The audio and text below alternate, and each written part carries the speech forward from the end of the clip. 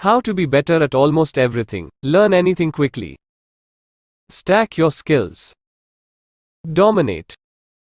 This book is written by Pat Flynn and narrated by Krishna Digital School.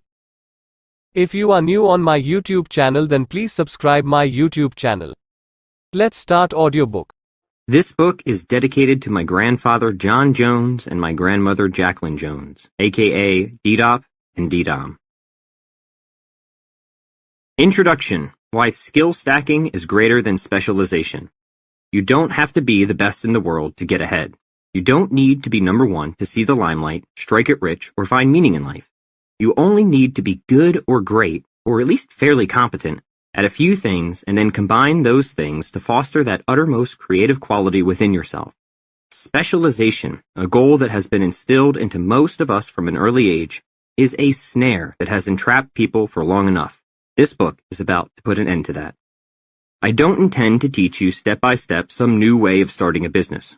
I want to teach you, one step at a time, a new way of learning and acquiring skills that you can use, if you so choose, to start a business, and thus give you a much better chance of not finding, but creating success.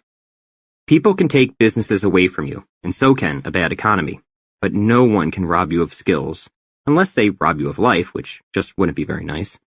You don't need to be born with special DNA for this book to work. You only need to be willing to learn.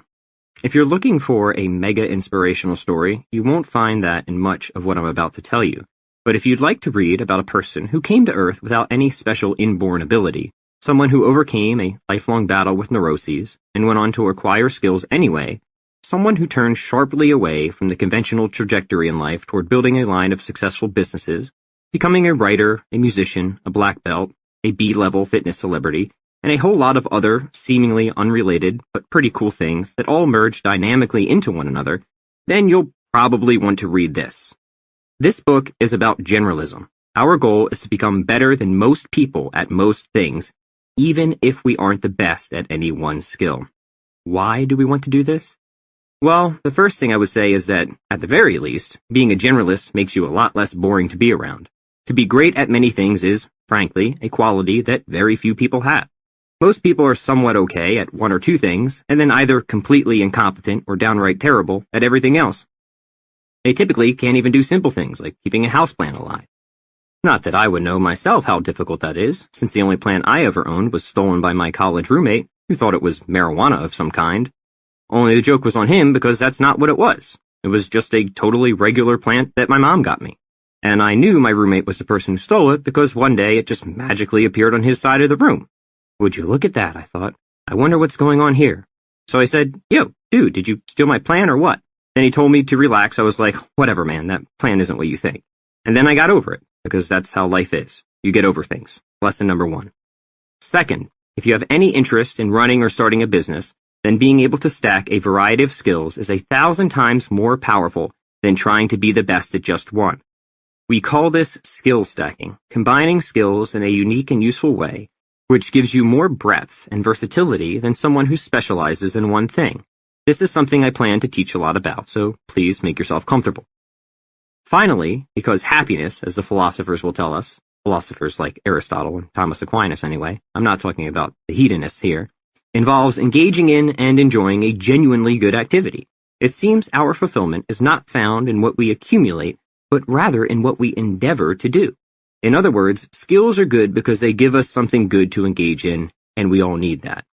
So, to put it all together, this book is about becoming good or great at many things, and at least fairly competent at almost everything else, and then learning to combine abilities to form competitive advantages, while at the same time finding total and complete fulfillment in life. Not too heavy of an assignment, right? The secret to all of it? Skill stacking. Yay. The enemy? Specialization. Ooh. Mostly, I want to teach you how to get better at getting better at things. The skill of acquiring skill, so you can build a reputation and a thriving business, if you so choose, with all the skills you never had and never thought you needed to have. The problem, as I see it, is that since most self-help books these days are about topics like finding confidence when you're semi-overweight or marketing yourself on social media, nobody's thought to teach you these inclusive skills. And while I'm all for finding confidence when you're semi-overweight, I used to be one such person, we'll talk about that in a bit, and marketing yourself on social media, those types of skills have little to do with being happy and successful on the most fundamental level. Happiness is a skill. Business is a skill.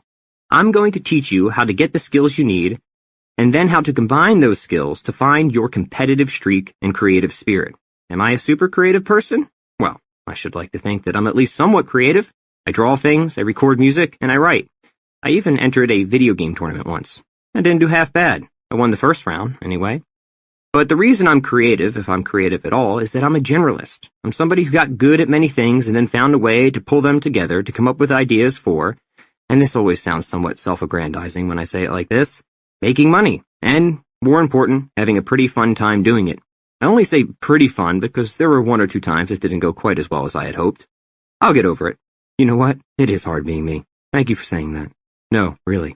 It means more than you know. Here, let's sit and maintain eye contact. So this is the way this book will work. First, I like numbering things, keeps me organized.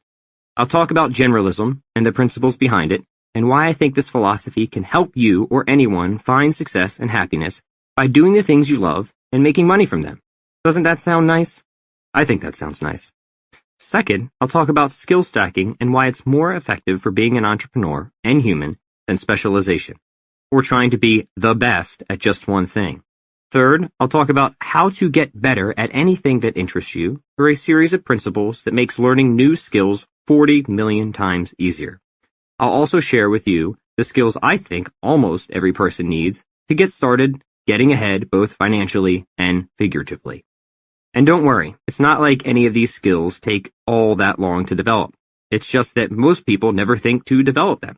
Finally, we'll talk about how to actually build a skill stack and put all your newfound talents to work in attaining the good life. Ah, yes, the good life. Because it wouldn't be a self-help book without talking about that. Along the way, we'll discuss some well-known people who use this philosophy of generalism, case studies, you could say, of those who became good or great at many things to find success and meaning and fulfillment. You'll also find more of these additional opportunities to see generalism in action in the appendix. People like George Washington Carver, whom I did a book report on in the 3rd grade, just so you know a little about my credentials. For example, George Washington Carver was more than just an innovator with the peanut and the sweet potato. He was also known for his advocacy of a proper understanding of the relationship between faith and science.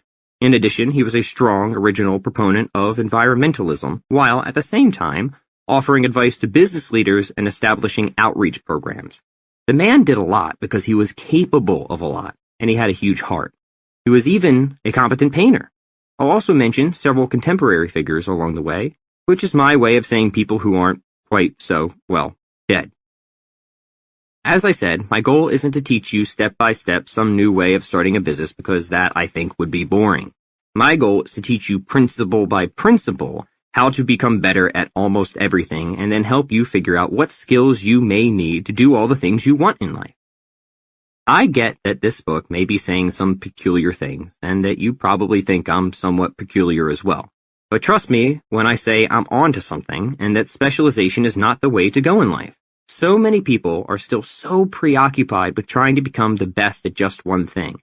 But the greatest opportunities present themselves to those who are preoccupied, not with excelling at one skill, but with being just good enough at the right combination of abilities. Perhaps the greatest feature of generalism is that you don't need to have any sort of genetic head start. You don't need a perfectly groomed set of eyebrows or a strong pair of arms or a fast set of legs. You can just be whoever you are and that's enough. This philosophy is all very Mr. Rogers.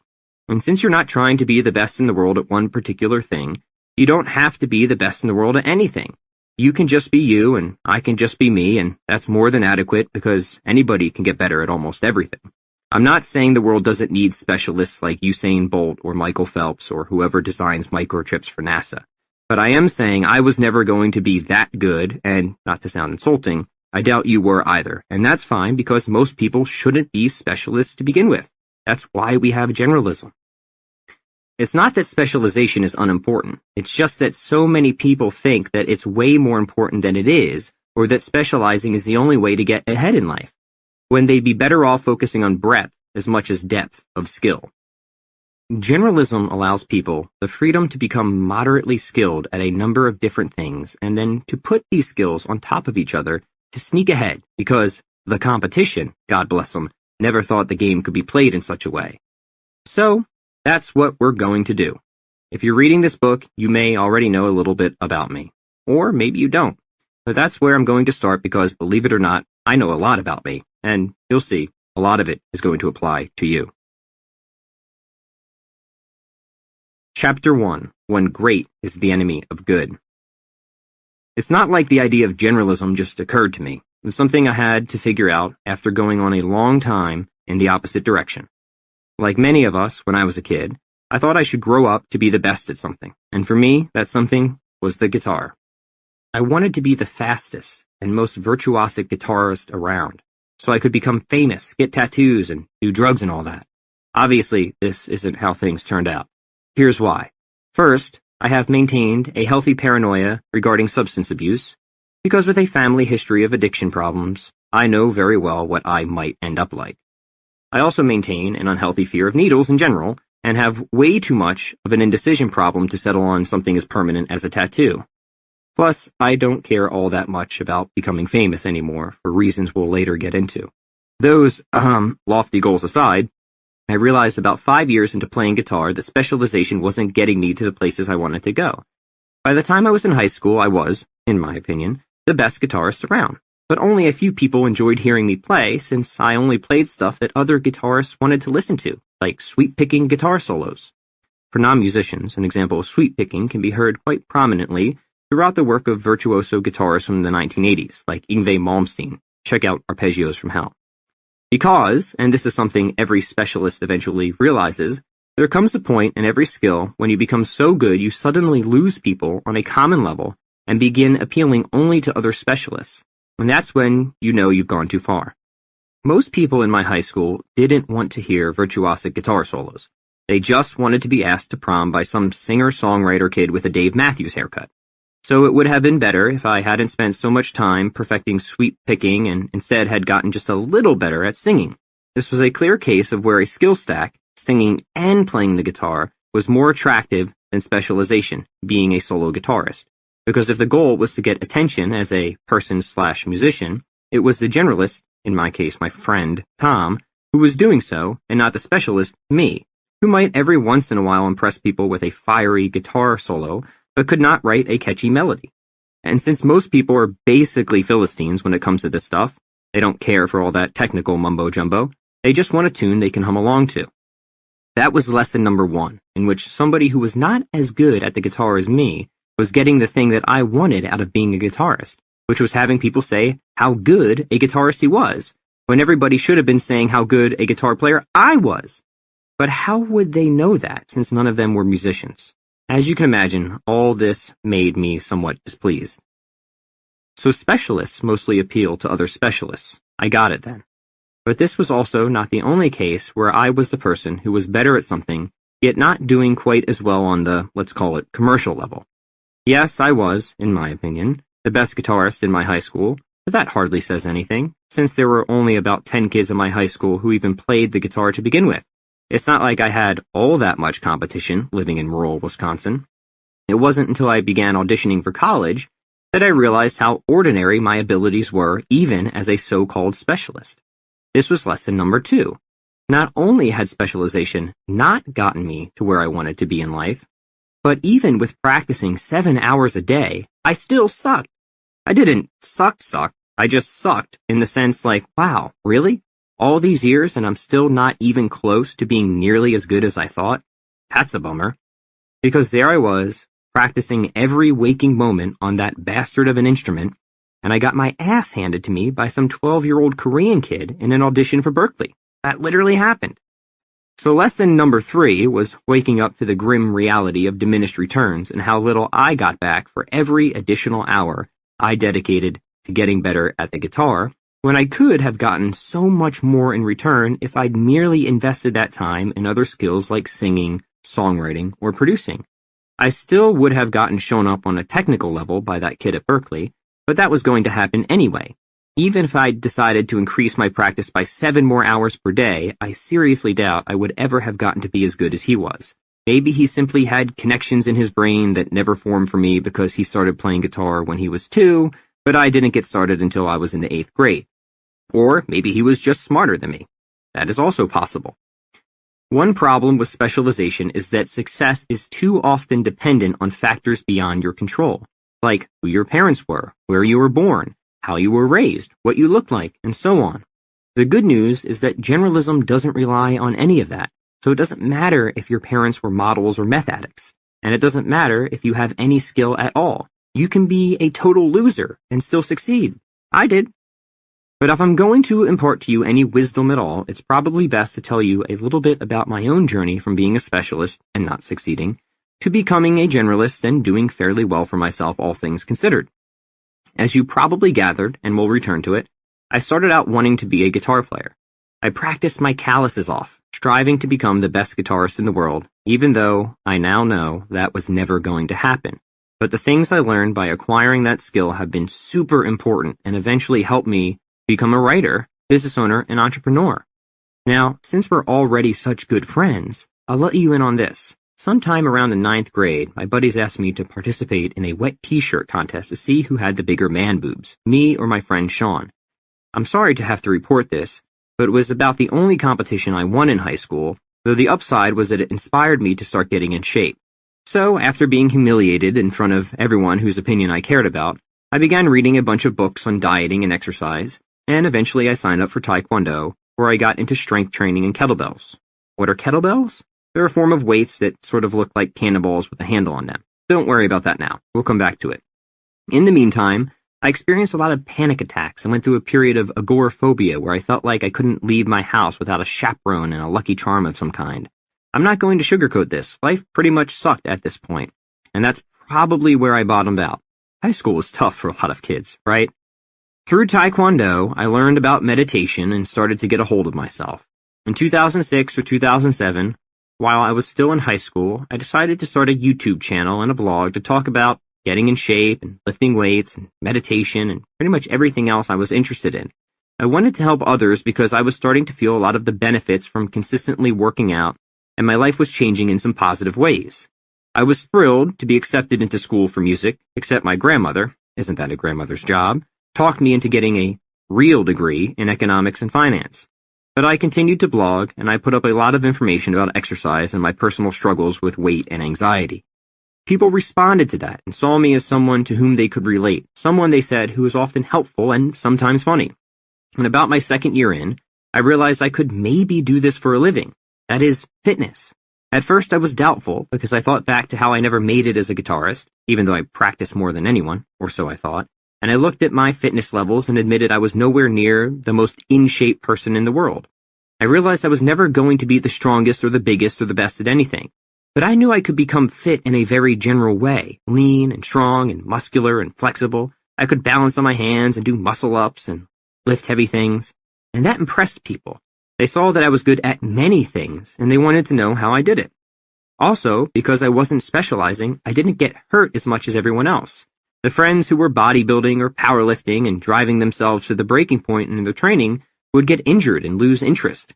So there I was, also writing my blog and making videos for YouTube, meditating a lot and practicing Taekwondo. It was really centering me.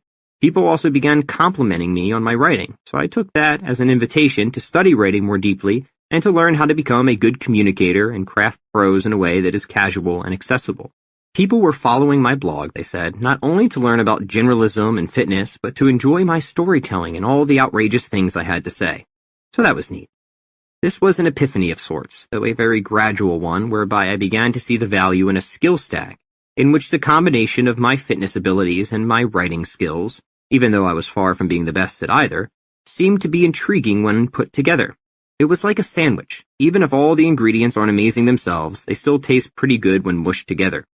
Eventually, I realized that I never needed to specialize. I never needed to be the best piece of pastrami.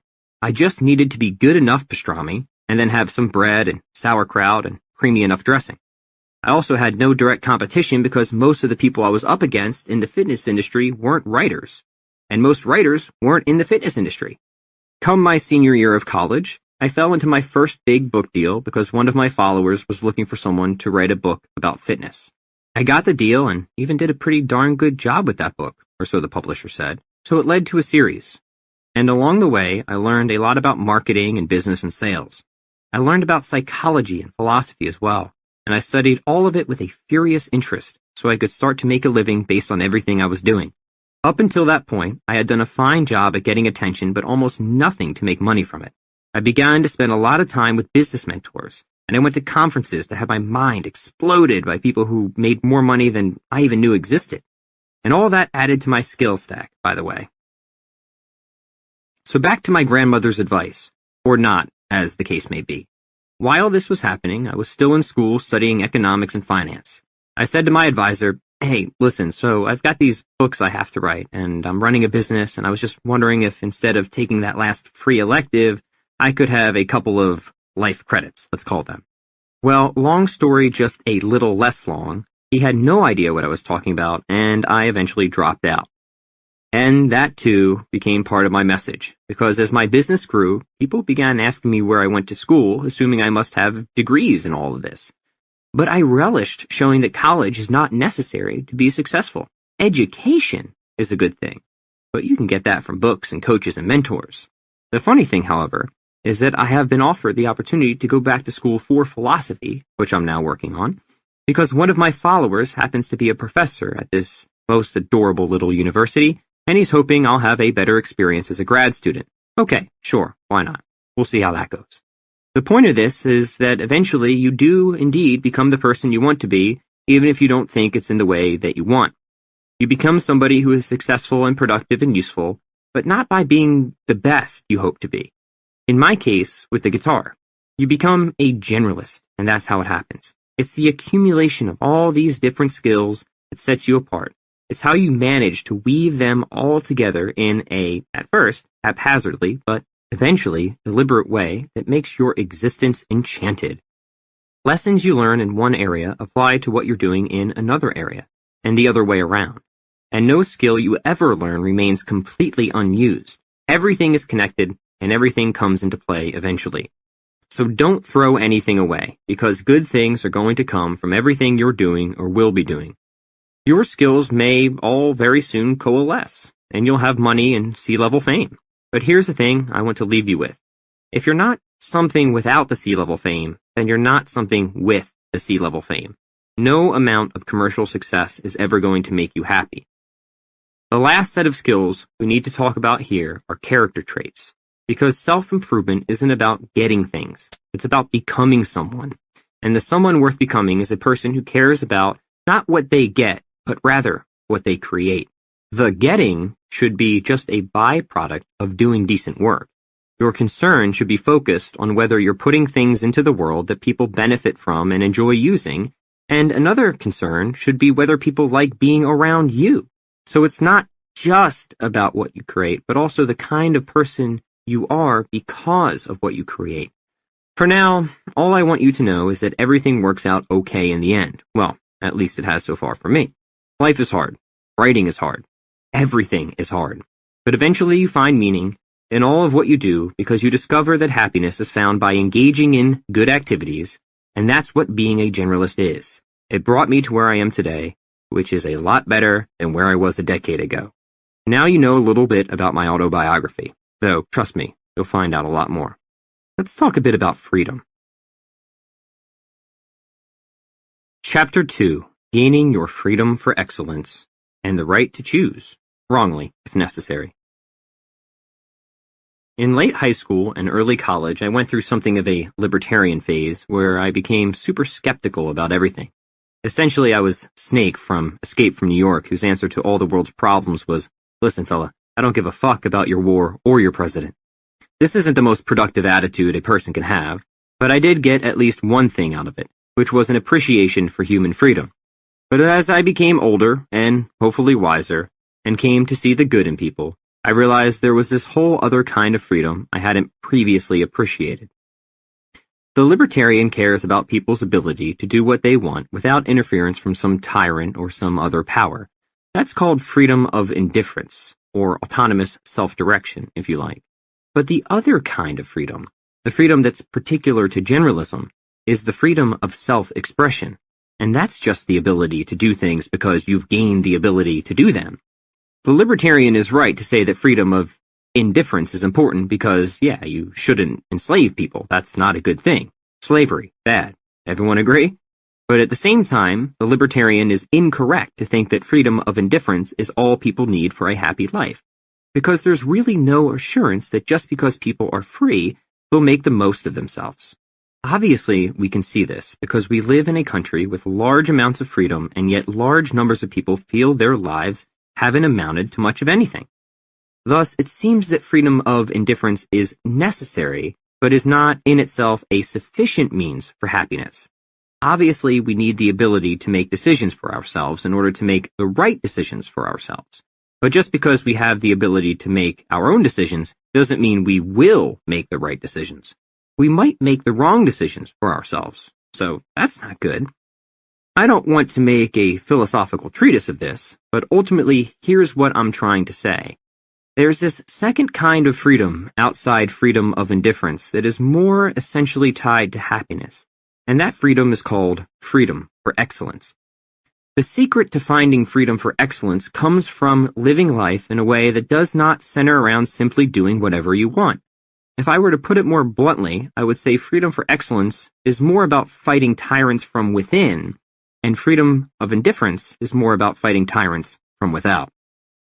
For example, I'm only free to express myself as a musician after I develop my abilities on a musical instrument, but I can't develop those abilities unless I'm determined to follow a set of rules and practice habits. It's only by limiting my freedom in one sense that I can enhance it in another.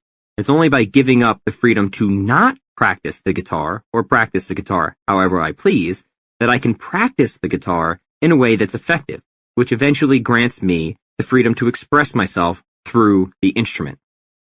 This is freedom of indifference. You don't tell me what to do, I won't tell you what to do, and we'll all just get along.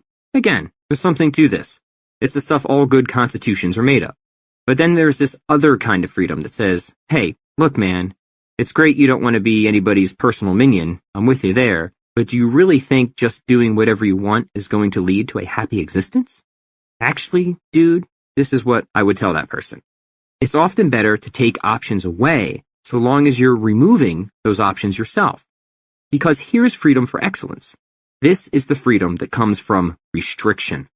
Freedom for excellence isn't about being able to move in this or that direction like the notion of autonomous self-direction. It's about having the power to pursue whatever skills you think are worth having and developing the discipline to say no to all the things that are distracting you from your life's purpose. It's about making the decisions that any perfectly rational person with all available information about future outcomes would make, which is impossible since none of us are that rational and none of us can see into the future, but it's still a worthy exercise. Freedom for excellence can be thought of as the discipline of desires to make the good at first possible and then effortless. And to me, that sounds a lot like somebody who wants to get better at things. The point of having freedom is not so you can squander it, but so you can make the most of it and yourself.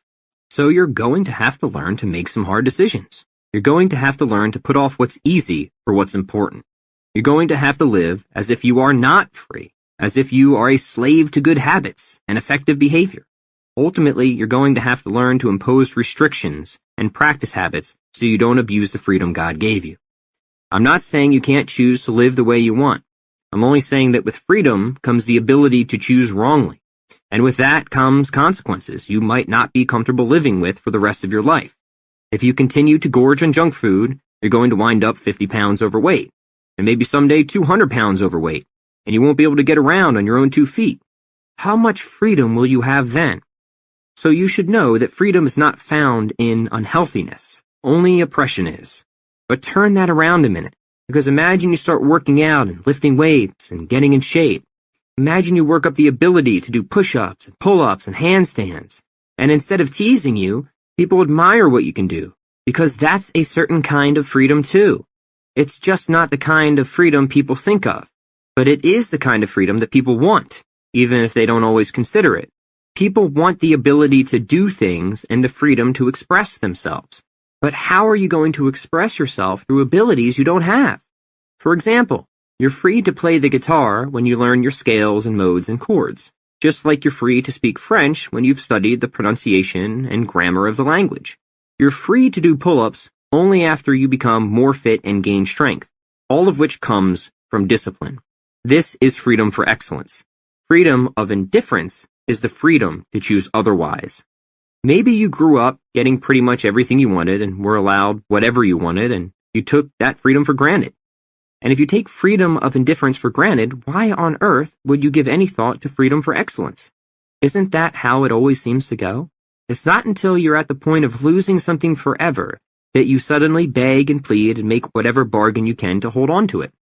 Think about what happens if you let time slip away and take for granted all this freedom, but don't do a single damn thing about it. Think about how much freedom you have, but also how much you don't have because you aren't getting better at anything. Think of all the freedom that's left on the table, so to speak. All of us have a certain amount of freedom given to us, freedom of indifference, which is mostly luck of the draw. But so much more freedom is available to us, freedom for excellence, which is earned if we're willing to apply just a bit of consistency and effort. To bring it all together, I would say, again, that freedom of indifference is a necessary but not sufficient means for freedom for excellence, and that every government should secure for its people that first freedom so they can attain some of the second. On the other hand, no government has any business getting into our lives and telling us how to be happy because no government could ever possibly know what happiness for all of its citizens is. That's really something for enlightened philosophers like the author of this book to figure out. All of this, of course, is building to a much bigger point, which is how becoming a generalist can make us not just successful, but happy. I believe we all have every right to pursue happiness, but we have no right to expect happiness just because we live and breathe. Because happiness is not something somebody can give us, and that includes our parents, our spouse, and the president. Happiness is what happens when we engage in good activities. So happiness is not only a habit, but an act. Happiness is not an outcome, it's a deed. It's not like we do one thing, like get married or make $1 million and suddenly we're happy and that's it. That's not what happiness is. Happiness is a state of mind that's produced over time by doing good things. Aristotle said the point of humans is to know things, make things, and do things. He said that because humans are rational animals, their goal in life is to seek the good. And the good, according to Aristotle, is anything that is spiritually, physically, or mentally productive. Without getting too far ahead of ourselves, Aristotle, and later on Thomas Aquinas, said the highest good is God, but there are also plenty of other things on the way to God, like art and engineering, and pretty much everything God made and wanted us to engage in. This is where becoming a generalist is important, because if happiness is knowing and making and doing good things, then it certainly stands to reason that we can increase our happiness by engaging in many activities, not just one. And here it's important to note that our engagement in genuinely good activities is not just about the accomplishment of the activity itself, but also about the kind of character we develop because of the things we're involved in and the reasons why. In other words, by doing good things and, importantly, doing them for the right reasons, we become genuinely good people. The reason I'm spending so much time laying out the philosophy of happiness is that before we get into any deeper principles of generalism, we need something to orient us so that we actually get better at the things that are worth getting better at for reasons that align with finding happiness. You mustn't fall into the trap of pursuing things only because you're a megalomaniac. All of us are at risk of becoming megalomaniacs if we're not careful. If you do so, no matter how many things you get better at, you'll always be sour and resentful and never feel fulfilled. You'll become that person with a monocle and a cigar who is incessantly on a quest for power and never satisfied and always finding someone to blame for his inadequacies. I call this person Charles. Charles is the opposite of Brett, the guy with a skullet and an eye patch who lives out of his SUV. As far as we can help it, we want to avoid becoming either Charles or Brett. Charles applies discipline but in the wrong direction. Brett does only the minimum he needs to get by. Both are missing out on the meaning of life. Obviously, a big part of this book is about making money doing what you love and improving the skills you need to make that happen. But there's also no reason why this can't and shouldn't itself be a genuinely good activity that both pays the bills and fills you with a sense of meaning. For something to be a genuinely good activity, it not only has to have beneficial effects, but also has to be done with good intentions. So you have to do things that help people, or at least not hurt them, and you also have to do these things because you want people to enjoy what you create. Even though the goal is to make a nice little profit along the way, it's the orientation that will determine whether the objective is fulfilling. The point is that none of these things need to be mutually exclusive. But unfortunately, many people sacrifice one thing, happiness, for another, money, when all they need to do to have both is stop being a Charles. You can make great money with the right intentions doing what you love, but you can also make great money with the wrong intentions doing what you hate. So here's why generalism is important. Generalists are people who want to get better at almost everything because almost everything is of interest to them or useful in some way. Specialists, on the other hand, can't help but match their identity to an outcome, because when people are striving to be the best in the world, they've really put themselves in a tough situation. They've built unhappiness into the system, whereas generalists are not overly concerned with an outcome and enjoy engaging in and getting better at some genuinely good activity. Of course, generalists are still going to dominate the competition because that's more a happy byproduct of being unique and good at many things. Generalists, however, never tie happiness to how many people they are doing better than, because generalists aren't trying to be better than anyone. They're only trying to be better at things. See the difference? By its very nature, specialization is set up to produce unhappiness, either because you're striving to be the best and not succeeding at it, or because even on the 0.0001% chance that you do become the best, it's next to impossible to stay there. Eventually, you're going to lose, and somebody is going to take your place and say you were never the best to begin with. They were. I don't know about you, but I've been in a few situations where both of these things have happened, and never did I feel particularly keen about it. When I specialized in guitar, I was always comparing myself to others and feeling awful and inadequate, and then as soon as I felt I was doing something special, somebody would swoop in and be like, "Nah, dude, you suck. Here, let me show you how that should actually be played." But as a generalist, I don't have that problem anymore. I've gotten away from wanting to be better than other people, and now I just focus on being good myself. Chapter 3. Becoming an Expert Generalist. 5 Key Principles. So far, we've talked a lot about why specialization is often a snare and what to do about it.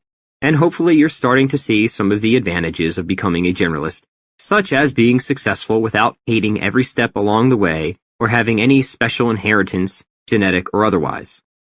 Often people pick up a self-help book looking for tactics or strategies. Just tell me what to do so I can get on my way. I've got a meeting to attend. But to me, that is totally the wrong way to go about it. What people need first is a foundational understanding of a general concept before getting into any of the finer details. For example, when it comes to weight loss, one of the principles is caloric control. Often people are concerned with specific diet plans, though, and since they don't understand that any diet plan can work so long as it reduces calories, they wind up hopping from one diet plan to the next, never knowing why all of them fail. But the reason plans fail, or work initially and then stop working, is that the dieter hasn't understood the theory of thermodynamics or how metabolism works.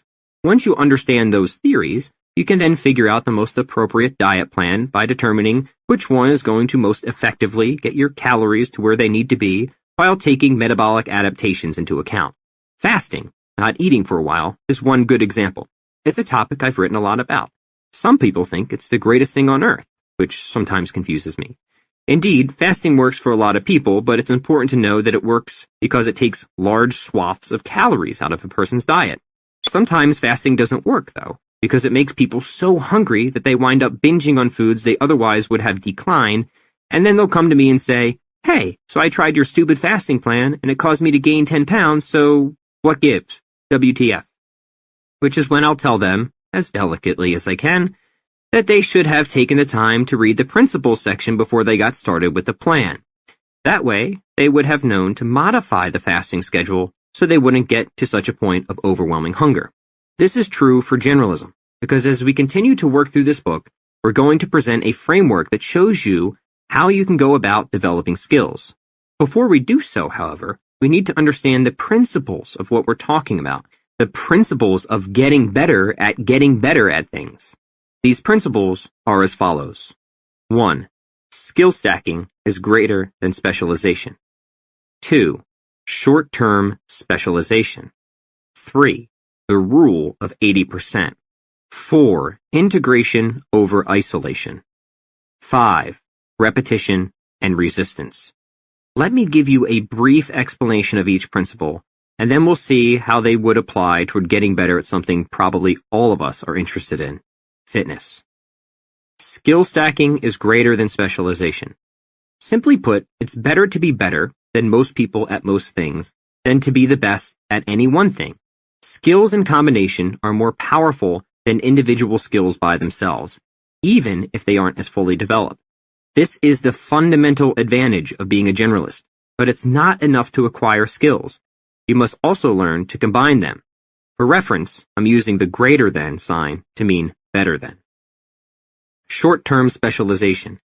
Being a generalist doesn't mean you try to improve at everything at once. Good generalists are really just short-term specialists in the sense that they focus on one or two things at a time, and once those things are developed up to 80%, but never beyond, see the next principle, they then turn their attention to something else. The rule of 80%. The rule of 80% says that if 100% is the best in the world, then never go beyond 80% at anything, because that's specialization territory. 80%, believe me, is still masterful. So you can safely assume that if you're 80% good at something and still not getting ahead in life, then that something is not your problem. It's time to acquire another skill. Integration over isolation. This principle states that you should practice only the things you need to get good at as they pertain to the task at hand. This may seem obvious, but often people focus too much attention on techniques or skills that make no sense for what they want to achieve. For example, there's no point in a guitarist who wants to play AC/DC songs learning a B-flat 13 chord, since AC/DC never uses B-flat 13 chords. This principle also states that as far as possible, any technique should be practiced in the context of whatever outcome you're hoping to get. Again, thinking of the guitarist who wants to play AC/DC songs, that guitarist should learn just the chords needed to play those songs, and preferably in the context of the song itself. Specific practice produces specific results, so practice only the things you need and nothing more. Repetition and resistance. Finally, if you want to get better at something, you need to not only practice at something, but also find ways to make it harder on yourself. It's not enough to simply do something. You also need to make that something difficult for yourself. Fitness as a metaphor. I think one of the best ways to explain these 5 principles would be through the example of fitness. And even though not many people think of fitness as a skill, they most definitely should. Because what is a skill if not the ability to complete a task? And what is fitness if not exactly that? It seems to me that being able to do a pull-up is hardly any different in theory from being able to play a guitar solo, since both activities require the use of repetition and resistance. The only actual difference is the kind of skill a person is performing. Neither activity is any less of a skill. Part of the reason a lot of people never reach their fitness goals is that they don't think of fitness as a skill. They think of fitness as a habit, and while building a habit is important for building a skill, it's not enough to just get into the routine of doing something without also finding a way to progress within that routine. Putting yourself in a routine will make you marginally better at that skill.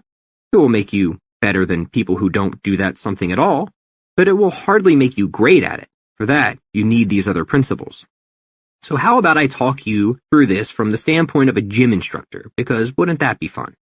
We'll imagine I'm addressing a bunch of mealy-mouthed middle schoolers who are timid about exercise, essentially my former self. I want to do this because I feel like when I was in school, I got the worst impression about fitness imaginable, since I was always forced to do it without understanding why, and then I'd get embarrassed because of how terrible I was. I'm sure some of you can relate. Now, let me grab my whistle and put my gym shorts on. Ready? All right, children, gather round. Today is your first day of gym class, so there are a few things we need to get across before we subject your tiny bodies to the rigors that await. First, it's important to understand that fitness is no different than music or math in the sense that all we're doing is learning a skill. But instead of keeping time or adding integers, we're practicing physical things like push-ups and pull-ups. And while some people may be more inclined to be musicians or mathematicians, others may be more inclined to do pull-ups. That doesn't mean, however, that people who aren't inclined to do pull-ups can never be good at pull-ups. By inclined, I mean just naturally good at something. Fitness, for example, is considered a skill because you get better at what you practice. This is known as specific adaptations to imposed demands, and it applies to literally everything you can think of. You don't get better at softball without practicing hitting or pitching. You don't get better at making burritos without folding tortillas. And you don't get better at the guitar without playing guitar. And you don't get better at push-ups without doing push-ups. Fitness is really a collection of skills now, isn't it? Or at least we think it should be. Are people really fit if they can do 1,000 sit-ups but can't run a mile or climb a rope or do a push-up? It doesn't seem to me like they're fit at all. They've just got one ability. That seems like a specialist or somebody who's good at one thing but bad at everything else. This class isn't about building specialists. It's about building generalists. Our goal is to create what's called general physical preparedness. Children, I want you to be capable of and ready for almost everything. I want you to be able to climb a rope and run a mile and lift heavy things. I don't want you to worry about being the best at any one of these gym class activities. We'll leave that for the specialists. Our goal is to get as fit as we can across a very broad array of activities. GPP over SPP is our motto. General physical preparedness over specific physical preparedness. Why? Well, a couple of reasons. First, the competitive advantage. Surely you will not beat specialists at their specialty, but you will beat them at most anything that isn't. You won't outlift the powerlifter, but you should outrun them and have more flexibility and speed. You won't outrun a triathlete, but you should lift heavier weights and have more muscle than they do. And so on and so forth. Your generalism will give you more advantages. So if there were ever a fitness Olympics with all kinds of different tasks to complete, you might not take first place in any one event, but you might take first place overall. That's kind of what we're going for. But also this, fitness and health are not the same thing. And this is something you really need to understand. As we said, fitness is the ability to complete a task. But health is something like the ideal interplay between the organs and bodily systems. The problem with specializing is that you can actually take fitness to the point where it destroys your health. You can try so hard to be the best at some physical thing that you blow out your back in the process or cause your kidneys to fail. These things do happen, and detriments to health are all too common a price to pay for wanting to be the best in the world at something involving fitness. Just think of most football players or powerlifters or gymnasts. Nobody would deny that a person must be very fit to achieve greatness in any one of those sports. But I also doubt anyone would deny that they take a heavy toll. The football player winds up concussed, and the powerlifter winds up in need of new vertebrae, and the gymnast winds up with seriously deformed elbows. This is the price of specialization. There is no escaping it. But the generalist doesn't have to suffer any such ills, since they don't care about being the best at anything. The generalist, and that's you, children, doesn't have to put fitness and health at odds, and in fact does exactly the opposite. Whatever we do to increase our fitness should at least not cause harm to our health and should preferably improve it. This means that if we are getting fit in one sense, we'd like to see an increase of health in a similar sense. Fitness is a foundation of health, and health is a foundation of fitness. For example, here's a sample plan that you can use to get started on your general fitness routine. Let's begin with this. Walk 20 to 60 minutes per day, briskly. Also, use the following morning recharge mobility routine. 2 minutes of jumping rope, 5 minutes of Turkish get-ups, and 2 minutes of Hindu push-ups. Just repeat those exercises for anywhere between 10 to 15 minutes. Now, let's take this day by day. On day 1, I want you to perform a pushing exercise and a hinging exercise. Once I work through the weekly routine, I'll explain some of the exercise options. So, I want you to do 5 sets of 3 reps at your 5 rep max on day 1 of a pushing and hinging exercise. On day 2, I want you to do a squatting and pulling exercise. Do 3 sets of 8 reps at your 12 rep max. After that, perform a loaded carry for 3 sets by 1 minute. On day 3, we'll do interval running. That's where you do a 10-second sprint, followed by a 30-second jog, followed by a 1-minute brisk walk. Repeat that sequence for 15 to 20 minutes. On day 4, we're back to a pushing and hinging exercise for 3 sets of 8 reps at your 12 rep max. On day 5, we're back to a pulling and squatting exercise, 5 sets of 3 reps at your 5 rep max. After that, we'll go back to the carry, 3 sets by 1 minute. Day 6, we're going to do a pushing, a pulling, a hinging, and a squatting exercise, all for 3 sets by 5 reps at your 7 rep max. Then on day 7, we'll just do some walking and mobility to recover. Now, a few notes. You can visit my exercise at www.chroniclesofstrength.com to find tutorials for all these exercises. But here's a sample list to get you started. For pushes, you could do military press, bench press, dips, or push-ups. For pulls, you could do pull-ups, chin-ups, bent-over rows. For hinge, you could do deadlifts, single-leg deadlifts, hip thrusts, or kettlebell swings. For squats, you could do front squats, back squats, goblet squats, or split squats. And for the loaded carries, you could do farmer walk, overhead walk, or rack walk. Again, visit my website or YouTube channel to see these exercises performed and broken down. Also, a few more notes. When I say at rep max, I mean to use a weight that you could lift for no more than the number prescribed. So 7 rep max means to use a weight you could lift for no more than 7 reps on that particular exercise. Intensity is paramount. Be sure you're going heavy enough. And finally, I'll leave you with a few additional resources. First is Intervention by Dan John. Second is my book, which I co-authored with Kellyanne Petrucci, Paleo Workouts for Dummies. I also have a guide of 101 free kettlebell workouts, which you can get at the website www.101kettlebellworkouts.com. Finally, head to my YouTube channel at www.youtube.com/SUPMUHHUMBRUH to see all these exercises in action. To be a generalist in fitness is to be fit at many things, not just one. So we can say people are fitness generalists to the extent they can do many tasks well, even if they can't do any one task best. Everyone got that? Please put that down in your notes. This is the first principle, you see.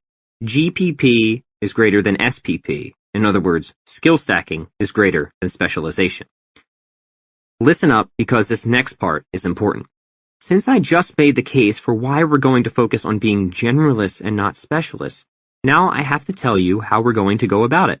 And this part is going to sound a little ironic at first, but I promise it'll make sense once we get into a couple of examples. The reason it's going to sound ironic is this. A generalist is really just a short-term specialist.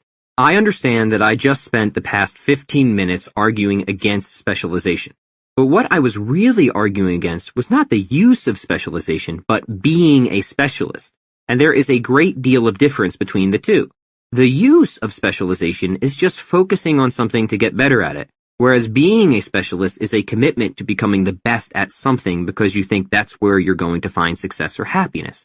A specialist is someone who uses long-term specialization then, but a generalist is someone who uses short-term specialization. Here, sit up straight and let me explain. The generalist, and this doesn't matter whether it's in fitness or anything else, doesn't get good at almost everything by trying to do everything at once. That would be a fool's assumption.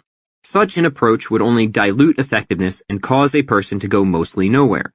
Instead, generalists must learn to surge and maintain. They must learn to push in one area while not letting everything else fall completely to shreds. This is your second principle. A good generalist is just a short-term specialist. Mark it down.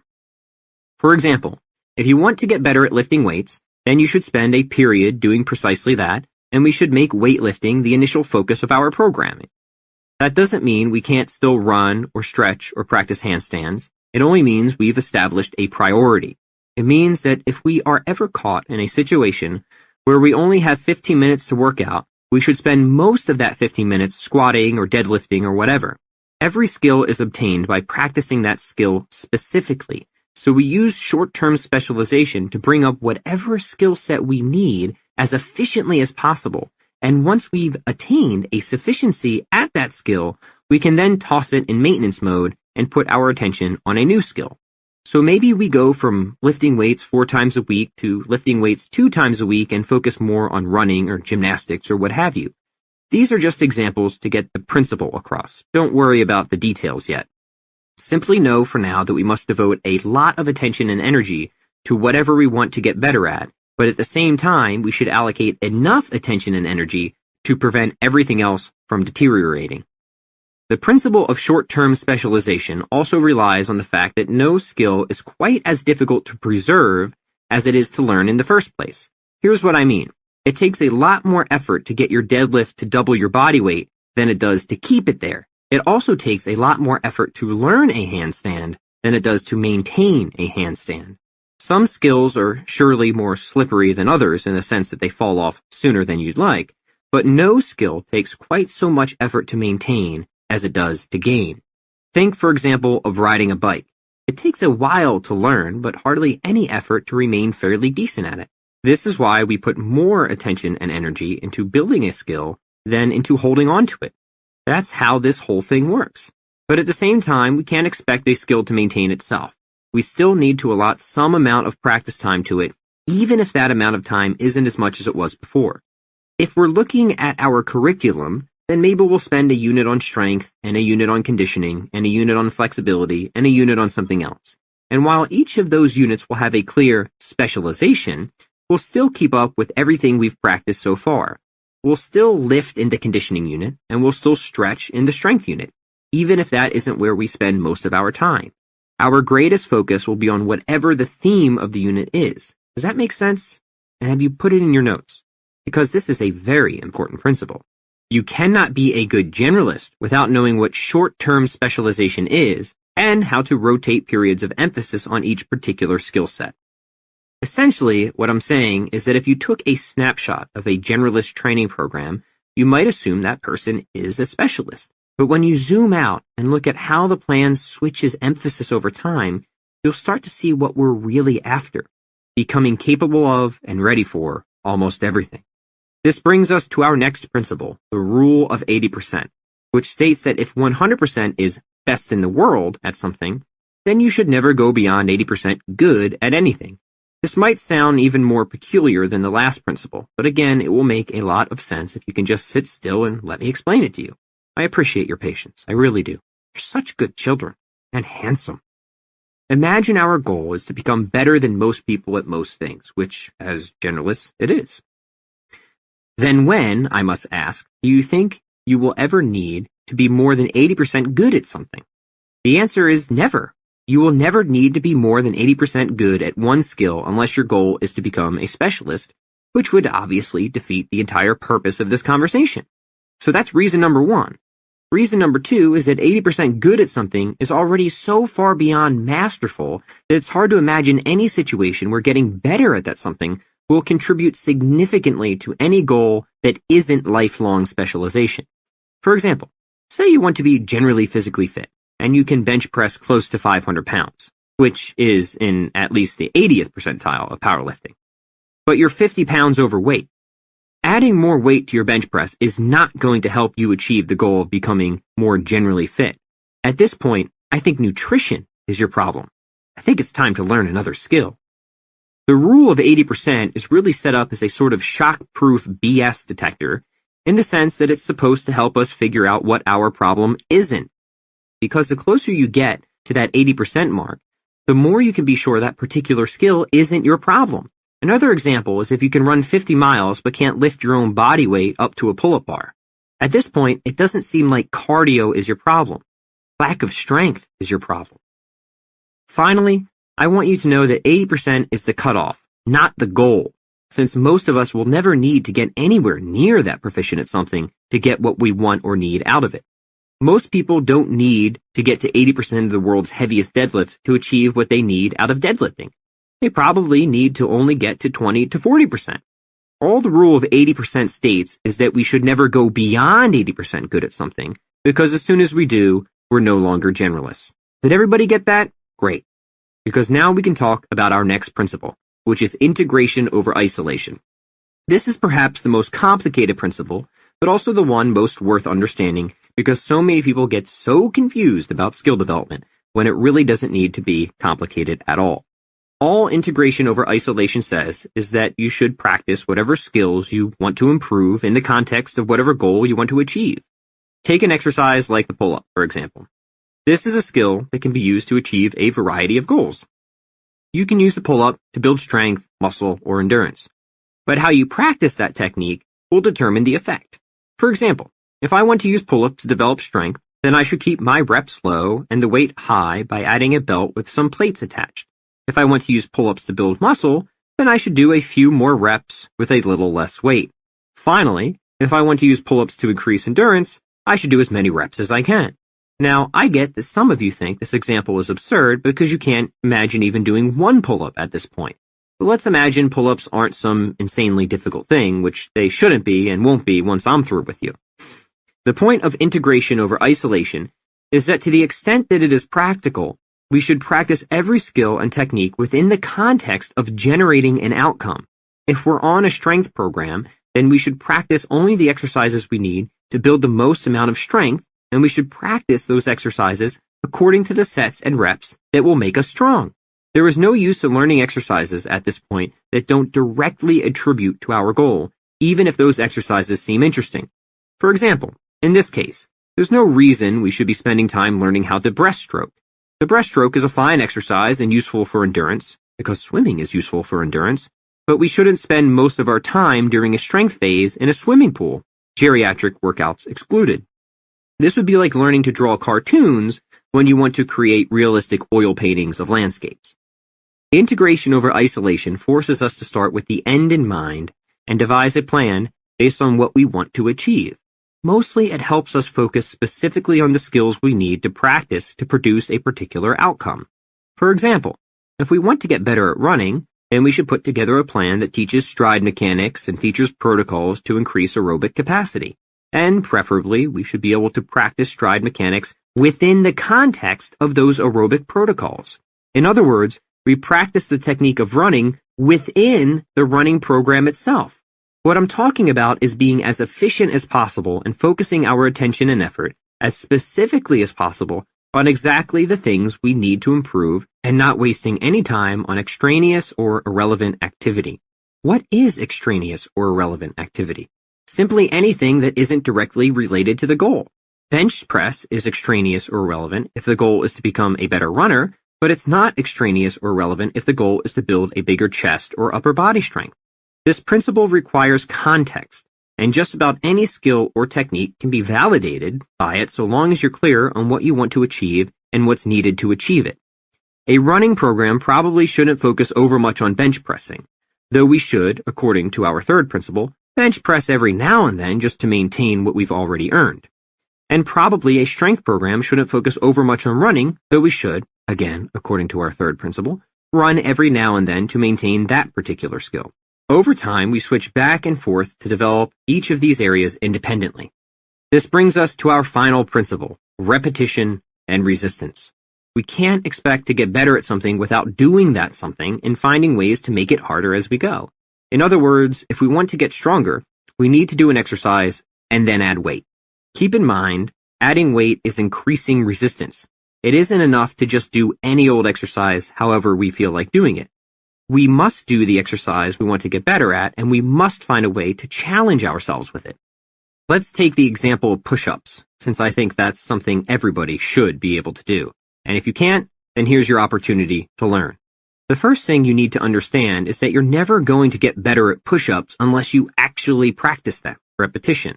And you're never going to get past a certain point with push-ups unless you find ways to make them challenging, resistance. Maybe that means doing more push-ups in a set, density, or more push-ups throughout the day, volume, or adding weight to, or changing the angle of your push-ups, intensity, or just doing them more often, frequency. All these variables are ways of increasing resistance, and all of them work, though some may work better for certain exercises than others. But also remember that how we challenge ourselves with push-ups should depend on the principle that we covered before this one, integration over isolation. So, for example, if we want to use push-ups to develop strength, we should focus more on adding intensity increasing weight or altering the leverage, whereas if we want to use the push-up to develop endurance, we should focus more on adding density, increasing the number of reps we do per set. Again, some context is needed, but for now we aren't trying to get that specific. I just want you to understand the principles and their universality. Yes, universality, because so far I've only spoken about how these principles apply to skills found within fitness. But perhaps it would now be appropriate to take off my gym shorts and provide a few analogies of how they might apply to other disciplines. Except I won't actually take off my shorts, because you either go commando or you don't, and look, I've made my decision. At some point, you're going to have to make yours. Let's imagine we get better at writing, and we're looking at these 5 principles.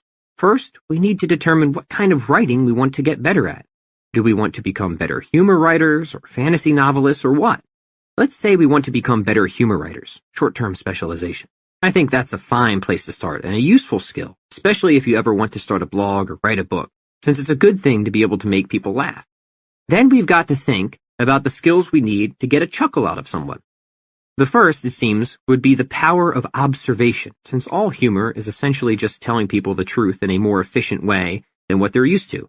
For example, I saw a chuckle-worthy definition the other day that read, charity, verb, to make an ingrate. I thought that was pretty funny, because it's something to which everybody can relate. You probably remember a time when you opened your house to people and fed them dinner and let them shower, and did they ever say thanks? No. All they did was leave dishes in the sink and hair in the drain. Then, obviously, you felt like asking them to leave, but you thought about what Jesus said on the mountain about people you can't stand, though since you aren't a Bible scholar, you can't remember what it was, only you're pretty sure it had something to do with being nice. So it seems to me that being funny comes down to surprising people with something they already think is the case. At least that's part of it. So maybe you start developing your humor by paying better attention to what's going on and taking notes of things that seem ironic. That's repetition and resistance. And say you're in the fitness field like I am, so maybe you pay particular attention to whatever ironies you see in the gym, integration over isolation, which, God knows, offers no small amount of material. Now, I don't want to get too far into this just yet. I only want to point out how these principles apply no matter what skill you want to get better at. And obviously humor is an example of a skill that can attach to basically anything, so it fits in perfectly with the idea of a skill stack. Here's how I'd like to wrap this section up. Memorize these 5 principles and start to think of ways they might apply to something you want to get better at. Or use these 5 principles to assess why you didn't improve at something as quickly as you would have liked. That's what's helpful about the way we're doing things. You can apply the principles of generalism to get better quickly, and you can employ them to figure out where or why you're stuck on something you've already started. In the next couple of sections, I'll begin to outline what I believe are a series of essential skills, because if we're going to acquire a skill stack, we need a foundation on which to construct it, and that foundation should be composed of skills that are useful and awesome for everybody. So go use the bathroom if you need, but hurry back. The fun is just about to begin. Chapter 4: How to Practice Better and Improve Faster. Now that I've explained the principles of generalism, I'll tell you how I came to learn about each of them through a specific skill or teacher. I want you to know before we begin, however, that these principles are universal and not attached to any particular skill, even if I happen to learn them through playing guitar, growing eggplants, or what have you. There were also times when I already knew the principles, but they hadn't yet gelled completely in my consciousness. They were merely a blood pudding of amalgamated ideas that needed more time to congeal. I suspect this might also be the case for you. A lot of these principles are pretty much common sense, and sometimes people just need to structure them up or flesh them out or allow them to marinate. My hope with the sections that follow is to do exactly that, by giving you a fuller representation of each of these 5 principles and some context on how they apply, or at least how they applied for me. Later, we'll get specific on how and what to practice in accordance with these principles for assembling a skill stack. Please understand that these 5 principles are the orienting and philosophic foundation of generalism, and without them, any tactics we'll examine later may still be limitedly useful, but might also send you in the wrong direction, chasing pointless things. Principles are what guide us, so don't skip ahead. Be patient and thorough in examining these following few pages. The lessons are neither long nor lugubrious, but they are important. Principle 1. Skill stacking is greater than specialization. I learned about skill stacking from my high school guitar instructor, who made me very unhappy at first because all I wanted was to learn shredder-style guitar solos. But every time I proposed doing so, he'd say we should take the time to learn other kinds of music too. He'd say he could tell I was very eager to play shredding solos, but that alone wasn't going to make me a better musician. Essentially, he taught me that since I was already good at that type of solo, getting better at that wasn't going to take me where I wanted to go. And he'd explain how he's kept himself in business as a guitarist by filling whatever roles people needed either in a studio or a band. That isn't something a specialist, particularly a shredder-style guitar soloist, is able to do. And then to prove the point, he'd show how he could play rock music and jazz and country, and how he could sing, and how he could riff on the piano and the bass and the drums all hootin' and hollerin' like. And so I came to decide that maybe this guy was onto something. But that was hardly the half of it, because then he'd show me how adept he was at producing and marketing as well, since he had 13 albums out, and not one of them was a total flop by any conventional standards of self-publication, meaning they sold more than 13 copies. So you'd think at this point I'd have been receptive to what he had to say, but don't worry, I definitely wasn't. I was still stuck on being a specialist, the greatest shredder-style guitar soloist in a time when nobody listened to that technique. But he kept trying to get me to understand and take his advice to heart. He'd explained that it was because he was not the best at any one thing, that he always had a paying gig, and had always been able to make money on his own and support his family. He also explained how getting good at many different things gave him many different streams of income, including playing in a band, playing in recording sessions, selling his own music, and, of course, giving guitar lessons to friendly people like me. This is how he was making $500,000 or so a year as a guitarist without being famous or the best in the world, without even having a college degree. When he told me that, I was like, wow, this guy makes more money than my dad. And I kid you not, he actually said, I bet that's more money than your dad makes. It struck me. You know, that's kind of a weird thing to say, but technically I think you're correct. Now, here was a guy who made good money, and he was doing something I admired. He was playing the guitar, and he was awesome at it. Sure, he wasn't famous like Angus Young of AC/DC, but he was really good, and he was beholden to no one. He made his own music and his own schedule. He was doing what he loved and thriving while doing it. The secret to all of it? Skill stacking. Not only did he play a number of diverse styles and instruments, but he took the time to learn all the necessary business-related skills such as producing and marketing and sales. He was the first to admit he wasn't the best at any of it, but he didn't need to be. Just as any true generalist knows, right friends, you only have to be just good enough at the various necessary skills and then stack them together in a unique and useful way. My guitar instructor did exactly that. And that's why people chose him when they needed someone on their recordings, since most bands don't need a musician who's the best at just one thing. They need somebody who can play rock one day and jazz the next, and maybe even sell some paraphernalia. What I learned from my guitar instructor is that skill stacking applies at the bottom level and the top, within a specific skill and to the whole lasagna of life itself.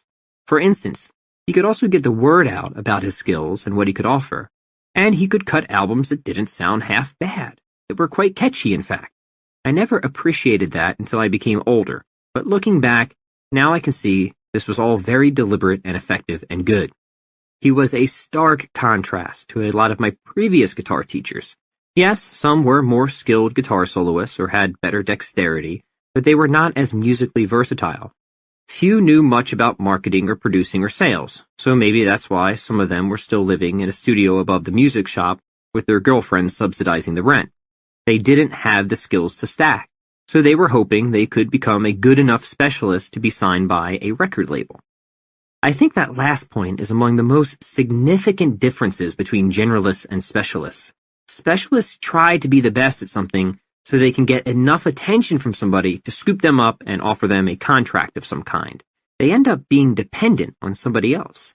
Generalists, however, acquire whatever skills they need so they can be successful entirely on their own. That, my little rabbit, is the secret to sweet, sweet freedom. I learned this principle as a young guitarist, but it didn't fully apply until I was a business owner. That's when it finally became obvious. When it comes to business, I'm not the best at any one facet of it. I'm not the best at writing or sales, and I'm not the best at training employees, but I'm good to great at all of it, which is why I've been able to make money doing what I like, really doing what I love. It's only because I've been able to stack skills that I've gotten ahead of those who are clearly more capable than I am at a particular specialty. So what if someone can do more pull-ups than I can? Because I can still do a lot of pull-ups. But you want to know something? I can also launch a successful ad campaign, which that person probably has no idea about. And maybe someone can launch a better advertising campaign than I can. But I'm guessing I'm in better physical shape. See how that works? As a generalist, you always win, so long as you know what to compete in. Here's the short of it. Skill stacking lays a foundation for success that gives you a chance at a thriving, meaningful, productive, and independent existence. Something like a Wakaya alpaca, standing ever so strong and free atop the Andes Mountains. And fluffy, let us not forget. Now, how you go about stacking those skills is something we'll get into later. But first, let's spend some time on the next principle, which applies more specifically to skill development: short-term specialization. Principle 2, short-term specialization. I finally decided I needed to get a handle on things when my anxiety became enormously high. I felt it was time to start meditating. I hired an online coach, some Zen guy, and the first thing he asked was how often I was practicing meditation. I told him not very often, just a little bit here and there. He asked me how many minutes a day that was, and I said sometimes 5 minutes and sometimes 0 minutes because I've got a lot of other things to do. He then asked how much time I put into things that really mean a lot to me, like exercise and guitar. And I said typically I practice those every day. At that point, though, I could see what he was trying to do, so I got ahead of him and said, "You know, Coach, I think I know what I need. You know what I need, Coach? I need to start practicing meditation like I practice the guitar. Now, what do you think of that, Coach?" He said that sounded infinitely wise and wondered how I ever came to such an enlightened conclusion. He told me that meditation, like any skill, must be owned with focus and intensity. He said that it would not do to just meditate whenever the convenience presented itself, just as it would not do to exercise or play the guitar in such a haphazard way and expect to get better at those. That is no way to make progress. What you need to make progress, he continued, is consistency. He asked how much I wanted to get rid of my anxiety, and I said I wanted to get rid of it more than anything. He said that sounded significant, but asked, "Do you hate it more than anything? Even more, say, than those little tiny hairs that fall down the back of your neck when you're getting a haircut?" I thought about it and concluded they're about equal. That's how he knew I was seriously afflicted. He asked why I was prioritizing so many activities other than getting rid of anxiety. If anxiety was my biggest concern, he wondered, why was I so focused on things that had no relevance to that? I told him that I didn't know why, and he speculated that perhaps I was afraid of something. And he was right. I was afraid of what I might be giving up by getting rid of my anxiety. I admitted I was scared that if I started to specialize on something like meditation, I would lose progress elsewhere and not be as good at those other skills anymore. He understood. I told him this in itself gave me anxiety. He seemed almost irritated at that, and he advised me that all progress itself is a matter of managing compromise, and I shouldn't hold such a childish view of things. If I want to fix one problem, I have to be willing to make a little less progress on another, at least for the time being. He noted that if I'm working especially hard on getting rid of my anxiety, then I shouldn't be concerned with setting all-time personal records in weightlifting or perfecting my songwriting. I should just focus on getting good at meditating. I shouldn't let other areas of my life fall apart, but I need to be willing to let progress slide occasionally and become okay with the notion of opportunity cost, sacrificing some gains in one area for focus on another. I understood what he was saying, but I didn't like it. He said it didn't matter what I liked. This is how we improve, and I didn't have to specialize in meditation forever. I only needed to dedicate a long enough period of time to make progress and establish a routine, and then I could back off a bit. He explained that meditation is just like exercise in the sense that I must devote more effort and energy up front to overcome my inertia, but once I've built that momentum, it becomes fairly easy to maintain. I didn't know it at the time, but this man was explaining the principle of short-term specialization to me. The fear I had is the same fear I think all of us have. We make progress in one area, but then we're afraid to switch focus because we don't want that progress to taper off. We're afraid that if we focus on adding muscle after losing weight, we won't be as lean as we were before, so we keep ourselves in a cycle of dieting. Sure, we stay lean, but that comes at a cost. We never really grow or improve in anything else. However, If we would have just been okay with shifting focus for a while, we could have added strength and muscle, and so what if we gain a little weight in the process? We could always focus on leaning out again later, and when we do, we'll look even better than before since we'll have a lot more definition in our muscles. It's that little sacrifice in the short term that allows for considerable progress in the long term. That's short-term specialization. So yeah, while I was meditating, I made a lot of progress reducing my anxiety, but not as much at everything else. But I still maintained everything else, and I even improved upon some skills. Just because you switch emphasis doesn't mean you have to let other skills fade away. It's not actually all that hard to get good at meditating while doing other things, like staying physically active, for example. There's enough time to short-term specialize in each. But it is hard to start a successful business while training for a bikini competition and recording a guitar album, for instance. These types of goals are better done one at a time, I would think. The point is that you have to be okay with letting some areas develop more slowly as you surge in the area you most want to improve. You have to be okay if progress in some areas slips off a bit as you're doing this. This all sounds fine in theory, but in practice it comes with a lot of hang-ups. Because once we get good at something, we can hardly stand to see it recede, even if only an inch. You're going to have to get over that, like I did. At some point, these sacrifices have to be made, so they might as well be made intentionally. And remember, you're not letting progress slide forever. When you come back to something later, you'll probably make more progress than ever, since you've given yourself the time to improve in other areas that might very well support the previous thing. For example, say you got strong at deadlifting, but then you decide to lose some weight, so you go on a diet. Well, chances are, while you're leaning out, your deadlift isn't going to be as strong as it was, even though you should still train the deadlift. Just accept that your deadlift will fall off a little because the sacrifice you're making with that skill is more than offset by the progress you're making in body composition. Once you've reached your desired level of slimness, you can focus on deadlifting again, and the next thing you know, you'll be stronger than ever at it, this time without being 30 pounds overweight. That's the power of short-term specialization. Back to my meditation example. After my coach said I was being silly about this, he told me to start meditating first thing in the morning and to put my best effort into it. He said to also challenge myself with one anxiety-producing activity a day and use mindfulness to see my way through it. See principle number 4, integration over isolation. I followed his advice, and because I was willing to specialize for a little while, I began to see a fantastic improvement in my quality of life. I became way less anxious and started to sleep better and was a lot nicer to people because of that. Obviously, this carried over and improved my performance elsewhere, since less stress meant more attention, more focus.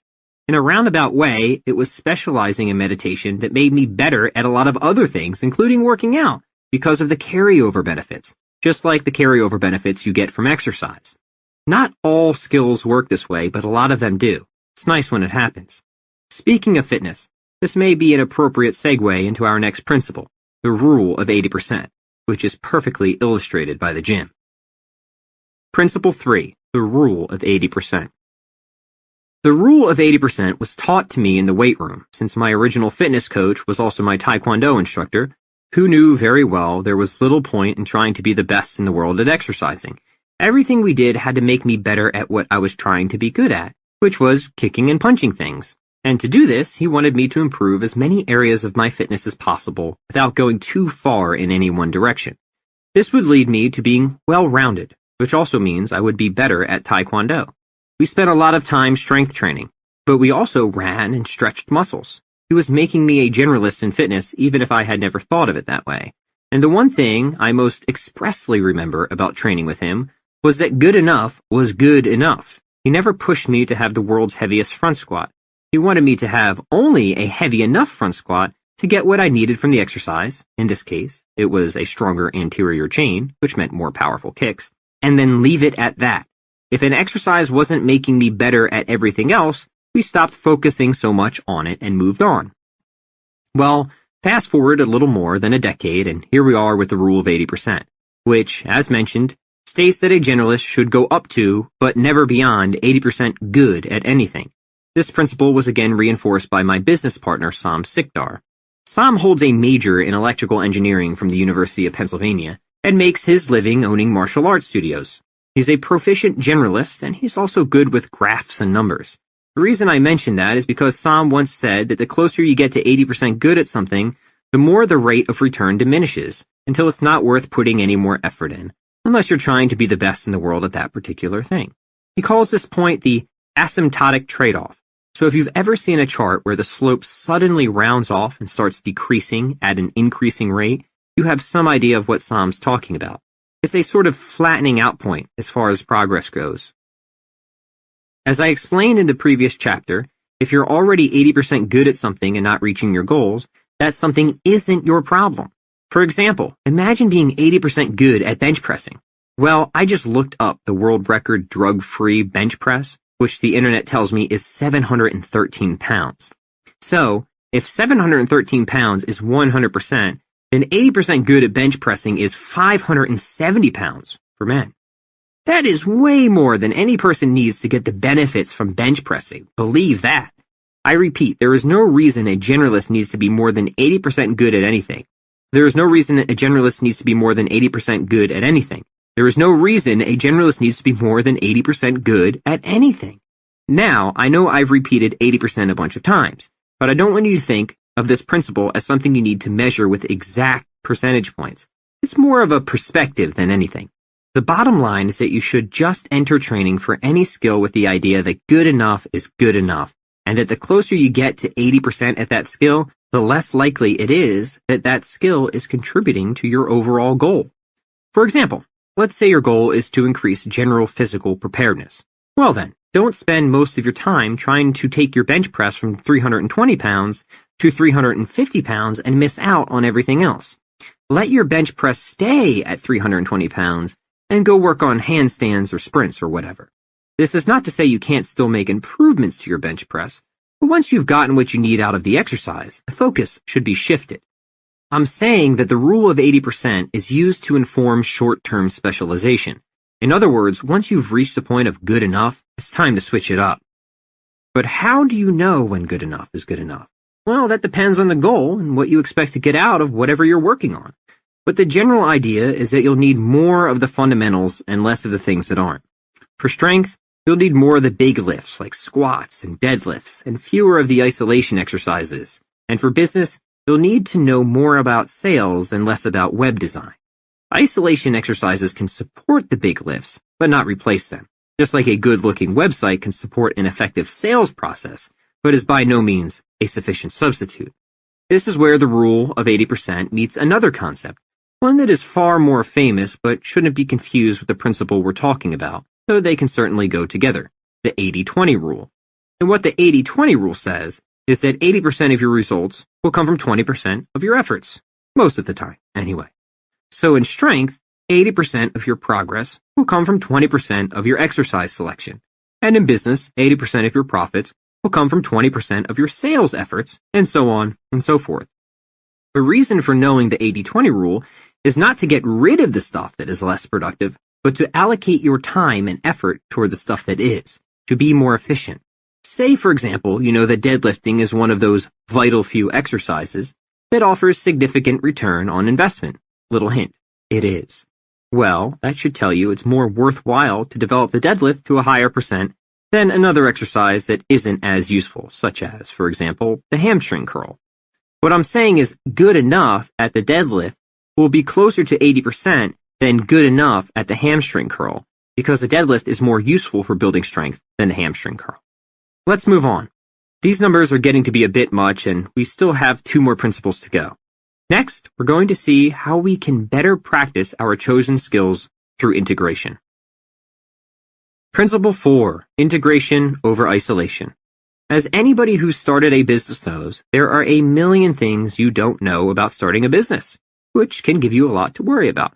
And not because you didn't just drop out of college to make all your dreams come true by starting a blog about how you got started exercising again. No human could ever be that imprudent. Starting a business is overwhelming, so it's hard, like really, really hard, to decide what the right efforts are. My business coach was always direct about this and said that when it came to business, there were a few things I needed to be great at, and a lot of things I needed to be at least okay at. He said the things I needed to be great at were attracting attention and making sales, and after that I should perhaps know a little something about management and taxes and whatnot. But he made it clear that if the goal was to make money, there were a lot of things I could focus on, but only a few things that I should focus on. He said the essential skills of any business owner come down to getting attention, making sales, and retaining customers. He said any skill that doesn't contribute to any of those can be initially ignored. This reminded me of when I was a younger Taekwondo student. Sam told me that while there are 1,001 kicks, you need to know only about 5 to 10 to be a competitor. Roundhouse, back kick, front kick, and so on. There is no need, he said, to put too much effort into flying side kicks or tornado rounds because you'll hardly ever use them, at least not in sparring anyway. Well, it's no different with music because my guitar instructor said pretty much the same thing. Don't worry so much about studying all those obscure jazz chords or exotic Indian scales, because most of the stuff you'll be asked to play will involve a lot of the same few things in various forms. Think of the Rolling Stones. Think of all the blues-based rock bands. Get the basics down. Stick to the fundamentals. The principle of integration over isolation starts with the end in mind. What is the goal, and how are you going to get there? Not coincidentally, integration over isolation is a little bit like the 80-20 rule we just discussed because this principle is supposed to help us focus on what's important. We need to narrow things down so we know what to practice and how. Integration over isolation says practice only the things that produce an effect necessary for the achievement of a goal and ignore whatever doesn't. The principle also states that we should practice the skill as best as possible within the context of the goal we want to achieve. Meaning that if we want to play a particular song and we need to learn a G chord to do that, then we should practice that G chord in the context of the song we want to learn. That is, in relation to the other chords in the song, at the appropriate tempo, and so on.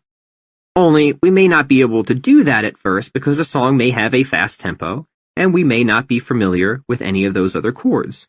So we might have to pull the G chord out of context and practice it by itself a while, which would indeed be isolation. Integration over isolation doesn't mean a practice should never isolate an element. It only means a practice should isolate only the specific techniques or skills you need that will later become integrated toward the achievement of the goal.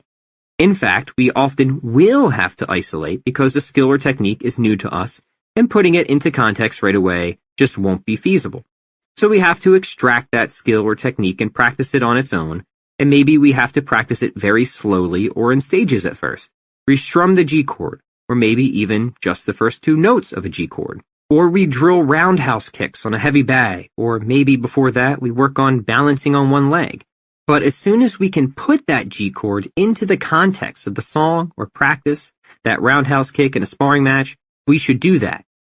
So even if we aren't able to integrate right away, our goal is to integrate as soon as possible and to practice only the skills that we will integrate. There are a potentially infinite number of ways to isolate.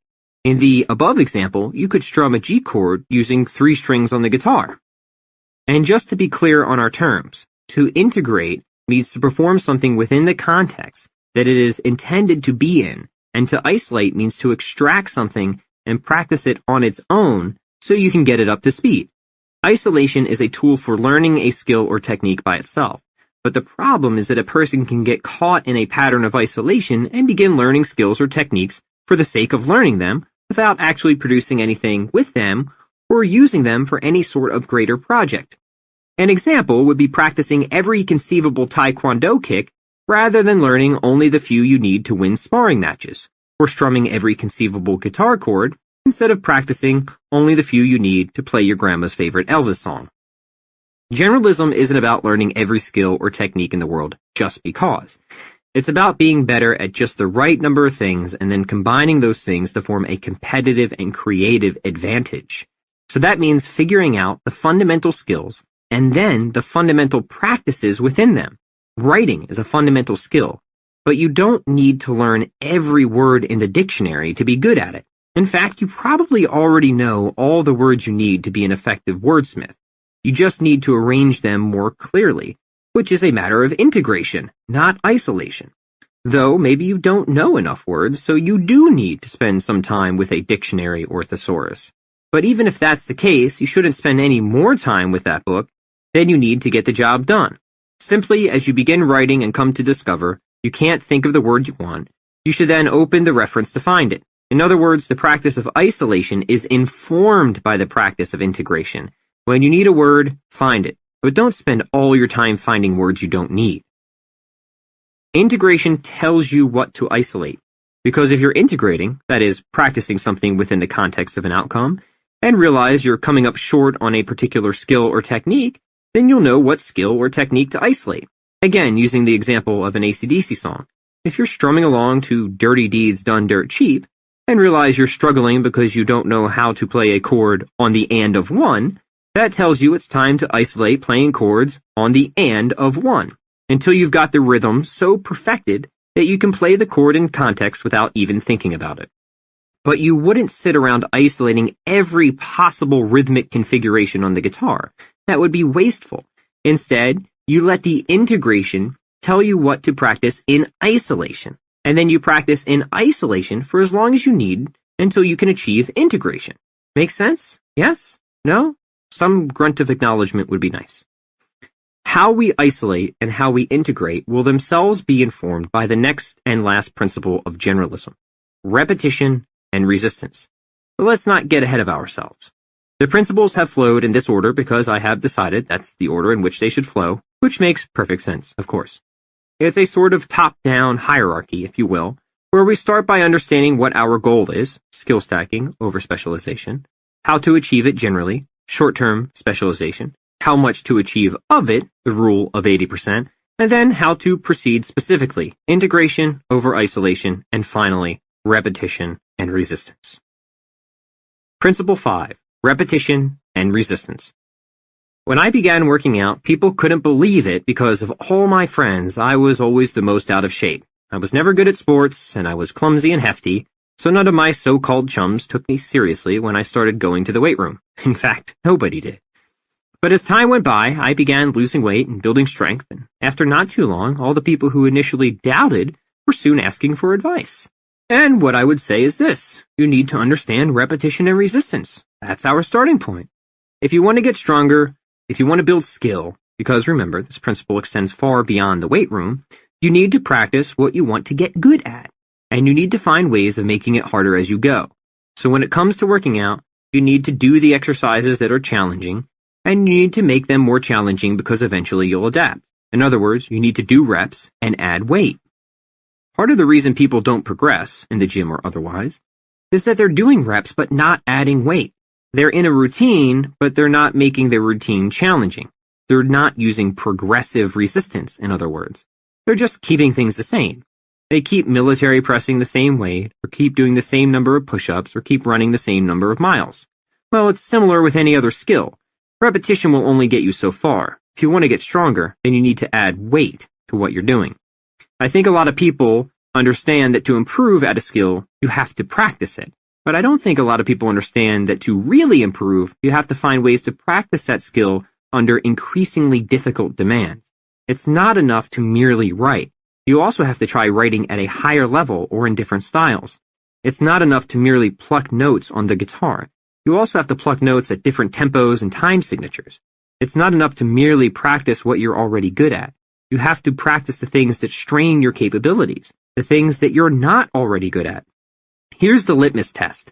If you ever have a practice session in anything and you're not challenged by it, then you're not using the principle of repetition and resistance. You're not really practicing, at least not in an optimal way.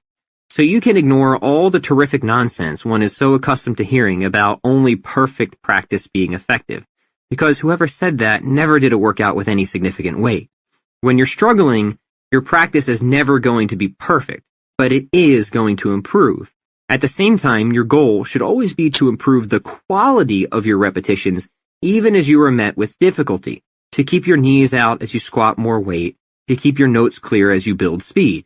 In other words, to not allow intensity to produce slop. There will, of course, be some competition between consistency on the one hand and intensity on the other. It is obviously easier to maintain the high quality of your reps if you always keep your reps the same, but that would be defeating the purpose.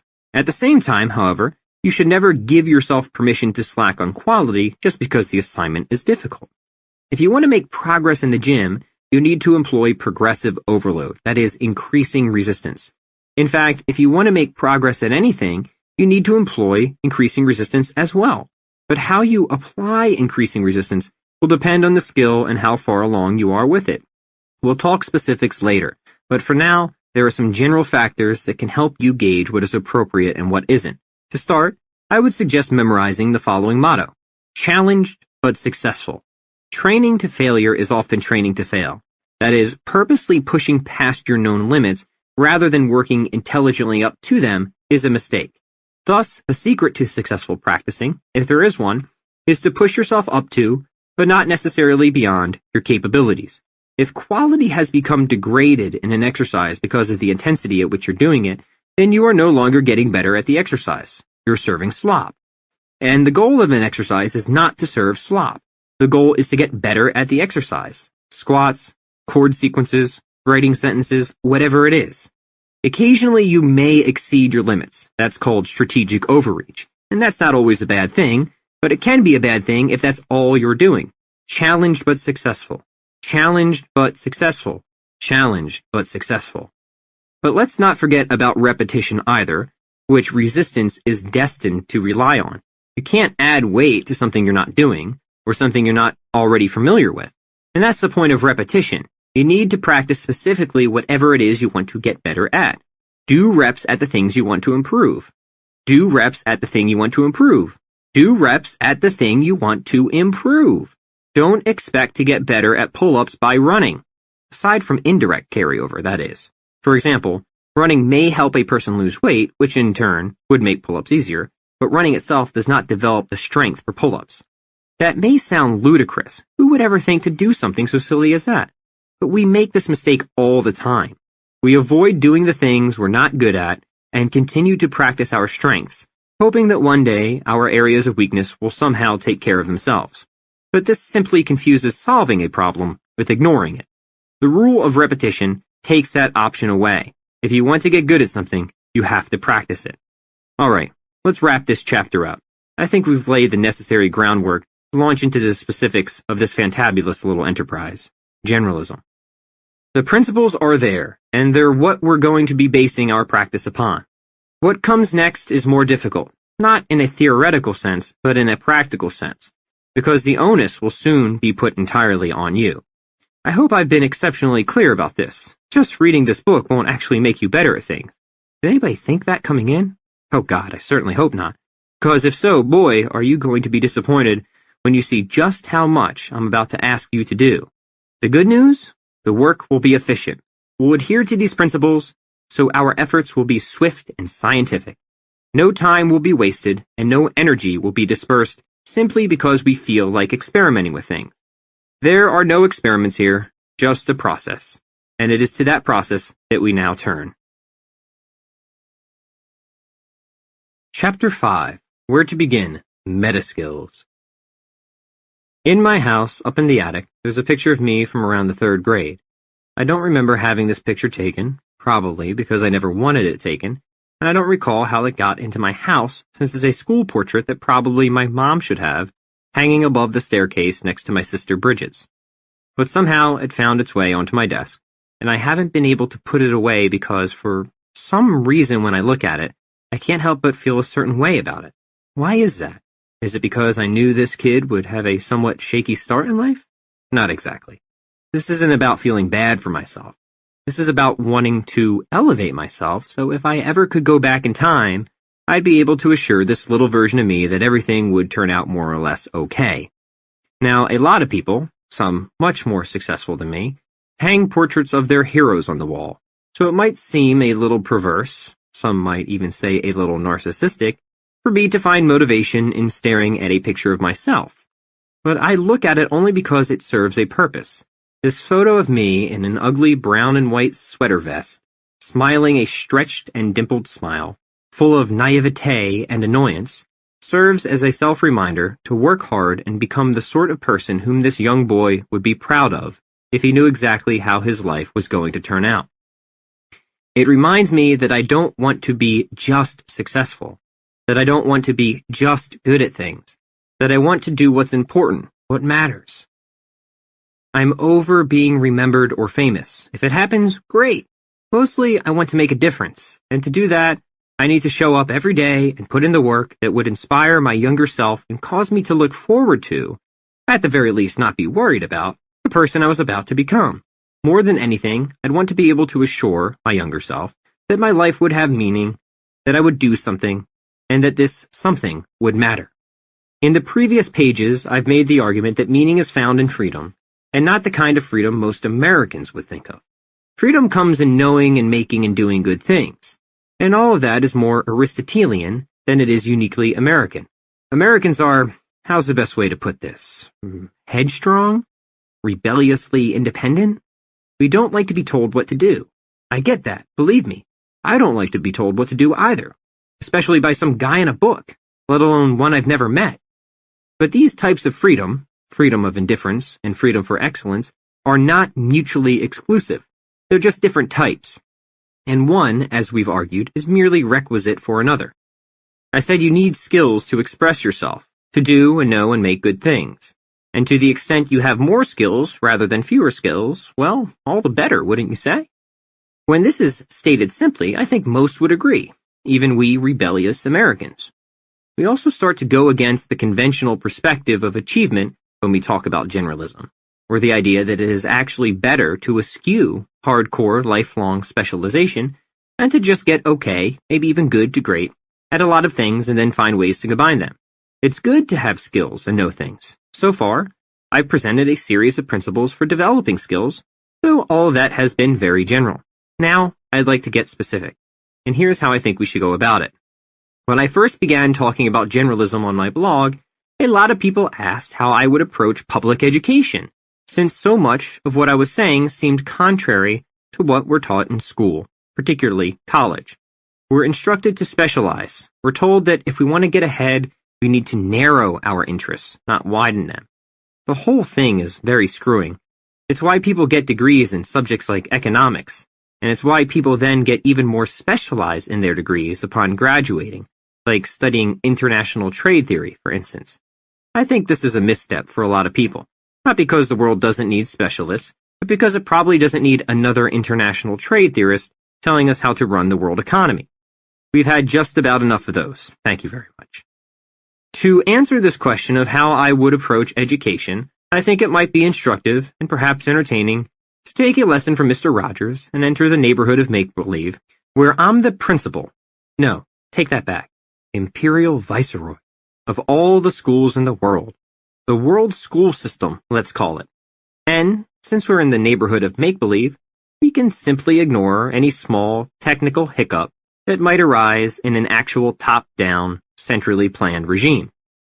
Because even if thought experiments like this one are not practical on a societal level, that doesn't mean they can't impart knowledge on a personal one. By explaining how I would educate all God's children, that is, how I would teach generalism generally, my hope is that you'll see how this would apply to you individually, that is, how you would become a generalist specifically. The idea behind my world school system would be to bring kids up through a hierarchy of skills, whereupon the foundation would be skills that are essential and helpful to anyone. These we shall call meta-skills. And then the skills would become more particular and specific and probably exciting as we go. This is how we should create a skill stack. First, we build the bottom and focus on all the skills that apply to everyone, skills like focus and logic and faith. Those last two may sound contradictory to some, but you'll see why they're not. From there, we plop on our personal interests. Maybe we want to be musicians or cage fighters or whatever. Wonderful. Let's spend time developing those interest skills. Finally, as it is in most situations, there are filler or need-based skills required, the skills needed to bridge the gap between being good at something and getting paid to do it. So, these are the types of skills. Meta skills, fundamental skills that are helpful to everyone. For example, persuasion. Interest skills, skills you are interested in and love doing. For example, playing the ukulele. Need-based skills, skills needed to make a living around your interest. For example, marketing and promotion. Looking at the above skill stack, if a person were good at the ukulele, but also knew a thing about persuasion and how to advertise, they would have almost everything they need to garner a paycheck by playing their adorable little instrument, even if they're not the best in the world at it. That would be the objective of my world school system, to teach all the kids skills every human should possess develop the skills each individual is particularly interested in, and layer on any other skills needed for each person to make a living by doing what they love. That's a skill stack. Your first day at school. A letter from the Imperial Viceroy. Welcome to your first day as part of the world school system. I'm glad you made it. As if you had any other choice. You're here now, that's all that matters. And we're all together. Isn't that nice? I think that is just so nice. Since we have so many formative years ahead of us, I thought we should take a few moments to get to know one another and to understand the reason why we're here. Because the job, of course, of the world school system is to guide our youth, that's you, toward competency, productivity, fulfillment, and being a useful, not too annoying citizen. The goal is to get the stars to align, so to speak, to ensure that all our students find that just right mix of success and happiness and peace. So here I am looking at you, and I can see on all your smiling faces the look of carbonated optimism. That is optimism, right? Or do you need to use the bathroom? Okay, you go to the bathroom, but everybody else stay where you are and keep looking optimistic. Because I think optimism is just wonderful. I think we can all have trust and some providential hand at play, even if we must not think everything's going to be done for us. I think we must view the world in a certain, very particular way, and I think a quid pro quo perspective might help. In other words, the universe gives to those who go out and get. There are no metaphysical handouts, so to speak, only hand-ups. You may not always get what you want, but you'll almost certainly get what you deserve and a few things you don't. So yes, providence is there, but you have to respond to it. You have to take the time to develop yourself and accept challenges and build character. There's a scene in the 1967 version of the movie Jungle Book, which is far too old for most of you to remember, where a boy, Mowgli, has escaped into the wild and joined an army of elephants lined up single file. The elephant in charge, Colonel Hadi, is pacing up and down lecturing his troops. At one point, he examines the trunk of a rookie elephant and associates it with a dusty firearm. "Soldier," he says, "remember in battle, that trunk can save your life." Then, after a short ramble about earning his commission in the Maharaja's 5th Pachyderm Brigade, he exclaims, "It was then that I received the Victorian Cross, for bravery above and beyond the call of duty. Aha! Those were the days. Discipline! Discipline was the thing. Builds character and all that sort of thing, you know." In that short scene, Colonel Hadi has given us one of the great secrets to life. It's about discipline. Because discipline builds character, and all that sort of thing, you know. Discipline, in other words, equals freedom. The freedom to express yourself. The freedom to do good things and make good things. And to know what good things are. Discipline is one of the first meta skills we're going to learn, because discipline, one could say, is the most fundamental, the most essential, of all the skills a human can have. Since without discipline, what do you have? What you have are improperly ordered values and priorities. What you have is a lack of ethic, to deny what's gratifying in lieu of what's important. And that, my little elephant, is a problem. You are a slave to your animal instincts. We'll work up to that shortly, and don't worry, this isn't boot camp. But we do have standards. After discipline comes focus, which is in some ways an extension of discipline, though we can think of focus as discipline applied or discipline concentrated. Focus will prevent us from getting distracted. We'll examine that in a few moments. Next is logic, because if we can learn logic, we can learn how to learn. It's the skill that takes care of so many other skills above the fundamental level. Without logic, we're lost. We'll fall for pretty much anything. But with logic, we're found. We can figure things out and not say or do generally unintelligent things. That's all logic is, thinking done right and done well. Next, and this is the one I'm sure everybody will be interested in, is persuasion. Essentially, how do you get along with people? How do you get people to like you? Sometimes people think of persuasion as a series of psychological tricks or cliches or manipulation strategies. But that's not really persuasion. Persuasion is about taking a stand and having a voice and making what you say attractive to people, or at least some people. Finally, we have faith. Yep, and this is the big one. Faith is what undergirds and reinforces all efforts and creations and orients those efforts and creations toward the continuous and purposeful development of self. It's what stops us from chasing the wrong things in life, like becoming a career prostitute or congressperson, pardon the redundancy. Faith is what keeps us going. It gives us a sense of surety when it seems the world has gone completely insane. Which, trust me, it has. So maybe also trust me when I say you're going to need faith, and you're going to need to have to work at it. It's why we think of faith as a skill. Now, I get that none of these fundamental skills may seem particularly appealing at first, especially to children. Who really wants to study logic? But I can promise you this. Once you see how useful these meta skills are for getting pretty much whatever you want out of life, they will become not only interesting but immensely so. Think of it this way. Learn logic and never lose an argument again, even if nobody else knows it, and even if it's only because you'll learn exactly what arguments not to make. Wouldn't that be a nice position to be in? Lastly, we'll work on these skills through the principles of generalism, by applying short-term specialization, the rule of 80%, integration over isolation, repetition and resistance, and what's that other one again? Ah, yes. Skill stacking is greater than specialization. How could I forget? Because that one is really what this school is about. We're not overmuch concerned with any of you becoming the best at anything because, well, let's be honest here. That isn't what this is about.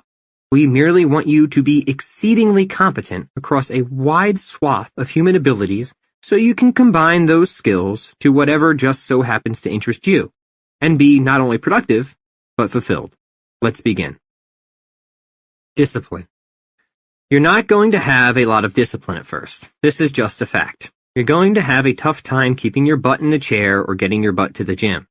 Because your butt has a mind of its own, and this we call butt mind, which is notorious for offering temptations and reasons to procrastinate. This is where we need to step in and assertively protest. No, you listen to me, butt mind. I am in control. You listen to me now. And I think this is pretty much what discipline is about. Getting your butt to sit when it would rather run, and getting your butt to run when it would rather sit. Butt mind is not just a metaphor. It's something we all say to ourselves, and probably a lot more often than we think. It goes, yes, but what is discipline? Discipline is this. Putting yourself in a position to follow orders, and hopefully, eventually, your own. We need discipline because we can't acquire skill without routine, and we can't find meaning without something to work on, something we feel is significant, like writing a novel, becoming religious, or baking a cake. Without discipline, we're just wishy-washy. Life will toss us whichever way it wants. Discipline gives us meaning then because it gives us something to do. Through discipline, we work at our craft and can make things. We also learn things. And through discipline, we develop a routine that makes sense of our day. We wake up, steep the coffee grounds, and start on something big and fantastic. We sit our butts in the seat or use them to do kettlebell swings. Maybe toward the evening, there's time for dessert. But let's just see how the day goes before we make any decisions about that. Discipline sets the agenda, and that's what makes us productive and creative. Whoever has found discipline has found freedom. Discipline, in fact, equals freedom, and there's actually now a guy who writes books on this idea, and he's a former Navy SEAL and people love him. He also happens to be fairly intimidating, so when he says discipline equals freedom, you're likely to believe him. Now, I'm not particularly intimidating, so I wouldn't expect I could just say something and have you take my word for it. But hopefully by this point I've made a good argument, because I've said about 1,000,000 times that the person with freedom is not the person who chooses to do whatever they want, but the person who chooses to not do whatever they want. Freedom is found in restriction that leads to the practice of something useful. If you want freedom, you need boundaries that force you to improve. You need to impose rules upon yourself, and you need to adhere to those rules as if they were enforced by someone in uniform.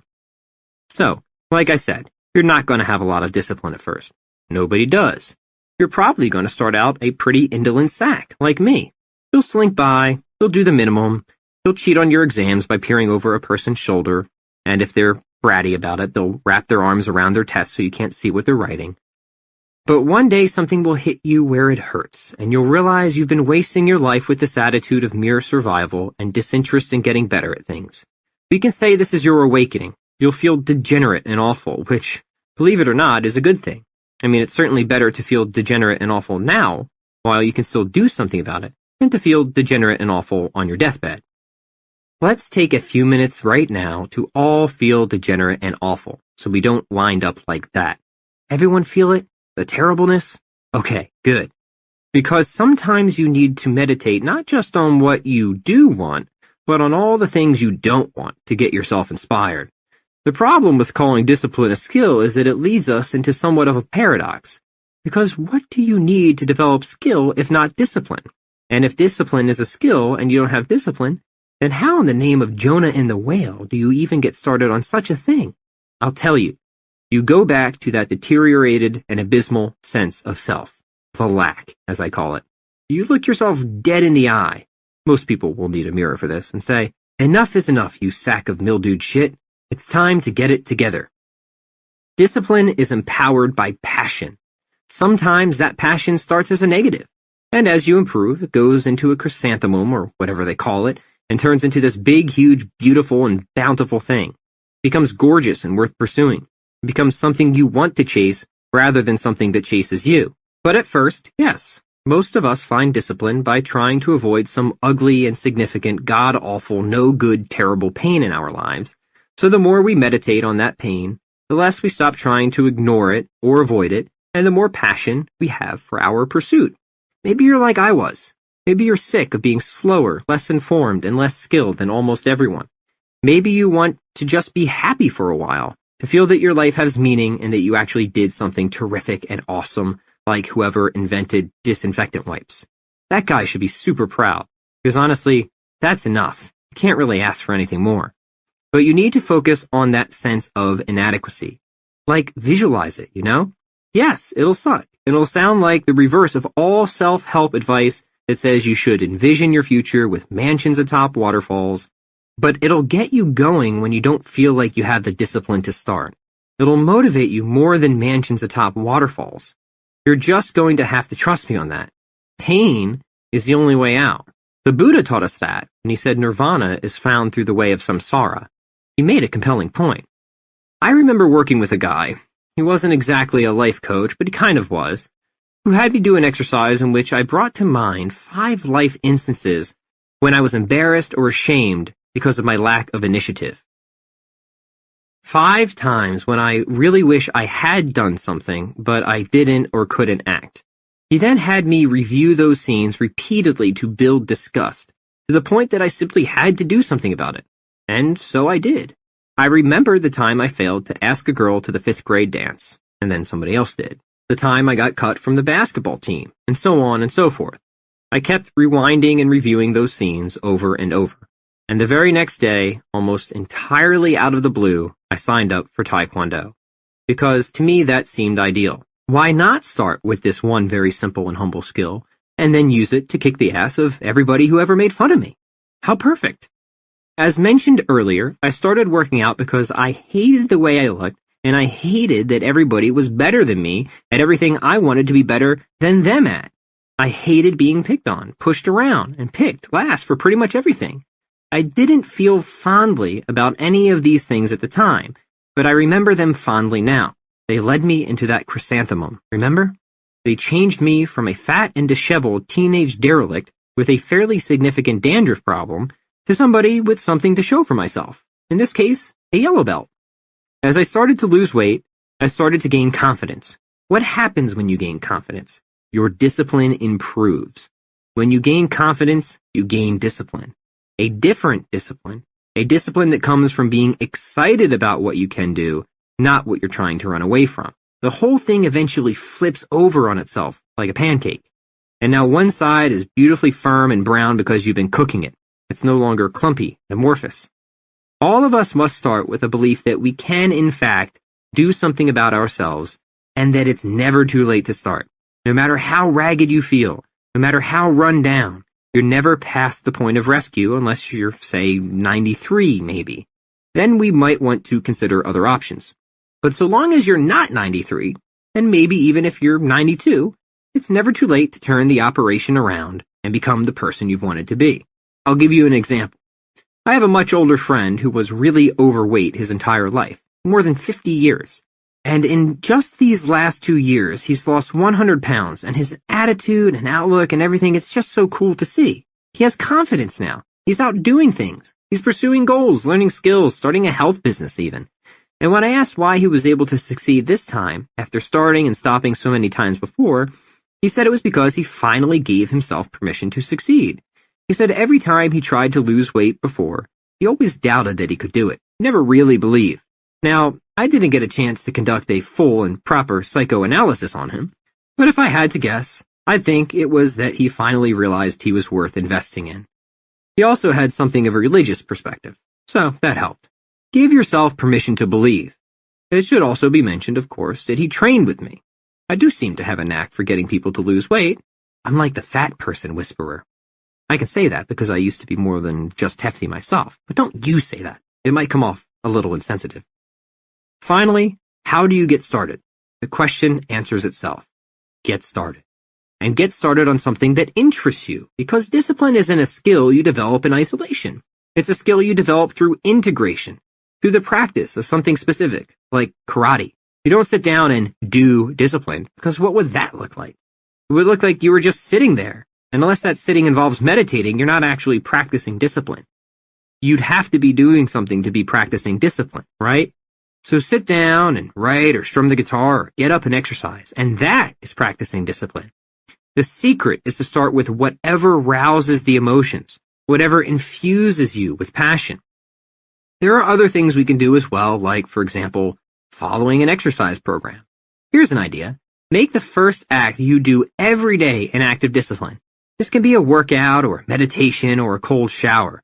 In fact, I think it should be a workout and a meditation. Because why not both? So let's put that into the schedule. Let's say that at the start of the day we do a little exercise and then spend a little time focused on our breathing. We'll start with the sweaty stuff and then become super silent. It won't take long, say a 10 to 15 minute workout, followed by a 10 to 15 minute meditation. We're talking 30 minutes max. I remember when I used to spend the night at my grandparents' house, I'd come downstairs in the morning to find my grandfather working out. He did a simple routine, but he did it every morning with no exceptions or complaints. He'd start with some push-ups, and then he'd use hand weights and finish on the ground and stretch like a frog. It wasn't the most laborious workout I've ever seen, but then again, it didn't have to be. He was very active otherwise, so this was just the start of his day, a way to get himself going. Small acts of discipline undertaken every day do magical and fantastic things to our unconscious mind. Having the discipline to do the work kickstarts the creative process. A writer friend of mine said good ideas are rewarded to those with a disciplined mind. It's not something you just happen into. He said if you want to invoke the muse, you have to show that you are worthy of handling what she gives you. And the only way to do that is to show up every day and to be on time. He said it's like waiting outside a Zen monastery. You're going to be tested, and likely you'll think you'll never get in. But eventually, if you keep showing up, those doors will open, even if only to slide you a piece of bread. The good ideas will come. I promise. At least, he promises. This means that you need to get better at showing up for whatever you want to get better at. That's discipline. And we practice by starting something and finishing what we start. Because next to starting, finishing is the hardest thing. Maybe even harder than starting itself. The only thing that isn't hard to finish is sex. So in one sense, I'm just super at finishing. But in another, I'm still working on it like anybody. Because you get started, and you get so far along, and then you quit. Because, well, you know, life is hard. That's why we need discipline. It's about the only thing that can get us through. Exercise can help. We can torture ourselves physically to acquire grit. That always works. Certainly it does in the military. We can do exercises that are just plain excruciating, and see if we can go 10 seconds longer or 10 pounds heavier than we think every time, or every other time, or what have you. Front squats, hollow holds, pretty much any of these will do the trick. Whatever hurts, whatever you hate doing, go with that. As we move into the other sections, that is, the other meta skills, you will find particular ways of practicing discipline. Note that your initial discipline must come by pursuing what's important. All the other meta skills can follow, and they will follow as you become interested in them. And you should become interested in them because they're fun skills to have and, like, super useful. Here's one quick and very important part of developing discipline. Track and monitor everything.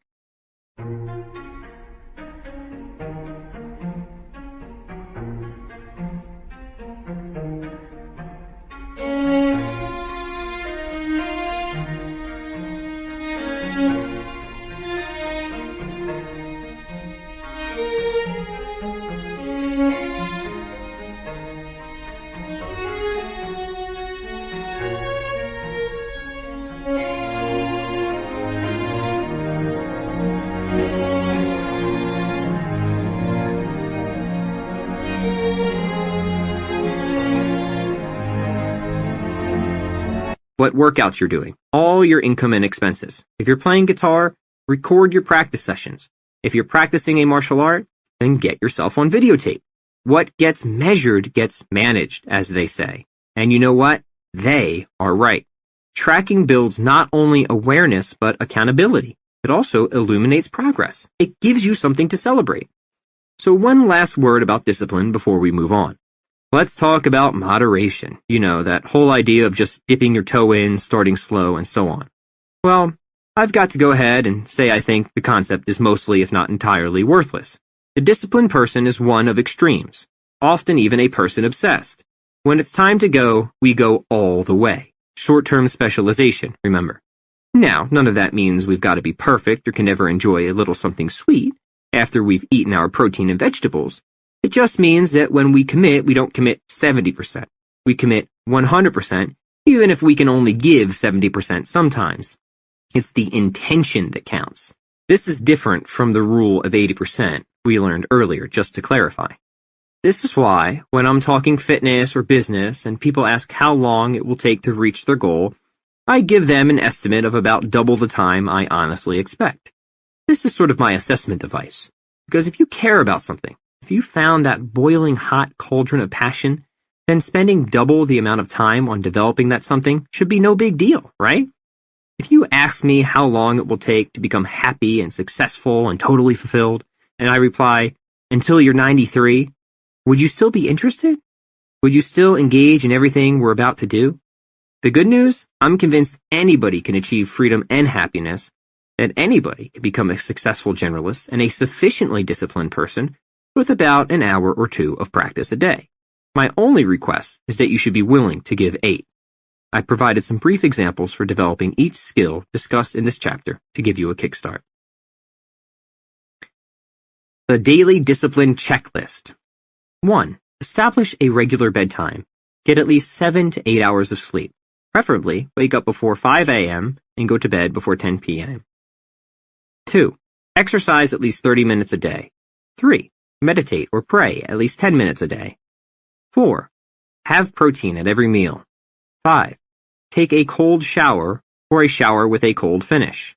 That is, use cold water for the last 2 minutes. 6. Walk 10,000 steps a day. 7. Each day, do without something you, quote-unquote, need. Hint, iPhone, TV, etc. 8. Make your bed. 9. Do the most difficult and important thing of the day first. 10. Keep a gratitude journal. Here's some recommended additional reading. Check out Discipline Equals Freedom, a field manual by Jocko Willink. Focus. If there's anything I've noticed about life, it's that most of us probably think too much, and that most of the thinking we do isn't super abundantly helpful. In fact, it would seem that most of our thoughts are jealous, clingy, eerily narcissistic, or otherwise focused on things that aren't that important, like what we would say if we ever got the chance to beat Richard Nixon, whether we missed the boat on getting orthodontia, or whatever. Thinking is a skill, and one we'll soon get into. But not thinking is also a skill, and that's called focus. Others might refer to this as meditation, but meditation is more of a technique used to develop the skill. Focus can be used to make ourselves smart and to stop from going insane. It's a powerful skill, and one that is left curiously undeveloped in most people. With focus, we can concentrate on what matters and not give in to our concupiscible appetites as much. We can say no to sin. Father Arul would be proud. Father Arul is a priest friend of mine. Short guy, mostly bald, Indian. Maybe you know him? Because with focus, we can sit our butts in the seat and not get up for anything. Focus is the skill that lets us do the work once we've got the discipline to show. Here's the biggest difference between winners and losers in life. The winners know how to keep their butts situated when it's time to write, or get their butts in the gym when it's time to train. The losers procrastinate. They get distracted. They stop before the job is done. And that's it. Now, part of that is discipline. The other part is focus. Because here's the thing, and I don't know how else to put this. There are enemies out there trying to do everything they can to stop us from succeeding. Demonic forces, I'm convinced, that delight in our undoing, and that we absolutely must battle against if we want to survive. Sound serious? Well, it's true. Author Stephen Pressfield calls this universal negative force resistance. And maybe I'm a bit old school, but I just think of this bastard as the devil. Now, we can see that most public school systems have gotten away from offering instruction on demonology, and personally I find that just a little irresponsible, because I very much believe the devil is out there buzzing around with his big leathery wings, or occasionally walking on his buttocks like Red Guy from I Am Weasel, doing everything he can to either scam, torment, or destroy us. And he'll use whatever he can to do it, too, though mostly he'll work through secondary means, using such sly instruments as complacency, self-doubt, and, as we know, the DMV. These are just a few among his beloved pets. Also, the dishwasher repair guy. But the most amazing trick the devil has ever pulled is getting us to believe that he doesn't exist. That one you can bring to the bank. I really think so much of success is engaging in some level of spiritual warfare. Butt mind, the universe, Hades, resistance, Satan, whatever this ongoing negative opposition is, and however you want to envision it, is a real thing and is constantly attempting to thwart our efforts to make something of ourselves. It throws every distraction and assignment on our plate at once.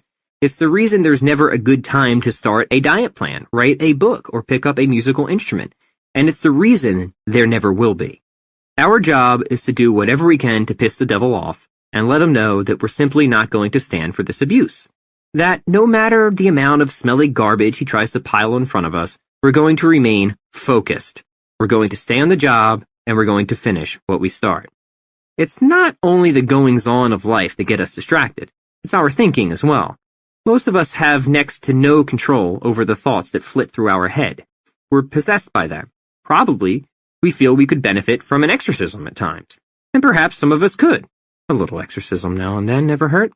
But the good news is that most of us just need to learn to focus through the techniques of meditation and/or prayer, because it usually goes something like this. You decide you want to do something. Let's take writing, for example. Say you're excited, really excited, because you just read a book that motivated your socks off, and now you're going to practice the skill, and you're going to write a novel. You know, I think that sounds just swell. You haul your bony little butt up to the attic, sit down, and turn on your computer. You open a Word document, crack your knuckles, and realize you forgot your cup of coffee. Darn. So you schlep downstairs into the kitchen and brew something nice for yourself, not once noticing how the devil has already scored a point against you. Now you're back in the attic ready to write. And then, a social media notification. Oh joy! Somebody commented on a thread you started in the dog lovers group your sister added you to. How nice. So you take a peek to see what they said, imagining it to be pleasant and interesting, and not intending to start a conversation because you've got work to do. You click on the person's profile, only to discover that their entire timeline is just one long, quivering, insane rant against everything you stand for politically and religiously as well. Well, that just about does it. You blast them with everything you've got, barraging them from completely out of left field, and then slam your computer shut. All right, now that that's done, time for business. There's only one problem. You can't get that reptilian idiot out of your head. The excitement you had, the jollity over the project, has all turned to rage, and you can't stop thinking about all the things you wish you had said to that person and their dumb little dog. You could have, for example, illuminated them with the minorly helpful fact that the only reason they exist is to serve as one hilarious and pathetic example of what not to look like. And so it's no wonder they own a corgi. You're just so enraged. This isn't how your morning was supposed to go. This isn't how you wanted to write. And then the doorbell. Well, look who decided to show. If it isn't our old friend, the dishwasher repair guy. And on it goes, your day bombarded and beleaguered by all these distractions and disappointments and doubt. Oh, you think this is coincidence, do you? Okay, sure. That's where focus comes in. It's pretty much the only weapon we have, to be able to stay on target, to sit and stay seated or run and keep running. And this, believe me, is a skill. It's not something any of us have. It's something we develop. Here's how. First, we sit, cross-legged, tall kneeling, on a rocking chair. Look, it doesn't matter. Just don't lie in savasana like at the end of some heathenistic yoga ritual. Father Arul would be very upset. Plus, why run the risk of becoming possessed by a throng of demons? It's not like we don't already have enough to worry about.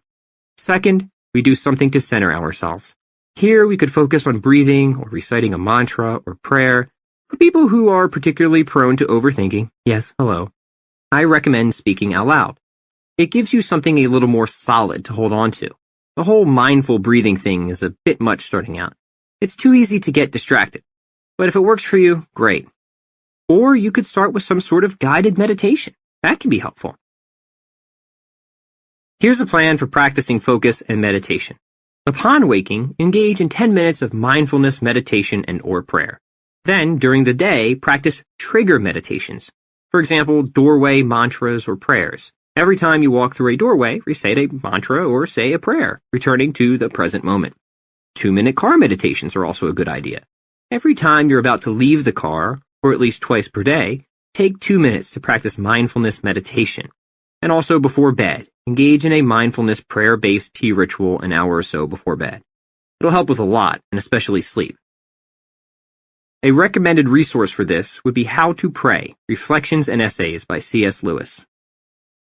It's pretty simple. We sit for at least 5 to 10 minutes first thing in the morning, and let whatever thoughts happen to come. We don't try to push them away, but we don't try to hold on to them either. Instead, we simply note them.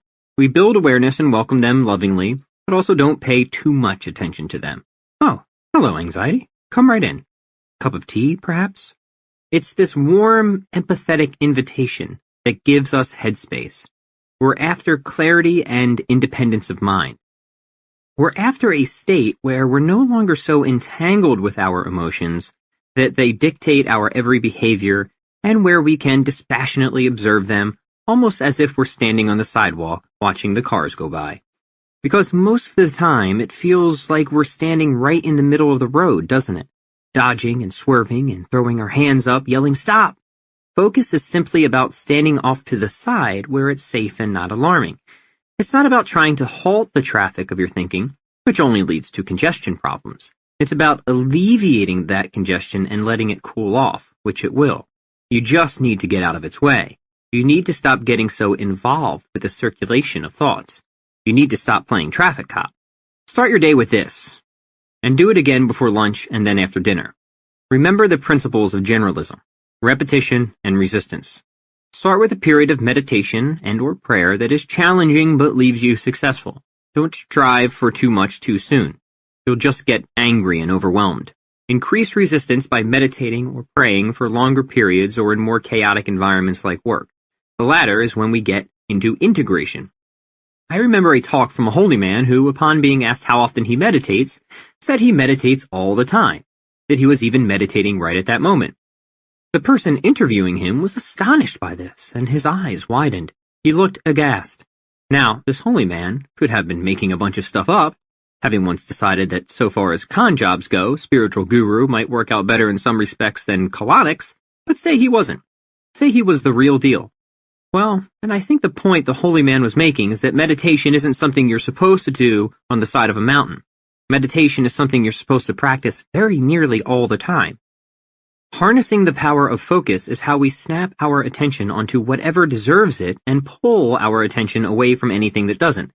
There's no reason your work, playing the piano, practicing with a potato gun, shooting pool, shouldn't be a point of meditation. You should also be focusing on whatever skill you're working on. But at first we develop the skill by extracting the principles and practicing them in a seated or kneeling position. At home, in church, while waiting in the parking lot as your spouse finishes the weekly shopping. And as soon as we're able, we apply this focus to every single activity we can. This is how we break free of the prison of our own minds. This is how we overcome anxiety and self-sabotage and avoid turning into someone we really don't want to be. It all starts in our mind. Here's a little suggested schedule to help you own your focus. Logic. It was the philosopher Norman L. Geisler who told us why logic matters. Simply put, you can't avoid studying logic, so you might as well know what you're doing. It is the basis for all other studies.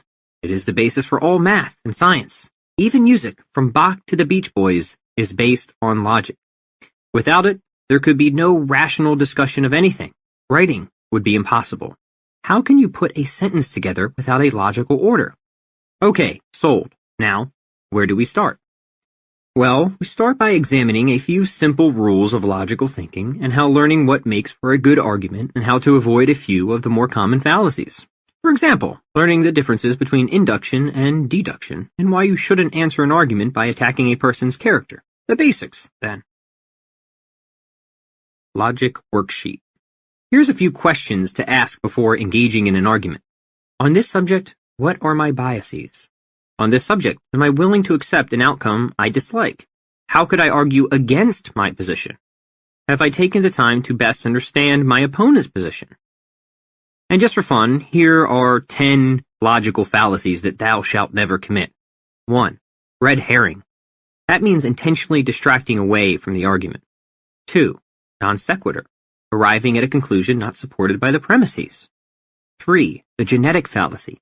Attempting to invalidate a position by explaining how it came to originate. For example, you think democracy is great only because you grew up in America. That actually doesn't say anything about whether democracy is good or bad. 4. The bandwagon fallacy. Assuming that because many people believe something, it must be true. 5. Composition fallacy. Assuming that something is true of the whole because it is true of some or all of the parts. For example, if a team has all the best players, then that team will always win. Ad hominem. An attack on the person, attempting to undermine the character of a person rather than addressing their argument. False dilemma. Claiming a situation to be either or when there is at least one additional option. Circular reasoning, or begging the question.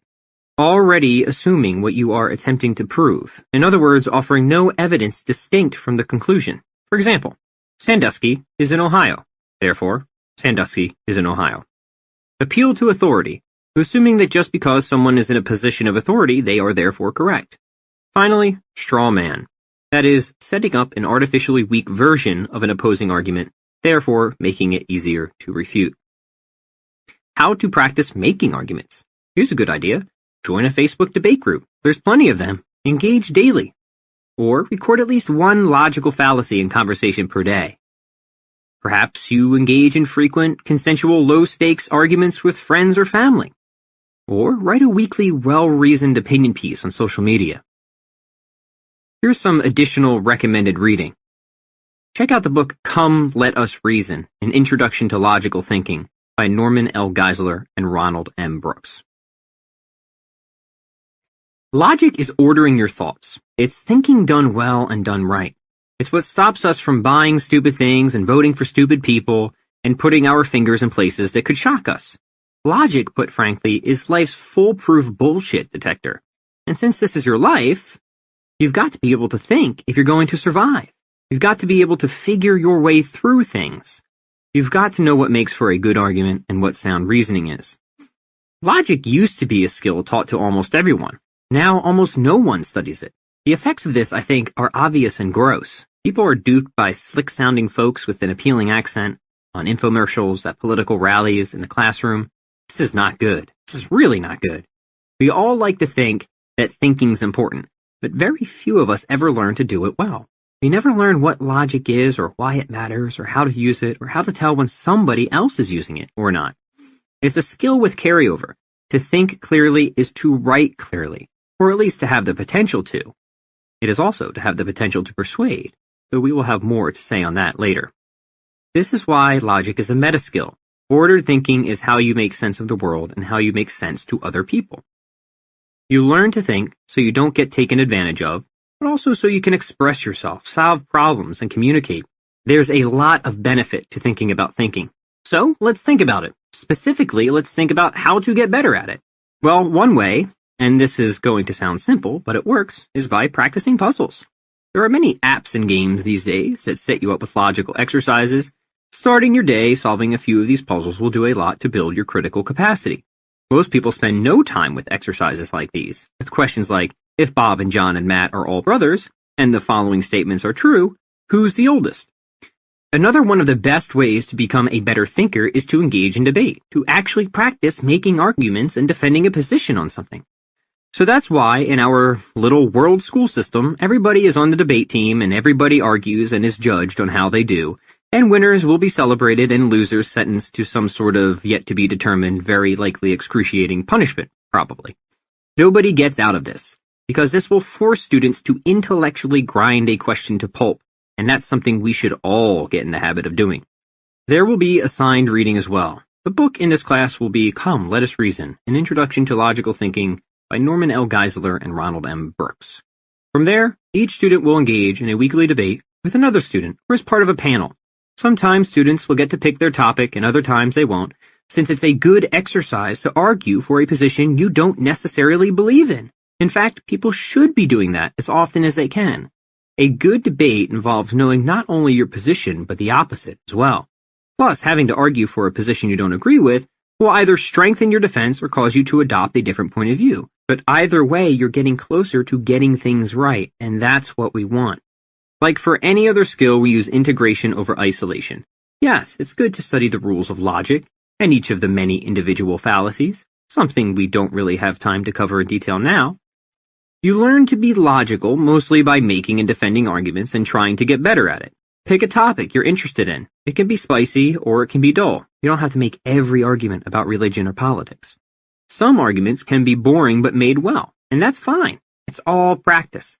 Often it's better to start with lower key topics because emotions will be less likely to erupt if, for example, you're making an argument that oatmeal can lower a person's blood sugar instead of an argument that the minimum wage has long-term effects on the American economy. So you might be surprised. The next step is to increase resistance. Raise the stakes. Seek out more rigorous topics and opponents. Talk about the minimum wage or religion.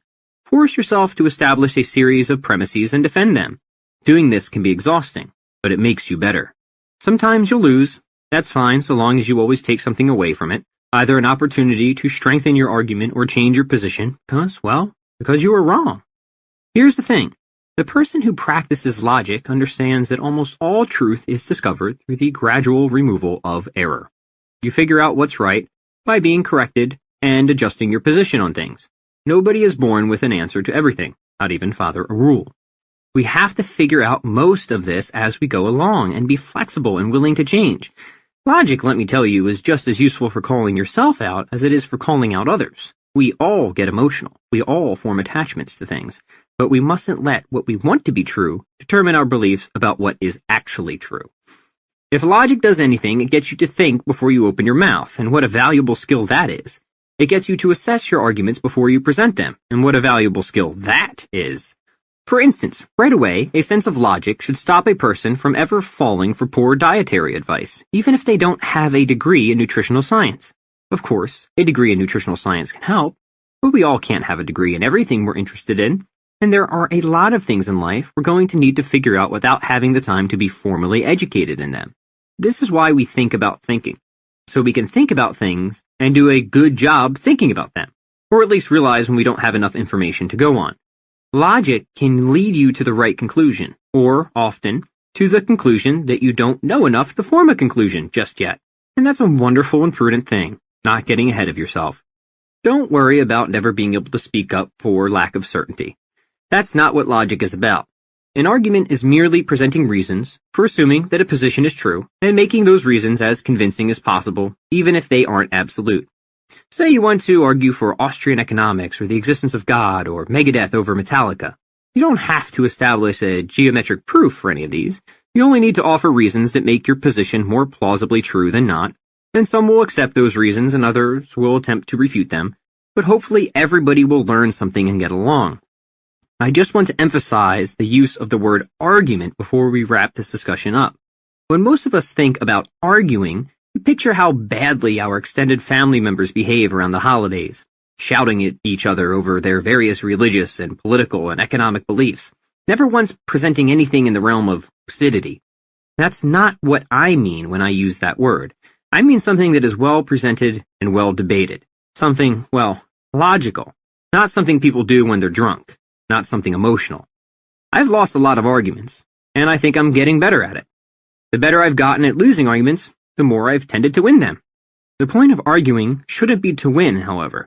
That may be the point of being on a debate team. That's not the point of arguing, which should be to figure out a position, to discover truth. The best way to win an argument is to not be wrong, and the best way to be right is to know when you're not right. Logic can help you do that. Persuasion. So far, we've talked about discipline and focus, or patience and logic, or reason. Now we need to talk about persuasion, because it's hard to get what you want in life without being able to convince people to give it to you. That sounded odd. Let me put it this way. It's better to get along with people than not. It's better to have people like you than not. And if persuasion is anything, it's being liked by people, even if it's only some of them. So here's how to get people to like you and why this doesn't involve being liked by everybody. All worthwhile attention starts by telling the truth. If you want to be persuasive, you need to have confidence in what you're saying, since people can always tell when others aren't so sure of themselves. Persuasion isn't about getting everybody to like you. Persuasion is about getting enough people to like you. Because here's the problem people fall into. They think being persuasive means to pander. But pandering isn't being persuasive. Pandering is having no backbone, no real true center of belief. It's not having enough conviction to say what is true. It's saying only what you think people will like, whether you believe in it or not. Nobody wants to be friends with somebody like that, or if they do, it's only because they want to get something out of them, like free coffee at work. People are attracted to those who have something to say and who apparently believe in that something. And if you have something to say, people are going to either agree with you or disagree with you. A good example, love him or hate him, is Donald Trump. Very few people like Donald Trump. They want to either marry him or send him to the gulag. I'm not saying you have to be like Donald Trump to be persuasive, but I'm saying there's something you can learn from Donald Trump who is persuasive. I'd like to note something about one of Donald Trump's persuasion techniques. Some people say he's a liar, yet I just said being persuasive starts with telling the truth. What gives? Well, Donald Trump has learned to make statements that are often quote-unquote directionally true, but specifically or in other ways exaggerated. This is a more nuanced technique and not something we have time to get into now. But it is not necessary to use this technique to be persuasive, and I do not particularly agree with its use on an ethical level, though virtually every effective politician engages in it. Anyway, it's worth noticing. For more, see the book Persuasion, A Revolutionary Way to Influence and Persuade by Robert Cialdini. The first thing is to become very okay with the fact that not everybody is going to like you and not everybody is going to agree with what you have to say. Because as soon as you have something to say, there's always someone who will disagree with it. Even if you state the earth is round, there will be someone who disagrees with it, unfortunately. And someone who will be offended by it.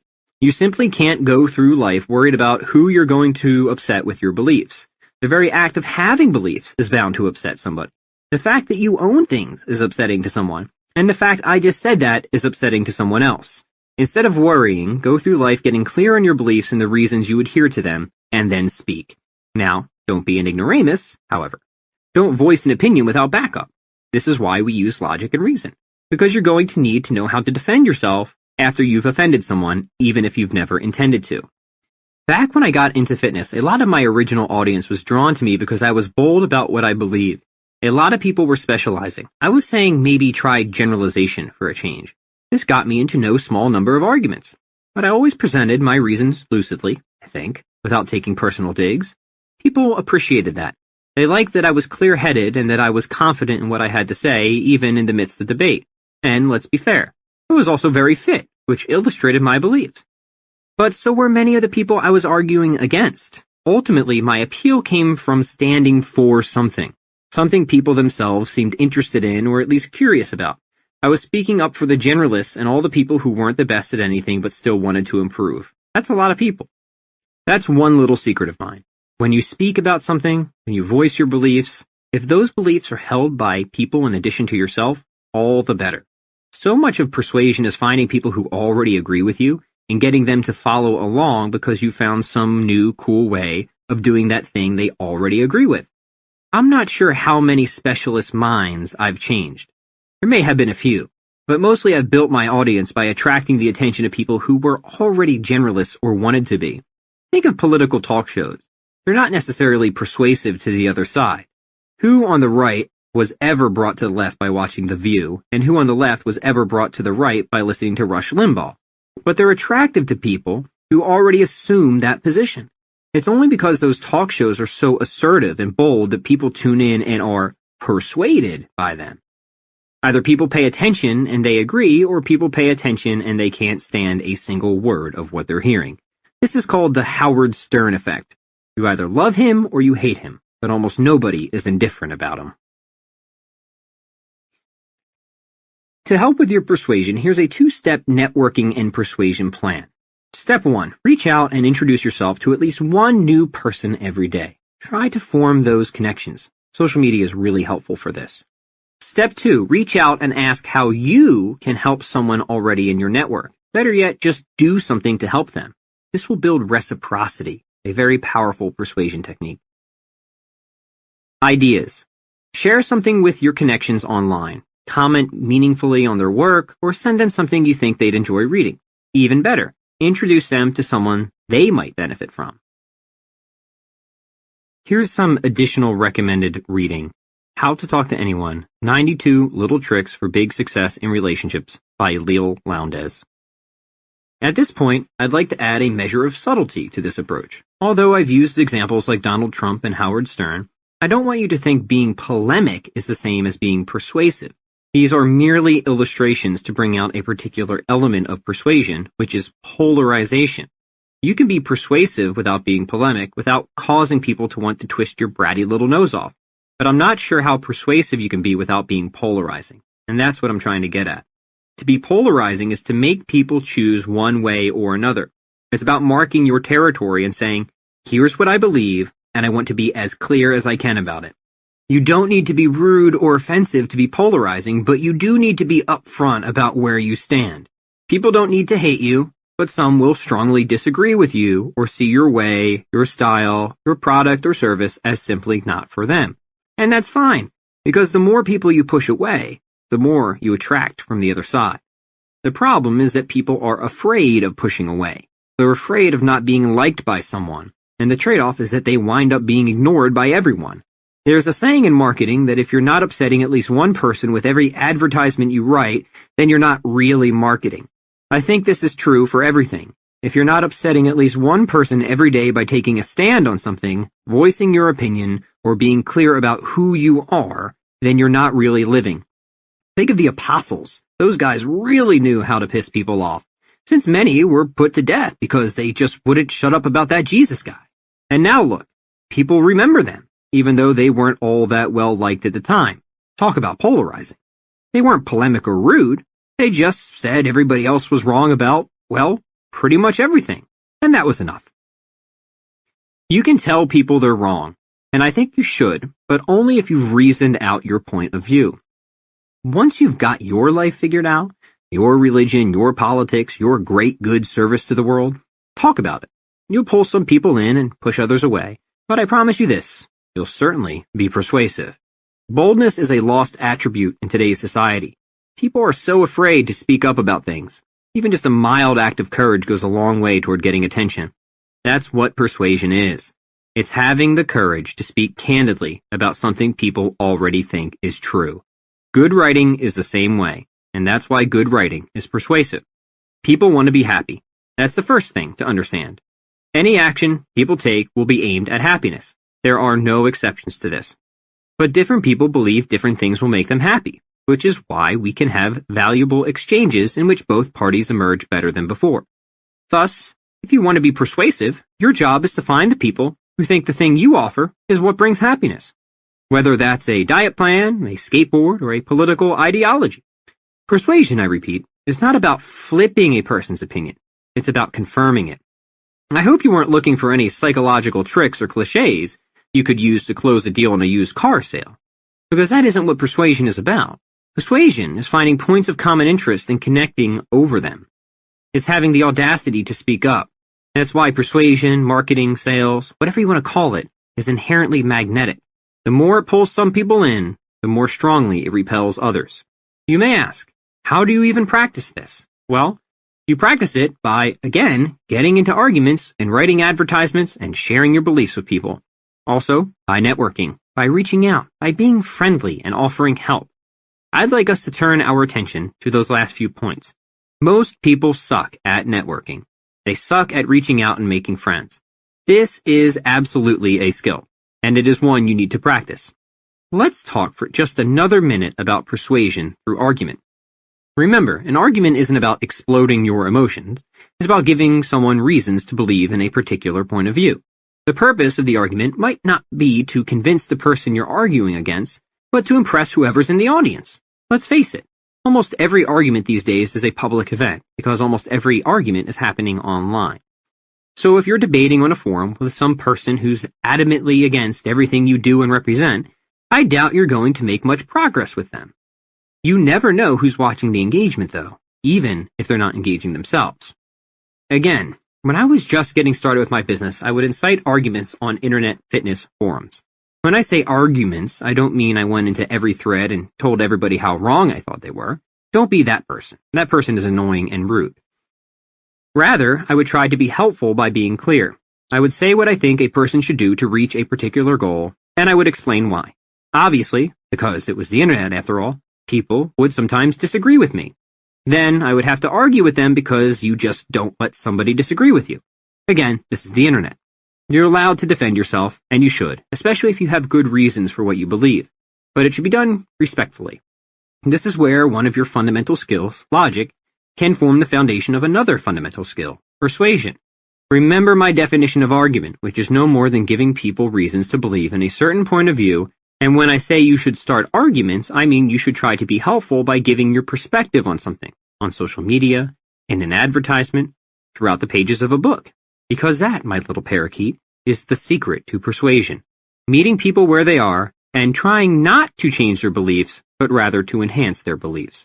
I don't think I ever sold somebody on a kettlebell program who wasn't already into kettlebells. My business was built on people already using kettlebells who wanted a cooler, better plan for doing so. Now, it's one thing to stand up for what you believe, and it's quite another to turn those beliefs into helpful vehicles.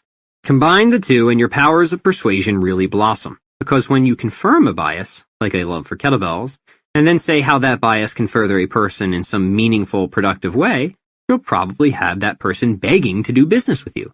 Maybe you're not even in business. Maybe you just write books and want people to talk about your stories. Well, the same thing. Being persuasive means appealing to people like yourself, people with similar beliefs and ideas and views of the world, and offering them a special experience. Novels can certainly do that. So can music. Not to overuse my example, but that's pretty much what I've done with generalism. I've told people it's okay if you're not the best in the world, and hey, don't worry if you're not, because with the right approach, it's actually better if you're not. So people who are like me, that is, not the best at anything, will want to hear more. I'm not trying to persuade specialists. I'm only trying to get the attention of people who already believe in the position I'm promoting, even if they've never thought about it in the same way I have. I'm helping people who are already hot on the idea that they don't want or need to be the best in the world. I'm only trying to show how the idea can be developed. That is persuasion. Faith. You might be wondering why in the world I would say faith is a skill and of all things a foundational skill. Well, I think for a lot of people, faith doesn't come as naturally as it does to others. It's something you have to practice, because if existence can do anything, it can make you jaded. It can make you angry and upset and cause you to call into question the point of being here. There's a lot of, go ahead, call it what it is, bullshit that goes on in our lives, a lot of stuff that none of us particularly like or can make sense of. For example, deer ticks, but also the nuclear arms race, polio, and smog. All of these are seriously awful situations, and sometimes such things make you wonder whether this is all just one big put-up job. It's no wonder nihilism is growing. I spent a few years in that department myself. It was certainly an experience. So yes, I would say faith is a skill, and I think it's a necessary one. I think people sometimes equate faith with credulity. Oh, you just believe things without evidence. But that isn't what faith is. At least that isn't what faith should be. This is why I like St. Thomas Aquinas with his preambles to faith, or what he would call philosophy. Essentially, he says, here are the reasons we have for believing the world isn't just some random, pitiless accident, and why we can trust in God's plan. Now, let's figure out what to do about it. Aquinas' whole point, though, was to show that faith was meant not to be infra-rational, but rather supra-rational. That is, on the far, not near side of reason. Faith, in other words, is simply trusting in that which you have good reason to believe. Many subsequent philosophers agreed. This was a turning point for me, because for most of my life I was anything but a person of faith. I was indeed a person of science, of facts, and of reason. Faith just seemed like unnecessary woo-woo. If it couldn't be measured empirically, then what was the point? Or so I thought. Then one day I got into an argument with a religious person, as I called people of belief at the time, and straight away we quarreled over the existence of God. I accused him of believing in things with no evidence, and he responded by asking what sort of evidence I required to change my mind. I said something scientific would be nice, don't you think? He replied that I simply had made a category mistake, and that no clear-thinking religious person sees God as just another entity within the universe, some big bearded warlock in the sky twirling his beard or twisting his ring. So to expect to detect him empirically is to have a fundamental misunderstanding about who God is, to be arguing against something that God is almost certainly not. He said if God is anything, he is the ultimate sole reality, timeless, spaceless, possessed of intellect and will and so on. An extremely simple but extremely powerful mind, in other words. God in principle is not some thing to be found under a microscope. And there went my spaghetti monster argument before I could even present it. He then trotted out a series of logical arguments for the existence of God that I had never heard before. Arguments that were altogether convincing. Arguments that I didn't even know existed. Now, I don't recall how particularly convincing I found them at the time, but they did cause me to see there was another side of the story, one I had somehow successfully avoided, maybe because I just never wanted to believe in something like God. Long story short, I studied the other side, and after many years of doing so, reached the conclusion that there was in fact good reason for believing in something greater than myself. That's where faith comes in. We can't prove the transcendent, whatever that may be, at least not scientifically, because the transcendent is by definition beyond the purview of science. But we can at least make it reasonably acceptable and likely, or as philosophers like to put it, more plausibly true than not, and that's all a good argument is for. All this, of course, is a return to logic. It's important once again to note that faith is not below reason, but rather above it. Again, faith is on the far, not near, side of logic. And that's why it's a skill. Anything less is credulity, maybe even gullibility. In trying to figure out what faith is, I've decided it can be nothing more, and certainly nothing less, than trusting in that which you have good reason to believe. But you still have to take that wee bit of a leap. You still have to trust in that which you have good reason to believe. It's like being married. I can't verify that my wife loves me, at least not empirically, and to even suggest conducting such an experiment would cause me a considerable amount of grief. But I have good reason to believe that she does, in fact, love me. I'm trusting in that which I have good reason to believe. There is one problem with having faith that I forgot to mention, and that problem is this. As soon as you believe in something greater than yourself, you must accept there is a reason for being here that transcends your selfish little ego. That means it can no longer be just about you all the time. It now must be about something else and something more. Life probably isn't about how much money you can make or how famous you get or how many awards you acquire. Faith takes not only practice to have, but practice to live out, since true faith, true belief, means turning yourself over to some greater plan, becoming an instrument, if you will, of divine intercession. While I was writing this book, there came a point when I was extremely annoyed. Resistance was high, deadlines were tight, patience was short. So I was a bit snippy with people and not quite as polite as I should have been. I decided to take a break that day to visit a local church to see if I could pray it out, a practice I wasn't particularly sold on at the time. On my way to the church, I nonetheless asked God if he wouldn't mind sending a spiritual pick-me-up. I requested something nice, something cheerful, like the sighting of a dove, say. I told God things were a little stressful right now, so if he could work this one small favor for me, well, that would be nice. And how did God respond to this? I'll tell you. By putting a kid with cancer in the very front pew. Now, before my, I guess you could call it, conversion to faith, I struggled, as so many do, with the problem of evil. Why, I would always wonder, if there is a loving God, would he allow such horrible things to happen in the world, particularly things like childhood cancer, which I think we might all agree is at the very top of the list of things that suck and make absolutely no sense. Eventually I concluded there is at least no logical contradiction between the two. That is, so long as God may have morally sufficient reasons beyond our grasp for allowing such atrocities to occur, then such atrocities are not in conflict with God's existence. St. Thomas Aquinas taught me that. Solving a problem logically is not the same as solving a problem emotionally, however. That day, I came a great deal closer to solving that problem emotionally. As I walked into the church, we were handed a copy of a song we would be singing to Ben, This Little Light of Mine. Throughout the service, various groups of people came to offer prayers and support for this young boy and his family. The church was packed with people of all ages and types, each giving whatever they could, some flowers, other Legos, and all of us a lot of love. The priest eventually presented his homily. He told everybody in the congregation that Ben's presence was indeed a miracle, in the sense that one particular catastrophic illness had given so many people the opportunity to show just how much they love one another and offer such profound kindness to a family most of them have never met. I just so happened to agree and began to see a point in something I might otherwise have written off as utterly barbaric and gross. I began to see how suffering in some ways might very well be the necessary means for us to build character traits that would be impossible in a world free of calamity and sin. This made sense to me, a little bit. I then began to think, if heaven is real, and if we are free agents, then certain incentives ought to be provided for us to become the kinds of people others wouldn't mind spending an eternity with. Without sickness, there could be no caring for the sick, no compassion. Without wrongdoing, there could be no justice or mercy. But still, childhood cancer? Do we really need that? Maybe, in fact, we do. Maybe it's because we get so darn lost in the noise, as Flannery O'Connor once proposed, that God needs to shout. Maybe? I don't know. More personal, however, was the sense of perspective this experience had given me. Who was I to worry about missing a book deadline, God forbid, while this family and their boy were grappling with arguably the most impossible struggle of all? Immediately my ego was vanquished. My petty problems dissolved, and I began to pray. I walked out of church a delivered man and resolved to remain a delivered man for at least the next several hours. But at that moment, I became solidly convinced of one thing.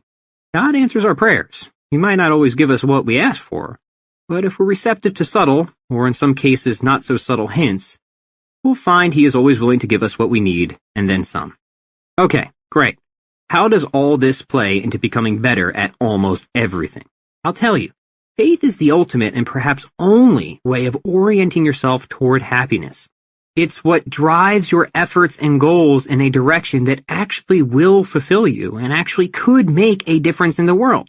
Look, I'm a believer in capitalism, if that hasn't already come across. But if it's being conducted by people of good conscience, all the better. Because then we wouldn't need the stupid government to keep interfering with things, which almost always has the effect of making the problem worse than it was to begin with. What's that Harry Brown quote? The one about government being the only entity that could ever make you feel grateful for handing you a crutch after breaking your leg? I like Harry Brown. He knew things.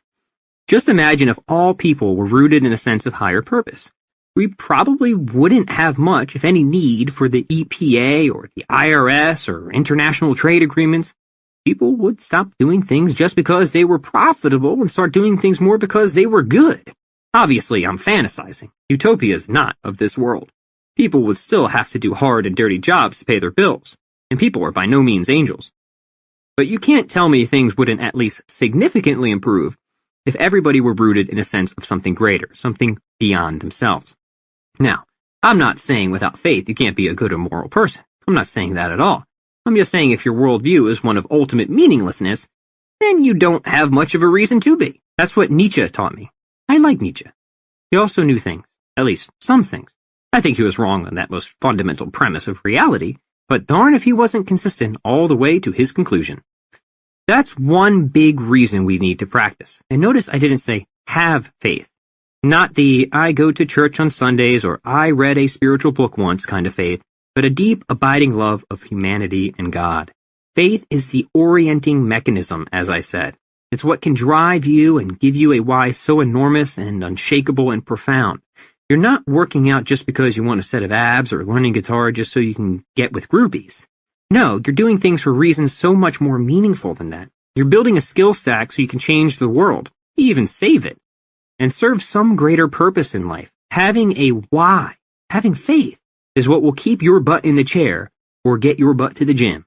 You've got to offer it up. Now, take it a step further. Faith compels not only trust, but virtue. In other words, it's not just about what you believe, but also about the kind of person you become because of that belief. This again is very Aristotelian. Aristotle argued that the point of knowing and making and doing good things was, at least in part, to build positive character traits. You do good things because doing is becoming. Therefore, morality is about not only the acts you perform, but the sort of person you're shaped into because of them. Here again is where faith can either help or hurt, depending on how well you understand it. You want to do the right things, but you also want to do them for the right reasons. Because good acts without good intentions don't make a better person, do they? You've got to want to do the thing you're supposed to do, if you get what I mean. For me, that was always the hardest part. I was charitable before I had faith, I just didn't particularly want to be. Mostly my generosity was driven by my desire to buy myself a good night's sleep. Now it's driven by love, mostly. I had to work at that, and I'm still doing so. It's part of my spiritual practice. We can argue that at the end of your life, faith is the only skill that's going to matter. Ninja skills, writing skills, your ability as a salesperson, none of that is coming with you, and neither is your Beanie Baby collection, your bank account, or that Cayman GT4. What you will be remembered for is the person you were and how you affected others. This point was made painfully obvious to me when my grandfather passed. He was a man I never considered to be the epitome of success when I was growing up. He had a lower middle-class job and lived in an upper lower-class neighborhood. He never seemed to aspire to anything, but that's only because I had the wrong view of aspiration. My grandfather aspired to everything, because he aspired to love people and be a man of faith, and he accomplished both. He was the one who always held me on his shoulder as a crying baby, came to all my sporting events, however insignificant, volunteered constantly at charity events, and never missed a Sunday sermon.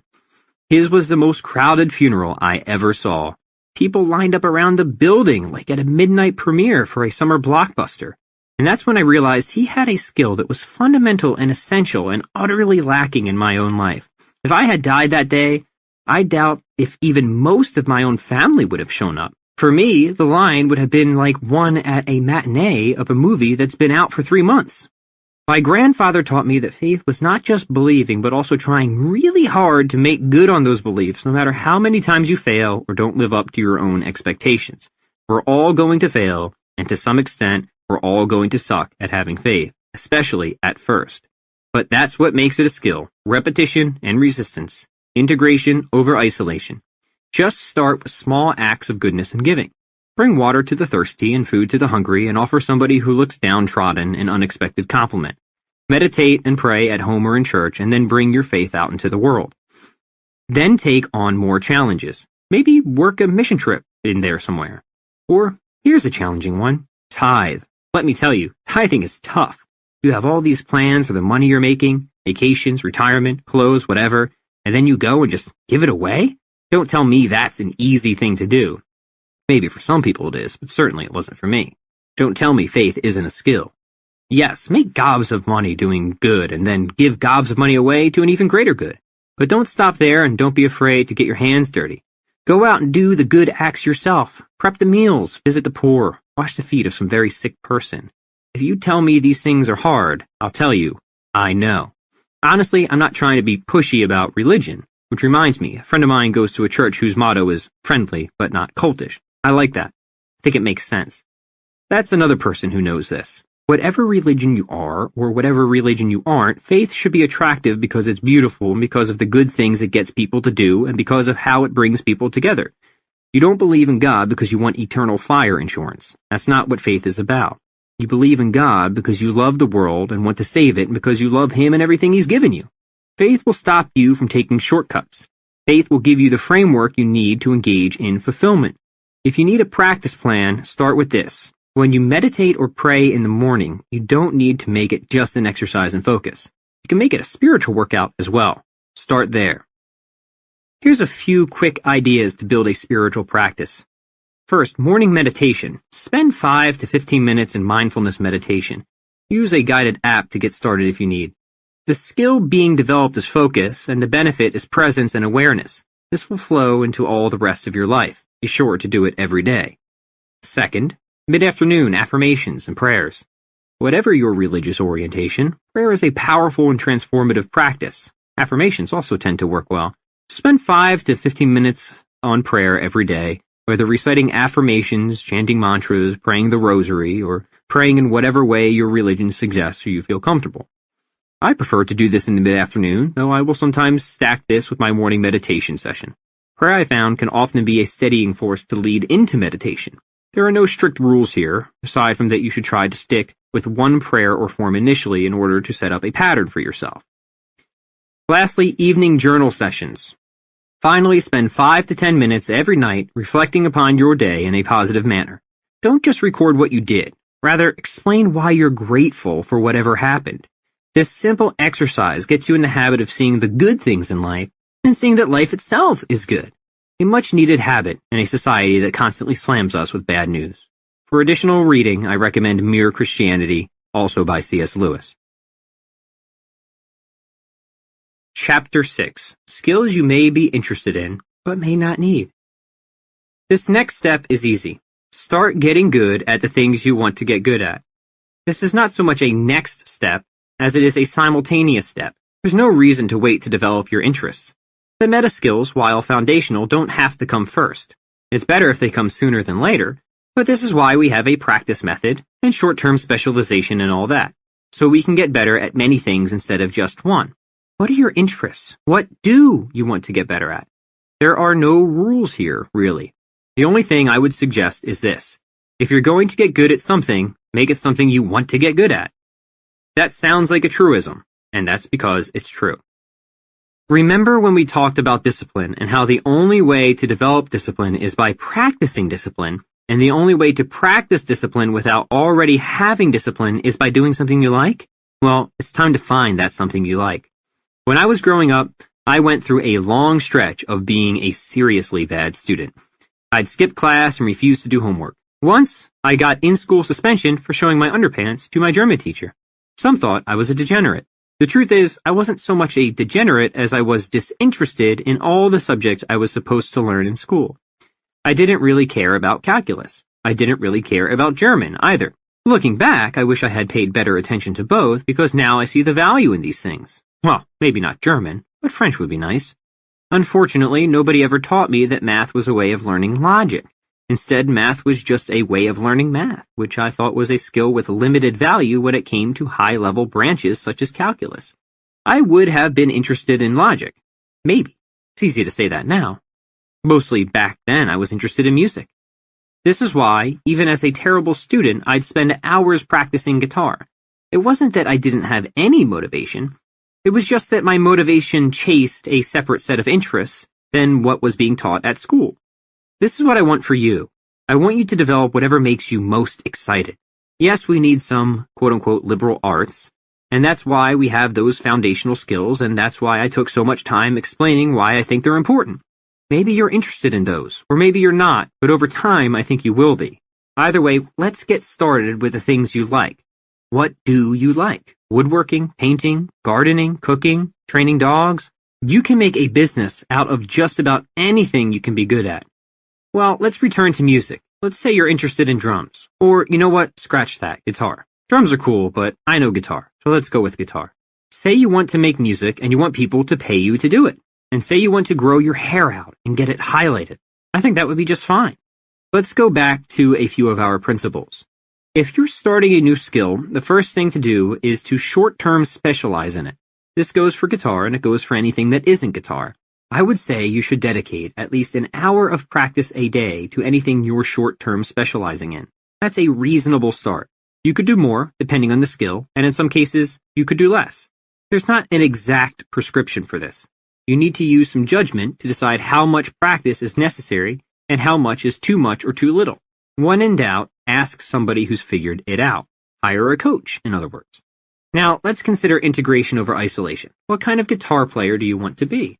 Do you want to be a rock player, a jazz player, a country guitar player, or maybe you want to be a generalist with your guitar playing? Certainly, I wouldn't argue against that. Still, you'll have to pick a place to start, so let's say you want to learn rock. Let's say that whenever you hear Metallica, it sends a yellow streak up your spine, because if something can get you going like that, it's a skill worth investing in. You probably think that it's cool and resonate with it. Imagine all the things in your life that do that.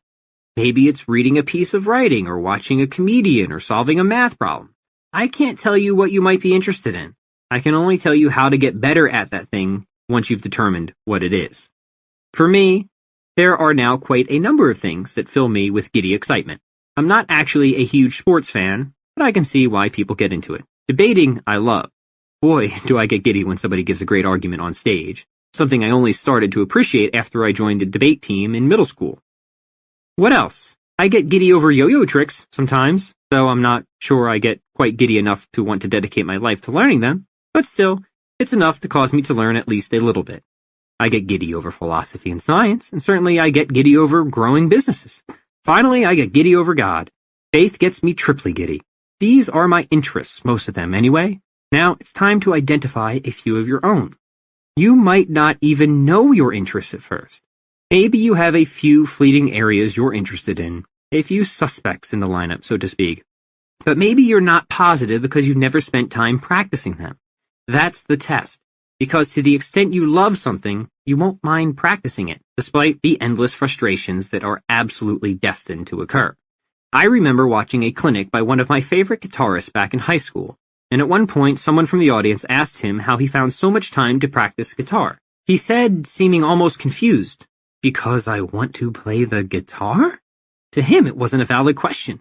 Of course he found the time to practice the guitar, because he wanted to play the guitar. How simple! I mean, of course. If you want to do something, you're going to find the time to do it. This isn't a question about making time or scheduling or anything like that. This is a question about what moves you. This is a question about what matters most in your life. Now, hopefully I've done a fair job explaining what should matter most in your life. In case it isn't clear, I'm not exactly a moral relativist. Aristotle taught us that there is only one right way to live, and that one right way is living well. A truism? Perhaps. But isn't it still true? Aristotle also taught us that living well means focusing ourselves around certain interests, developing virtue, and, most important, seeking the good. Aquinas, his successor in many ways, defined happiness even more specifically when he said it involves in engaging in and enjoying genuinely good activities, and doing so to the extent that both the effects and intentions are morally good, or at least neutral. So there are not too many restrictions here. If you follow these sages, you can align your interests to produce actual, real, authentic happiness. In other words, something isn't good just because you desire it. Rather, there are things that are really good for you, and so those are the things you should desire. Aristotle said this: "He is happy who lives in accordance with complete virtue and is sufficiently equipped with external goods, not for some chance periods but throughout a complete life." And Aquinas wrote this: "It is impossible for any created good to constitute man's happiness, for happiness is that perfect good which entirely satisfies one's desire. Otherwise, it would not be the ultimate end if something yet remained to be desired." Now, the object of will, i.e., of a man's desire, is what is universally good, just as the object of the intellect is what is universally true. Hence, it is evident that nothing can satisfy man's will except what is universally good. That is to be found not in any creature, but in God alone. What does this mean? Actually, it's simple. It means that while we're alive, perfect happiness can't be attained, but certainly a large degree of it can be, and that would be through the prudent accumulation of knowledge, virtue, wealth, and friendship. People hear that word wealth and they're like, ew, was Aristotle some sort of fat capitalist or something? I don't think so. But he did recognize the importance of having your material needs met. Aristotle was basically saying that it's hard to be happy when you're starving to death. He even went so far as to distinctly declare that wealth should be possessed, as with most other material things, in moderation. It should be deliberately built, but not to excess. In other words, make a lot of money if you want, but don't do it only for yourself. In fact, you should probably give most of it away if that's the case. That might sound unappealing to a lot of people, but think of the kind of character it builds if you profit for the sake of doing good, rather than for the sake of stockpiling wealth. I guess you could see this as a metric of sorts, a way of measuring priority. The person who makes a lot of money but then gives most of it away is doing things for reasons other than making money, which is doing things for a better reason. We'll get back to talking about practicing your interests in a second, but this is important. I can tell you that Aristotle is absolutely right about this, because there was a time in my life when I had gotten pretty good at making money, and frankly, I still am. I had a goal upon leaving college of making $1 million before I was 27, and I accomplished that goal. And I had the fast yellow Porsche, and ate at all the nice fancy restaurants, and vacationed at all the ritziest, goldenest places, and you know what? I'm not going to say I was miserable, that certainly was not the case, but I wasn't particularly happy either. That is, I wasn't particularly fulfilled. Rather, it was a constant game of cat and mouse, in which I'd chase a goal, an object, or something I wanted to do or buy, and then I'd reach that goal, get that object, or do or buy that something I wanted, and I'd enjoy it for a while, nibble on it, play with it, or take pictures of it, and then that feeling would fizzle out. It was very schizophrenic now that I think about it. The problem was that I thought happiness was found in having accomplishments and a nice big number in my bank account. It turns out I was mistaken. Happiness is not found that way. Happiness is found in exactly what Aristotle says, doing and knowing and making good things. According to Aristotle, happiness is more of a cumulative quality, then, and something that can only be assessed at the end of one's life. It's not like the sort of happiness of having a happy childhood, or being glad one moment and angry the next. It's more happy in the sense of flourishing and fulfillment. Eudaimonia is the word in Greek to describe this. And that can only happen over time. And then, Aquinas would say, to perfect our happiness, we need to come to know God. Maybe that means getting hit by a bus or something to figure that one out. Let's not rush that part. In the meantime, we can simply pray. The reason I bring all this up, again, I just want you to have the right orientation when deciding on the things you want to get better at. I want you to engage in them and enjoy them because they are good things to enjoy. And just about anything can be a good thing to enjoy when done for the benefit of others and for the right reasons. I think we could even make a case for cage fighting. But certainly music and writing and mathematics and biology and really honestly just about anything. It's so important, so very, very important, to keep the overall goal in mind. We're moving toward happiness. We stack skills to not only create advantages, but find fulfillment. Okay, end of sermon. Let's move on. So, integration over isolation. Say you choose guitar and want to learn rock. Well, then start with a song. Either get someone to teach it to you or pull up an instructional video on the interweb and take it bit by bit. Right away, you'll run into something you can't do. That something may be learning to hold the pick the correct way. So you isolate that technique until you get it right, but don't rush. Skills take time to set in, and it's worth spending extra time on the basics. Your brain works very much like a crock pot in this way. You plop in all these ingredients by practicing them, and then at some point you just need to set it and forget it. Come back the next day and everything will have hopefully blended. And as you get better, you sometimes need a longer cooking time. Initial skills are sort of like cooking lettuce. You don't need all that much time to take in all the beginner stuff and ready it for use in a much larger recipe. Later, you'll get onto roasting chuck, the higher level skills that take a lot more time to soften and set in. Whether that's sweep picking or doing a freestanding handstand, your patience will need to increase as your practice time remains steadfast and dedicated. Remember, you're always working towards some specific goal even as you are practicing techniques in isolation. Maybe that goal is to perform smoke on the water in your living room in front of your grandparents or to do your first set of 5 pull-ups. But whatever the goal is, be sure you have one and be sure you're working toward that goal in some capacity at all times. Don't just practice techniques to practice techniques. Integration over isolation. Practice the techniques you need to learn in order to do the things you want to do, and practice them in a context that is as close as possible to the context in which they'll be performed. Let's take the example of another skill at this point. Writing. Say you want to be a humor writer and you want to write jokes, whether you want to do stand-up, write stories and columns, or perhaps be a staff writer for a comedy show.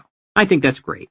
Part of your practice, then, will be reading and listening to all the funniest people you can find. Just like part of the practice for any musician would be listening to the musicians and instrumentalists they want to be like. After this, you'll actually need to sit down and write. Obviously, if you want to be a humor writer, you'll need to practice writing thoughts that make people laugh. Grammar and syntax may need to be isolated, but this should again be done in the direction of the goal.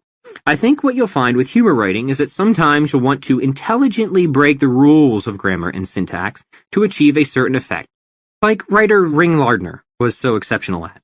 For example, in his book, The Young Immigrants, "Are you lost, Daddy?" I asked tenderly. "Shut up," he explained. You might analyze that snippet to try examine what made it funny. Part of it certainly would be the element of surprise. Nobody really explains shutting up to someone, do they? As if this needs to be explained. And such is the problem with attempting to dissect humor. It dies in the process. But when coming from the perspective of a kid, it kind of makes sense. It gave you an idea, though. Maybe you want to try to write a short story from the perspective of your childhood, and maybe you want to bring out the absurdities of family road trips. Great. I think that's a surefire way to get a laugh out of almost anybody. Who doesn't have material they could use from family road trips gone awry? If you want, you could borrow some of mine. I've got quite a surplus. This is integration over isolation. You're practicing writing, but you're practicing specifically in the context you want to get better at. Now, if I were doing this, I'd want to highlight something about how my mom would fall asleep in the passenger seat while driving out east, and how half the time she'd still have a cigarette in her mouth. What would happen next is that cigarette would drop onto her lap, and my dad would scream, "God damn it, Judy!" And we'd all become hysterical, and the whole van would start to rock and swerve. My mom would awake with a start and search frantically for the lit cigarette and attempt to flick it out the window. The only problem was that half the time the window wasn't open, so it would typically bounce and burn itself out on the side of one of the armrests. This isn't much of a story in this format, but that's okay. The first operation of any writing project is to just get something down. You can shape it into something more exciting later. Start with a very rough first draft. All creative efforts are done in segments. You write songs by coming up with simple melodies and stories by devising simple themes. The details, the nuances, the tone, the decoration of language, all that can be added in layers. The key for any skill, whether you're practicing technique or actively creating, is to get started and work toward the goal in mind. Obviously, repetition and resistance are also tucked into this. You can't integrate or isolate if you're not practicing a skill and increasing the demands as you go. Perhaps you move from learning to hold a pick to strumming a chord, or from writing 300 words to writing 500 to 1,000. Just be sure that however you're increasing resistance, it remains in line with the goal. Don't make things harder without making them relevant, in other words. I used to do this with guitar a lot. I'd learn a number of high-level techniques that took immense amounts of time to master, like sweep picking. But they just weren't all that useful for the kinds of music I wanted to play, especially for the kinds of music people want to listen to. I was falling into the snare of specialization, of wanting to be better just to be better, rather than wanting to be better in order to be good. Let's look at martial arts now. Anybody here have an interest in fighting? Great. Because maybe you had a rough childhood, or maybe you've got a lot of pent-up frustration. I'm not saying martial arts is going to cure that, but I can say it helped me find a productive physical outlet. But what would the principles of generalism look like when applied to this? Well, pretty much the same. You start with the end in mind. Is your goal to compete, or do you want to be more of a showman? When I first started Taekwondo, I wanted to compete. That meant I spent most of my time practicing the strikes that were most useful as part of the sport, particularly roundhouse kicks.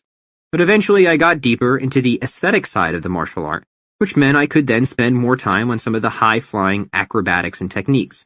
Moves that aren't especially useful when fighting people, but certainly look cool. I remember my coach would have me drill kicks for thousands of reps, and sometimes we'd have to break the kicks down into steps. That was isolation. But it was all toward integration as well. We never practiced a kick I wasn't going to use soon. The same with punches and forms in self-defense. A lot of times we had to break things down on a granular level.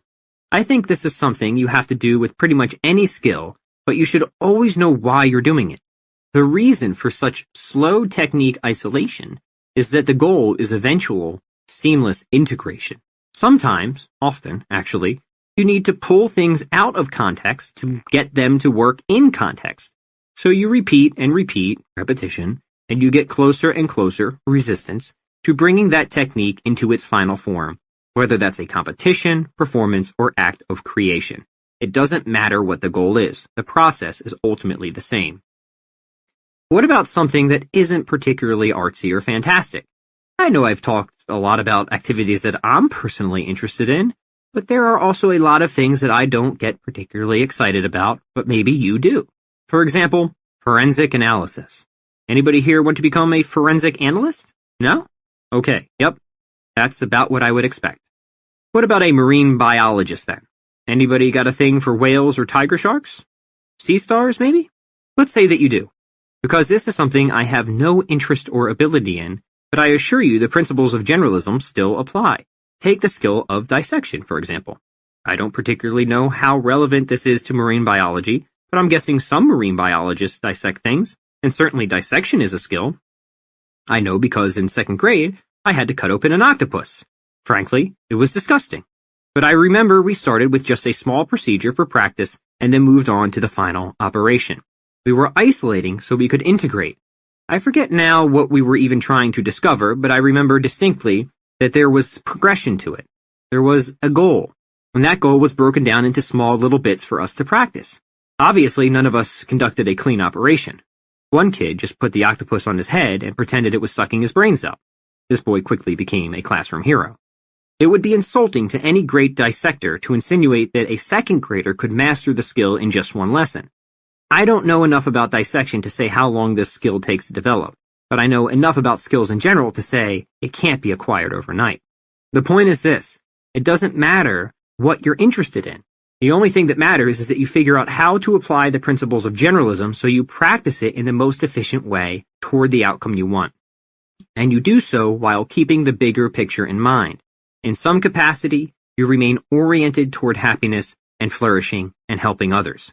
Finally, as you build your interests on top of the foundational skills we covered earlier, you'll develop a strong and sturdy base from which to launch a career or a business. There is one last remaining element, however.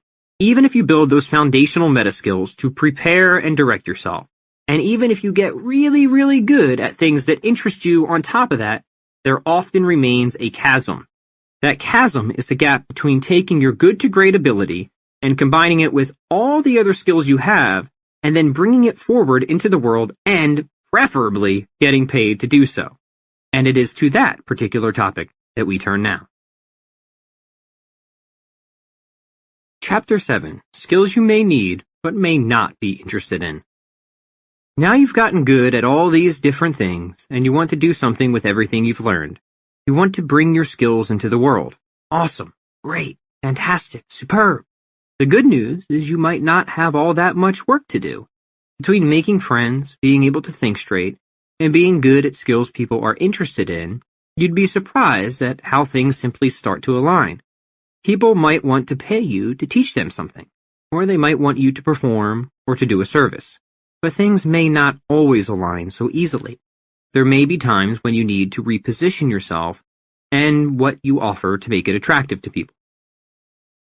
Let's see if we can cover the entire study of economics in just a few short sentences, because I think that will help you see how you should position your skills to the world. People are rational animals, remember. That means they think about things and make decisions for themselves. But what are they deciding about? At first, it may seem like people make all kinds of different choices, but mostly that's a mirage. People typically make only one decision, and that is based on whatever they think will make them happiest. They're trying to be content, and there's pretty much no scenario we can think of where people make choices they think will lead to their unhappiness. Even people who perform amazing acts of self-sacrifice are doing so because they've shaped their characters to such an extent that those self-sacrificial acts are what makes them happy. This would be an example of aligning your interest to something that is really good, as opposed to aligning your interest to something that is not. Either way, you are interested in something because you think that something will make you happy. But if Aristotle was right, then certain things have a greater propensity to produce happiness than others, and those are the things you should desire.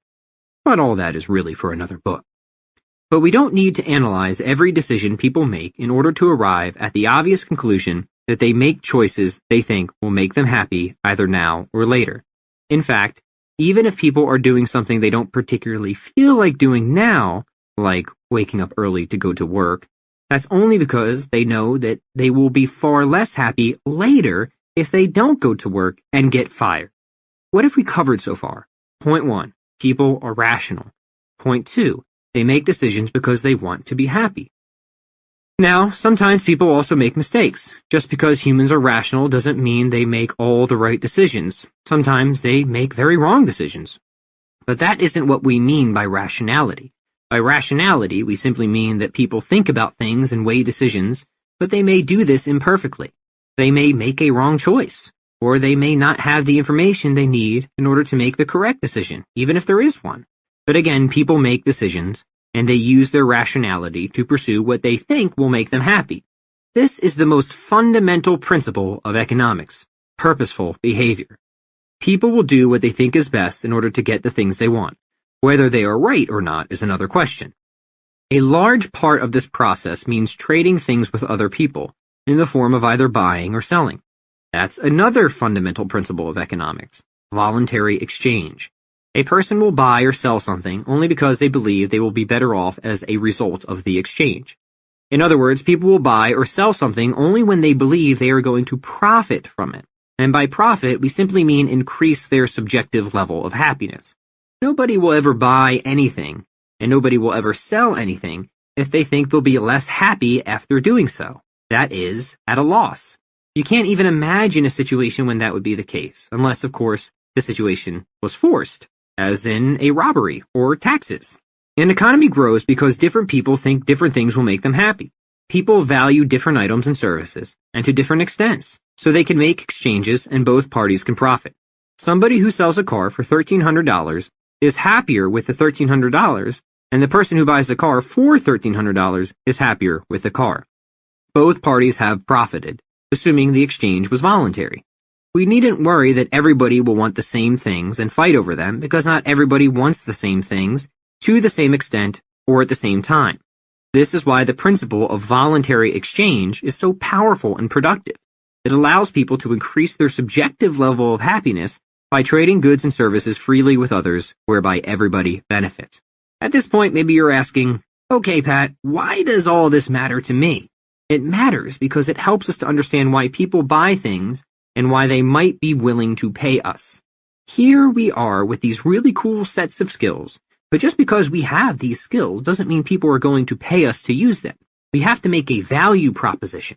We have to show people how our skills can make them happier. Maybe you're solving some problem they're having, or maybe you're helping them grow in some way. We don't need to know exactly what that value proposition is. And to be fair, it will vary wildly from person to person and from skill to skill. We only need to know that in order to get paid to do what we love, we must understand how what we love can make other people happy, and, furthermore, how to convey that message most effectively to them. You can't just say, hey, I know martial arts, and expect people to pay you for it. But maybe there's a parent whose kid keeps getting beat up, and they want to teach them how to defend themselves. So maybe that's your value proposition. You teach anti-bullying. Certainly people are willing to pay for that. We know this because they do. That's actually the first step in getting paid to do what you love. Look at and be a student of markets. Study how people are already spending money and determine if and how that matches up to skills you already have. Look at the people who are most successful doing something and try to discern what skills they have that you don't. This is where we complete our skill stack. We identify the few remaining missing skills that will maximally convey our value to the world. Skills that will cause people to want to do business with us. When I was starting out in fitness, I looked at entrepreneurs who were doing really well online, and a lot of them weren't in any better shape than I was. So I knew it must have been something other than having great abs or a heavy deadlift that made them successful. Again, they were generalists, not specialists. Eventually, I found a lot of them were good at things like advertising and copywriting and all those other business skills about which I knew nothing. I did have the foundation of being a writer, even if I wasn't an advertising writer. But the more I looked, the more I saw how important the skills of writing and effective advertisement seemed to be. I decided to pick up a few books on copywriting and learn how to write compelling headlines and catchy blog titles and whatnot, and wouldn't you know, my audience grew. I also saw that people more successful than me were good at selling things. They knew how to make their messages ooze with so-called sex appeal. They knew how to speak in such a way to their audience that doing business with them would, in fact, increase their audience's personal happiness. Whether they knew it or not, they understood that most fundamental law of economics. They knew about human action, and they knew how to attract it. They knew how to make and offer programs, services, or goods that spoke directly to the problems people looking for fitness solutions wanted. Their messages were so targeted, so precise. It's no wonder they were successful. I knew I needed to learn about copywriting and how to sell things. I knew I needed to learn how to make my value known. Because that's all selling is. It's positioning what you have in such a way that people see it as an answer to their problem. Almost everybody has a problem that somebody with a particular skill has the power to solve. The only problem, for you anyway, is that most of them don't see it that way. Your job is to make them see it that way. I was already good at writing and fitness, but I sucked at sales. So this became a need-based skill for me. It became something I needed to get better at to make a living by doing what I loved. That's why I studied it, and maybe you'll need to do the same. I'm not saying selling is a fundamental skill. I think it's a need-based skill. Not every successful person is also a phenomenal salesperson. Some people just create stuff that people want so badly it literally sells itself, which tells you a lot about the nature of sales.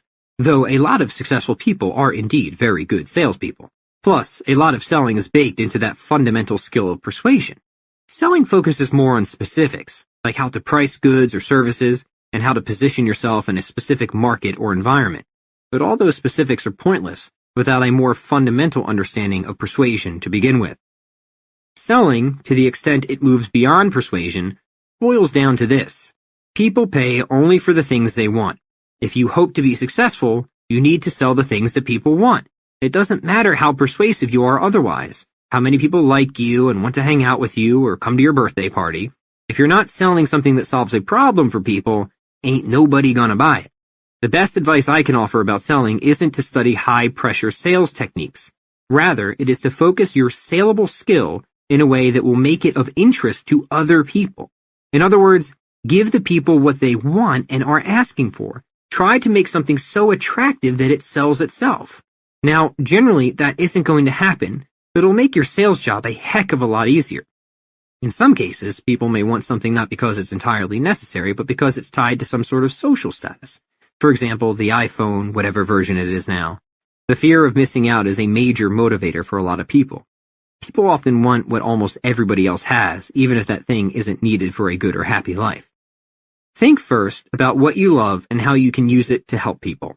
If you're a writer, what can you do to sell your writing? Because, let's be honest, it might be difficult to become famous from a novel before anybody's ever heard of you. What if you taught writing courses or wrote advertisements or something like that? That at least offers a service to fulfill a demand and could provide the income and exposure you need to launch that novel you've been so desperately scribbling. You have to think creatively, just like you do in your writing. This is what generalism is about, and it's what can help you break free. Sometimes you use one skill or subset of a skill to subsidize another. I've used my more sellable skills of fitness and writing to subsidize my, I'm not going to call it music career because it's not really a career, but let's say musical activity. I've been able to get a good amount of attention for my music, not because I started as a musician and grew an audience by playing around in some grungy old bar bands, but because I built an audience from my stack of skills in fitness and writing.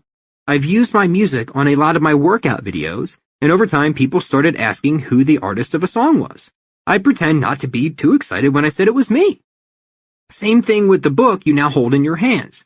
There's no way I would have been able to make this a noteworthy endeavor without first having established myself in some more specific capacity. I needed fitness to make myself known before I became the guy who talked about generalism. I guess the point I'm making is that with your skill stack, you need to start by selling what people want to buy, not what you want them to buy. Then, over time, as people come to know you, like you, trust you, and so on, you can shake the system up a bit. At that point, they become more invested in you as a person. At least, hopefully that's the case, assuming you've done a good job and delivered the goods. I'll give you another example. A friend of mine sells a lot of albums as a solo guitarist, and people are always asking how he's been able to make a living from that. His secret was that he didn't start by selling albums. He started by having a YouTube channel that taught people how to play the songs they wanted to learn, and then offered courses doing the exact same thing. Because he provided people with what they wanted, guitar lessons in some capacity, they came to know and enjoy him and his style. And as soon as that started to happen, they began purchasing and reviewing his albums and talking about them. People on the outside thought he got lucky. He didn't get lucky. He provided value, and eventually that value was returned to him. He was, and is, a remarkable generalist, very skilled in online advertising and marketing. All his skills helped build his presence on YouTube, and all his skills eventually funneled back into doing the one thing he wanted to do more than anything, create and sell his own music. But notice the compromise. Notice that he wasn't content to just make it selling music online.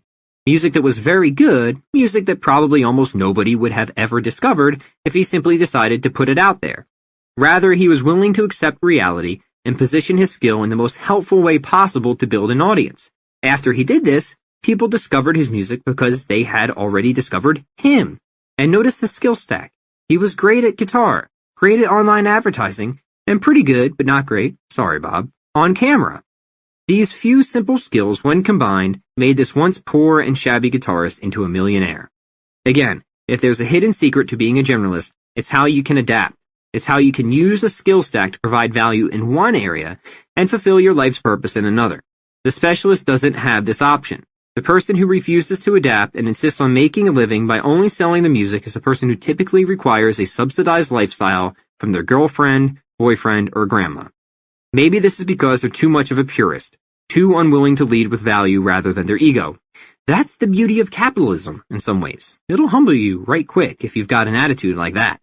If you want to get what you want, you must be willing to give others what they want. There is very little room for ego. So the secret to discerning need-based skills, if there is one, is to emulate. Look at people who have what you want and are doing what you want to do.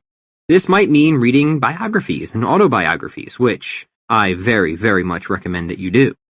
There's no way to figure out what a particular skill stack should look like without knowing what you want to get out of it. And to know what you want to get out of it, you should look to those who are doing the things you want to do.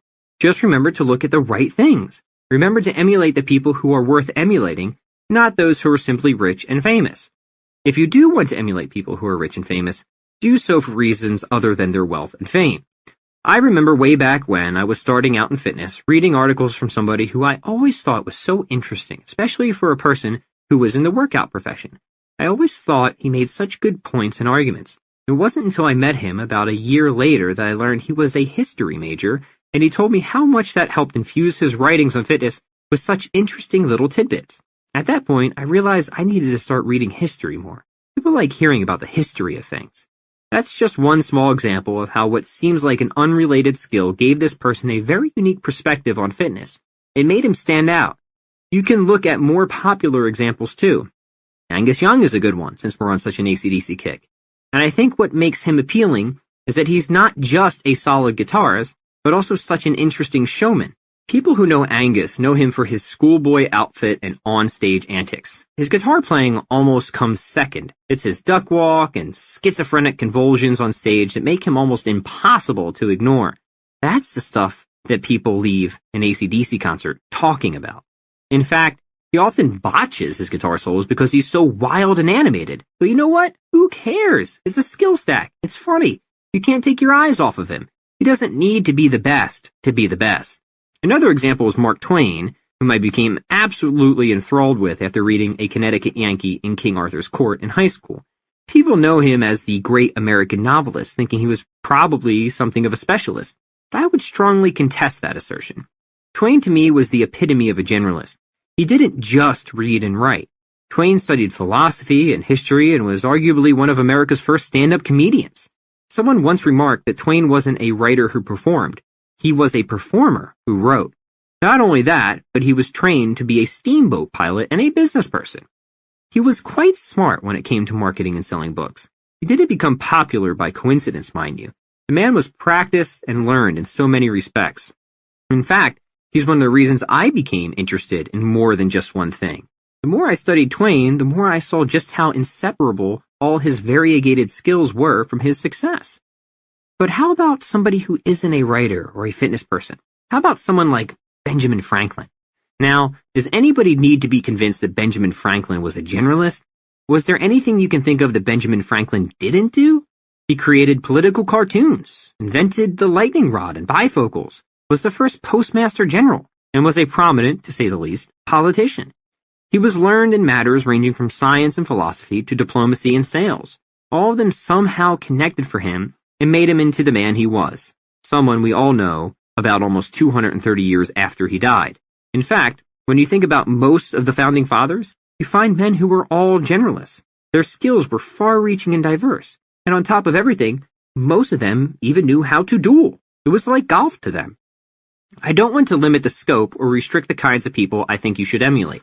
I think you should emulate whoever you want to, with certain caveats, and then use the principles of generalism to reverse engineer whatever set of need-based skills you, well, need. Now for those caveats. Just keep the focus on the fundamentals above all. Always orient your skill stack toward the ultimate outcome of success, even if the people you're emulating never quite reach that. You can learn from those who were successful in business but failures at life. Emulate what made them successful at business, discard what made them failures at life. While success and money and fame can all be good, they can also not be good, which is more typically the case. This is why we start with the end in mind. of doing things because they're good and because we want to do them, not because we want to fill our bank accounts, per se. It starts with enjoyment and wanting to help people and know things. People who teach and do good things for the sake of helping people will be rewarded with infinite chocolate and no weight gain in heaven. I'm not sure of a lot, but I'm pretty sure of this. Eternal rewards aside, it's the happiness the right type of action brings you in this life that also makes it worth pursuing. Conclusion. Remember, life is best with a sense of perspective. Your brain, does it feel good yet?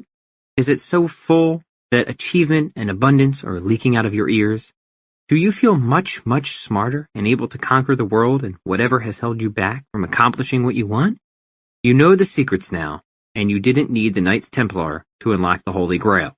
It's probably easier than you could have imagined. The key is generalism. Learning a number of skills and stacking them. Meta skills, interest skills, and need-based skills. So I hand you this golden chalice. Okay, it's a book. And the chalice appears to be green, not gold, but, well, whatever. As you begin your journey. Now we start with a practice plan. We treat our schedule like we would a day in school. Like we're students again, this time in the world school system. There are just different subjects to learn, which means we need to set aside the time to practice them, even if we don't practice them all at the same time or for the same amount of time. If you ask me, I think this is tremendous fun. I think you will find it to be tremendous fun also, especially once you start to find enjoyment within the process.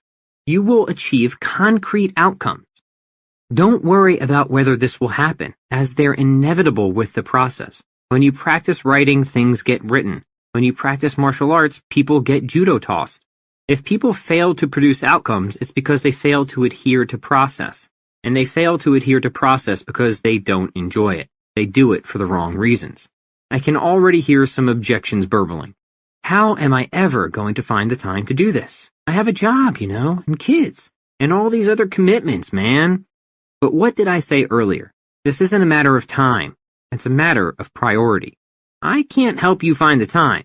I can only help you look within yourself to see that your self-actualization, your nibbana, if you will, is so important that any excuse not to make the time is simply invalid.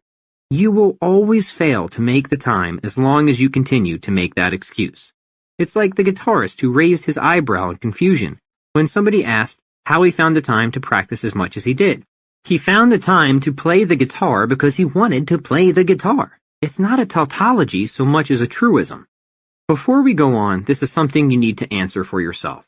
Do you want to get better at things? Are you willing to make a mess and get lost? If the answer is yes, then it doesn't matter how little or how much time you have. People get things done with full schedules and busy careers and a lot of kids. They get up early and they stay up late and use instant coffee when they need to, because they want to get better and they want to do things. Now, I can't get you to see that being better and doing things is important. I can only tell you it's important and hope that you see my point and don't have to learn these lessons by putting off life until you're 97 and regretting everything. I don't want you to regret everything. I don't want you to regret anything. I want you to finish your life knowing you did the best you could with what you had, because that's enough. But anything less isn't enough. Then you're not fulfilling your nature. You're not acting according to reason. You're not doing the things that God put you on the planet to do. This, of course, to pursue our own human flourishing, would be your ontological duty. As for the fundamentals, you should start the day with meditation and reflection and prayer. You could also exercise. Then you should do whatever you're specializing in. Devote your biggest and most productive chunk of time to that. Often this will be an interest skill, but not always. Sometimes you need to specialize in the fundamentals or need-based skills, especially at first. Not every class, in other words, needs to be the same length, especially not since you're essentially homeschooling yourself. Classes should be whatever length they need to be to maximize efficiency and effectiveness of practice.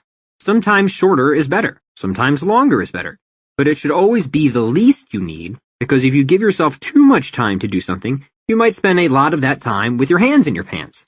Do you think Aristotle would be happy to hear about that? I don't think so. Personally, I think Aristotle would be very displeased. Guilt is good, but deadlines can also help keep your hand out of your pants. Don't give yourself any longer than you need to be productive at the task at, hesitating to say, hand. Clearly, it would be impossible to set a specific time frame for how long you should practice each skill. But again, this is where you look to other people for guidance. See what the teachers say. This stuff really isn't all that hard to figure out, I assure you. If you think it's hard to figure out, you're probably just being lazy. You're using lack of information as an excuse for not getting to work. Which brings me to another important point. Information as an excuse. It seems that a lot of people believe they aren't succeeding because they don't have enough information. Some of the time that's true. A lot of the time, however, they have more information than they know what to do with. I know this almost as much as I know how to eat and breathe, since through all my years as a fitness coach, the most common complaint from people was that they had so much information that they didn't know where to start. There's just too much information, they would tell me. It's all so terribly confusing. When I first got into fitness, I remember being so enthralled by the sheer amount of information on the internet.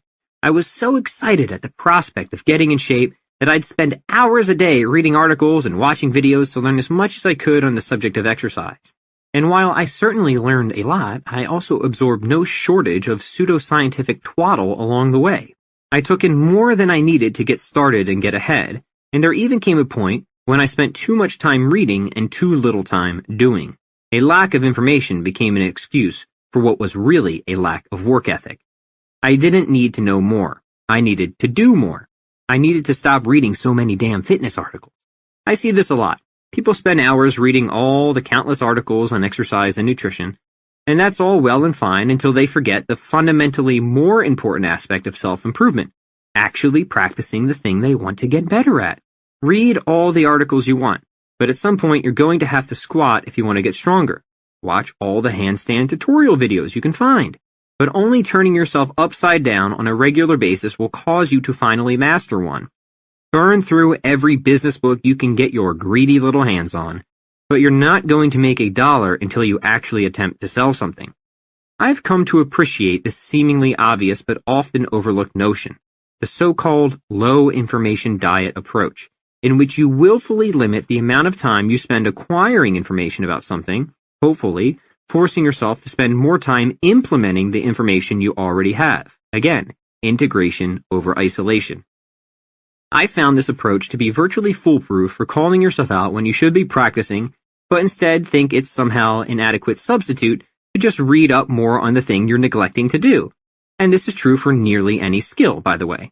For example, I used to fall into this trap constantly when learning the guitar.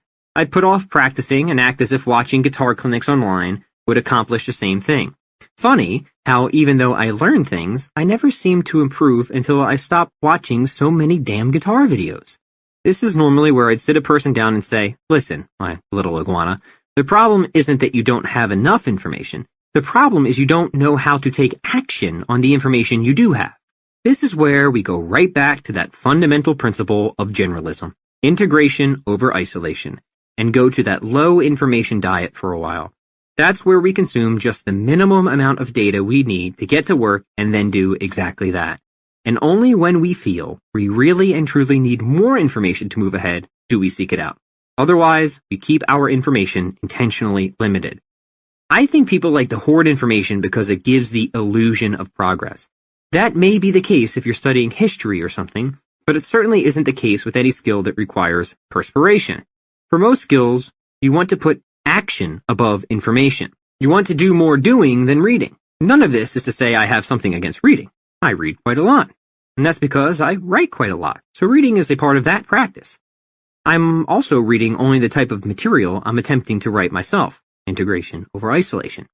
I'm not reading to acquire information just for the sake of saying I know things.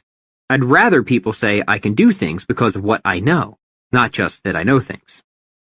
Yes, some skills may require more initial information than others, but the goal should always be to spend less time seeking information and more time putting it to work. Be a minimalist. Start with the fundamentals and take action as early as you can. Ah yes, to be a minimalist. This brings us to our final point. It seems to me that if there's anything left to figure out, it's how to bring it all together. I can't tell you exactly how to do it, since I can't know how long, or in what order, or in what way you should practice all the specific skills you personally want to get better at.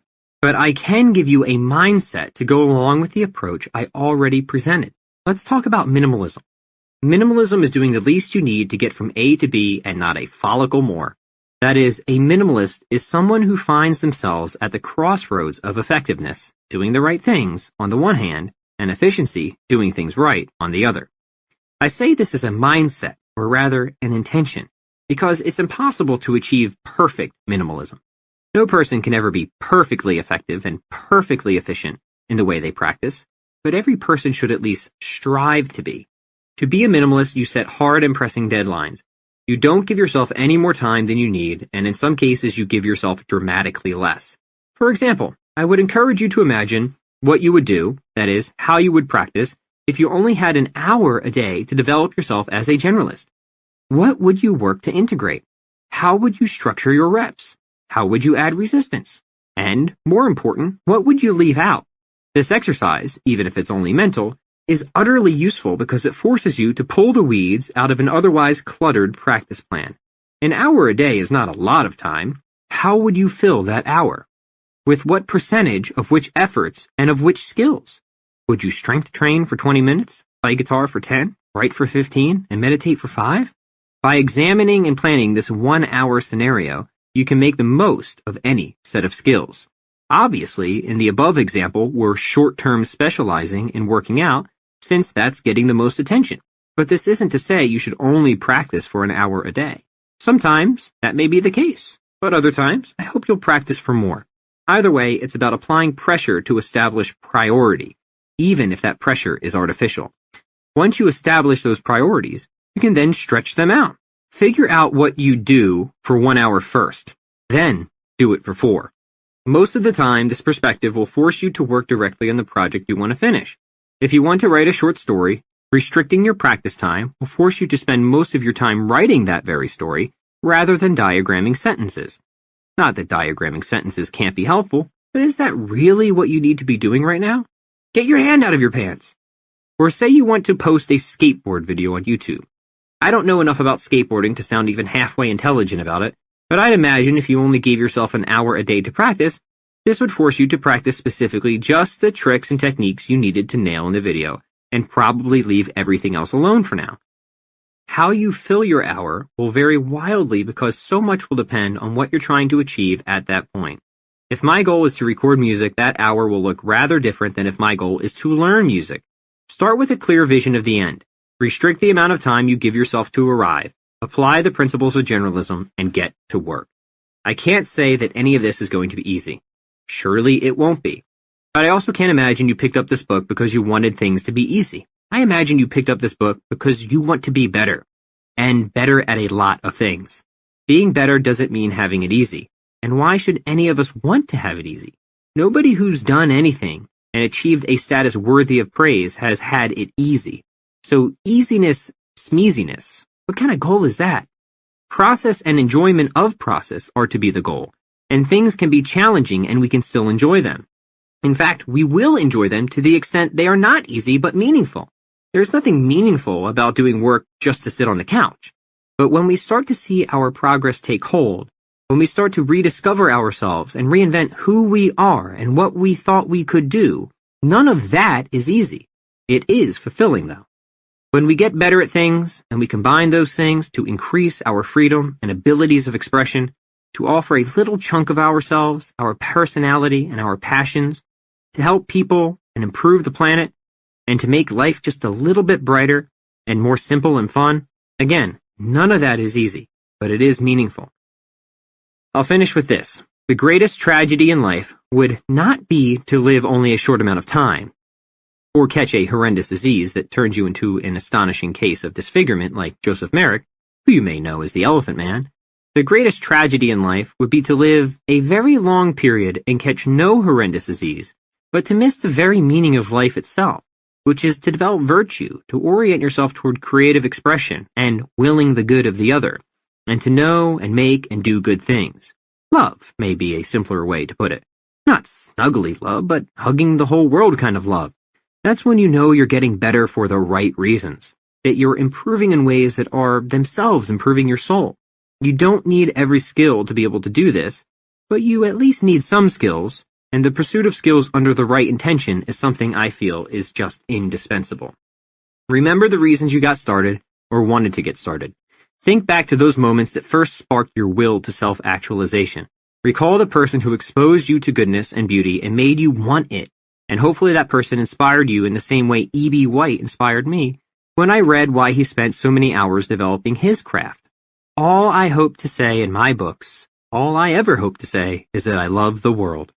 Now, as you make your way into the world, I want you to take this with you. Help each other out. Don't forget to call your mom. Hold the door and smile at strangers. Drop some non-stale bagels off at the food pantry. Learn as much as you can about whatever interests you. Be a solution maker, not a problem starter. Don't get caught up in too many arguments online. Try not to judge. Chew with your mouth closed. Show that you are grateful for what you have by, leaving a 5-star review for this book on Amazon, maybe? Believe in something greater than yourself. Trust your gut unless you're a cannibal. Learn one new thing every day. Meditate, stare at flowers, pet dogs, go for walks in the rain, wear footy pajamas if you want, and never say no to drinking a glass of wine or tea on the back patio while catching the sunset with someone you love. Appendix: Profiles in Generalism. David Bowie. For those who knew him as a child, it probably wasn't overly surprising to see where David Robert Jones's ever-developing and robust skill set led him, to become one of the world's most recognizable and influential musicians of the 20th century. Even as a young boy, David Jones, better known as David Bowie, impressed choir teachers, headmasters, and schoolmates with his art and design skills, inclination toward a variety of musical instruments, and poise on stage. As the years went by, Bowie further developed each of his skills, adding others to the mix, including songwriting and acting. Stacking stagecraft, writing, design, acting, and musicianship, Bowie created his famous alter ego, Ziggy Stardust. He acted in various productions, from theater to the big screen, and wrote some of the most memorable songs of the 1970s and 80s. His diverse set of skills set him apart as one of the most iconic musicians and artists of his age and a quintessential generalist. Dorie Clark. Dorie Clark didn't set out to become an entrepreneur, author, speaker, and consultant with a diverse set of skills and multiple but congruent revenue streams. Instead, she started off as a student of theological studies and philosophy. Moving on from that, she became a reporter covering the political landscape. Her experience there led her into becoming a spokeswoman for presidential candidates. Then, she ran a cycling nonprofit. She was also a documentary filmmaker. Many of these initial career moves didn't work out. Clark got laid off as a journalist and her political candidates lost their elections. But she soon learned that she could uniquely stack the skills she had developed to create a new opportunity for herself and that she could make a profit by doing so. Clark's experiences became fuel for her ideas on how people can reinvent themselves, become entrepreneurs, and get the most out of their lives and livelihoods without risking anything more than necessary. She mastered email and content marketing and became a regular contributor to esteemed business publications such as the Harvard Business Review. The books she has written showcase the writing, communication, and storytelling skills she developed over the years. Her networking and speaking skills led her to public speaking and conference gigs in which she discusses her unique vision of reinvention and of capturing and capitalizing on the entrepreneurial spirit. She provides something useful and new and different to a marketplace already teeming with marketing consultants. And without having taken any business courses or getting an MBA, she is an adjunct professor at Duke University's Fuqua School of Business and has guest lectured at some of the most prestigious business schools in the United States. And as an author, consultant, marketer, professor, and business coach, Clark has combined essential and non-essential skills in a unique stack. Generalists rule the world, says Clark. Terry Crews. The term linebacker might conjure images of a robust and muscled man, a brute built like a wall with immense physical prowess, but perhaps not much in the way of mental or creative abilities. Actor, artist, designer, writer, director, and retired NFL defensive end Terry Crews defies that stereotype. Crews initially went to college to pursue studies in art. He was even a courtroom sketch artist in Flint, Michigan for a spell. And even while playing for the NFL, he supplemented his football earnings by producing portraits of teammates and NFL-licensed lithographs. After retiring from the NFL, Crews went on to fulfill another passion of his, movies. He co-wrote and co-produced a film about the devastating effects of drugs on young men in Detroit. He admitted the movie was awful, but it was the start he needed. Soon came a move to Los Angeles, and then over the years, roles in films and TV shows. Cruise went on to write his autobiography, detailing his life as a Christian, an addict, and a man who overcame his darkest demons. His skills stack surprisingly well on top of one another. His creative artistry helps him in his Hollywood career. His physical abilities have helped him in some of his physically demanding acting roles, and his understanding of his own addictions and flaws contributes to the sensitivity he uses to get into character and allows him to put himself in the shoes of the audience, asking himself what they would want to see and then performing it. Terry Crews is a modern-day generalist, a man who found and developed his skill set, then stacked it on top of his main passion, acting, to become a household name. Dorothy Dunnett. Scottish-born Dorothy Dunnett didn't set out to revolutionize historical fiction writing, but as her skill set would have it, she did. Dunnett began her career in the public relations field, acting as a press officer for various government bodies. Midway through this career, she began to pursue something a little more creative. Drawing on her studies at the Edinburgh College of Art and the Glasgow School of Art, she often accepted commissions for portrait painting. In the midst of these dual careers, she met her husband, Sir Alastair Dunnett, and had 2 children. However, it wasn't until her late 30s that the idea of writing even came to mind. When she lamented that she hadn't anything of interest to read, her husband suggested that she write something. So she did. But before the writing came the research, into which Dunnett dove with vigor. She became a short-term specialist in the ages in which her books were set, going so far as to develop a new historical theory regarding the protagonist of Shakespeare's Macbeth. But then it was on the writing, the depth of her characters, and her understanding of the historical time period in which they dwelt earned Dunnett international praise. When not writing these historical fiction tomes, Dunnett stretched her creative writing muscle and wrote light-hearted detective works. Throughout her many years as a writer and artist, Dunnett also used business, networking, and potential skills to advance Scottish culture and the arts, serving the National Library of Scotland and the Scottish National War Memorial and the Edinburgh Book Festival. She was also an executive director of Scottish television and, along with her husband, was integral in developing the Edinburgh Festival, the world's largest arts festival. Creative and personable, sharp and savvy, Dorothy Dunnett was truly a generalist. Dave Freese. Dave Freese, estate lawyer, stand-up comedian, reporter, photographer, author, Taekwondo black belt, dedicated family man, world traveler, and, as Steve Forbes, editor-in-chief of Forbes magazine called him, Grand Master of Communications and Persuasion Skills, was told as a child by his grandfather that he was an unfocused dilettante. Even at the young age of 9, Dave would immerse himself fully in a study or skill that fascinated him, geology, photography, anything, and for months focus on that one thing until he was good to great at it.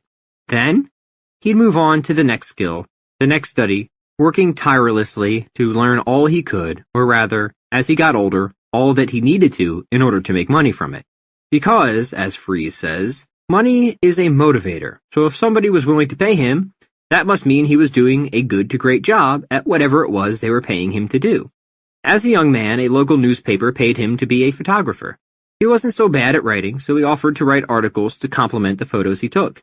As a reporter, he learned invaluable listening and interviewing skills, and he learned how to tell stories. He was adventurous, traveling the world with his college sweetheart, turned wife, and learning languages, at least passably. He started companies through hard work and tenacity.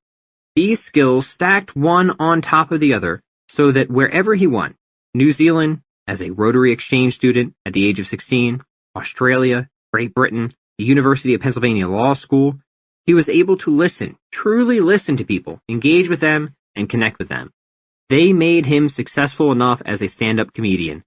Now, with his estate planning clients, these skills help him alleviate tension during a process that is usually somber and quite stressful.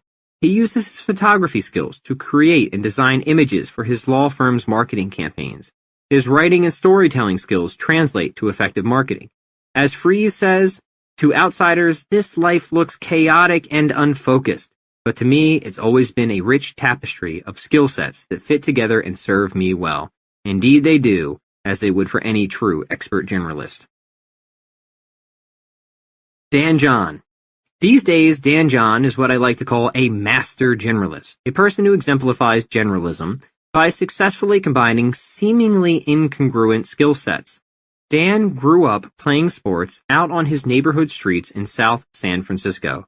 Playing football for school was the dream, but a brush with discus throwing helped steer him on another path, sending this Fulbright scholar to the weight room where he began lifting weights and putting on muscle, a fortuitous move that shot him into the All-American status in track and field. Unsatisfied with life only as an athlete, John pursued studies in religion. He graduated college with a master's in theology and has gone on to teach religious studies to adults both domestically and abroad. John is the American record holder for the weight pentathlon and the inventor of an exercise. Have you ever heard of the goblet squat?